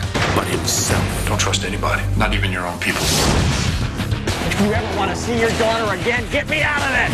You have no idea what you're getting yourself into. How high is this conspiracy go? You're going to blackmail a district director. He's got information that I need. I'm going to get you out of here. Kiefer Sutherland stars. Who are you working for? In 24. Premieres Tuesday at 9, 8 Central on Fox. November 11th, the best night of television on television is back. Fox season premiere Sunday is gonna be wild. First, King of the Hill takes self-defense to a new low. Then find out why the Simpsons are closer than ever. Wow, my first home run. I'm so proud of you. Huh? Come on, hug me. And what could possibly heat up Malcolm's family vacation? Me and my naked friends got tired of waiting for you. How about a camp for naughty girls? Plus, the biggest mystery of all is born. They are unstoppable, and they are inside the FBI. When Lucy Lawless guest stars on The X-Files. The best night of television on television is back. Fox season premiere Sunday, November 11th. Sap and the Bucks. Farm and the Packers. Fox NFL Sunday this week, noon Eastern, 9 Pacific. I'm with Tino Martinez. Tino, you came up in the bottom of the 9th inning, 2 outs, a runner at first base. Everybody dreams about this that ever played this game to hit a game-tying home run in this situation or a game-winning home run. Is that exactly what you were thinking about? Yes, I was. I thought the first 2 strikes are mine. I'm going to take a good hack and try to use the short side of the porch here and get a hold of one. And I got a good pass right over the middle, and I just hit it pretty good. Did your eyes light up? Did you know as soon as you made contact, you tied this game up? Well, I hit a ball good last night. I didn't get out, so I hit it as well as I could right there. I thought I had a chance of not off the wall, so I'm glad it went out. Tino, you played here for several years. You may be on the last year of your contract. Is there such a thing as a Yankee mystique after coming over here from Seattle? I mean, what is it about the New York Yankees? Hey, in the postseason, anything can happen, and we truly believe that. And we feel that other teams may think, a game is over, and we don't. We know it's not. You got to play all the way through. And in Yankee Stadium here, anything could happen, and tonight was a big example right there. And we know that you and Luis Gonzalez played in high school together. Is there anything you can say to your friend across the way? Hey, it's 2-2. It's a long way from over. It's 2-2. So. Hopefully we can contain him. We contain Lewis. we got to, it's gonna be a long way. We got 2 more wins to go. Okay, tomorrow you've got Mike Mussina now. You pretty much accomplished what you thought you could in getting this thing even. How high are the emotions going to be? Are you guys going to have to come down a little bit to try to play some good ball early in the ball game tomorrow? Yeah, we are. We haven't been hitting the ball very well. Curt Schilling pitched a great game, so you got to give him credit. But hopefully tomorrow we come out and score some runs early and let Mussina settle down and pitch his game. Okay, Tino, congratulations. What a finish. Okay, Joe, back upstairs. All right, Kevin, thank you, and thanks to Tino Martinez for sticking around, except for those of you on the West Coast. Stay tuned for your late local news. For those of you in Arizona interested in continuing post-game coverage, turn to the Arizona Sports Report on your regional Fox Sports Net affiliate. We talked when we left Arizona that the Diamondbacks were up 2 games to none. One thing the Yankees have proven, they do not panic. They did not panic. They kept saying, wait till they get to our house. Things happen here in this house. Despite the efforts by Curt Schilling and Byung-Hun Kim, who was at times unhittable, the Yankees find a way to get it done. Martinez ties it, Jeter wins it, and this series is tied 2 games apiece. For more information on tonight's game and for the latest information on Major League Baseball, go to foxsports.com. For Tim McCarver, Jeannie Zelasco, Kevin Kennedy, for Michael Weissman, Bill Webb, everyone involved in bringing you this game, I'm Joe Buck. So long. Join us tomorrow night, Game 5 of the 2001 World Series, beginning at 8 Eastern, 5 Pacific, a matchup of Mike Mussina and Miguel Batista. You've been watching Fox Sports coverage of Major League Baseball, your home for the 2001 World Series.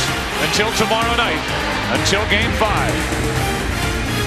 Good night, and welcome to November in this 2001 World Series.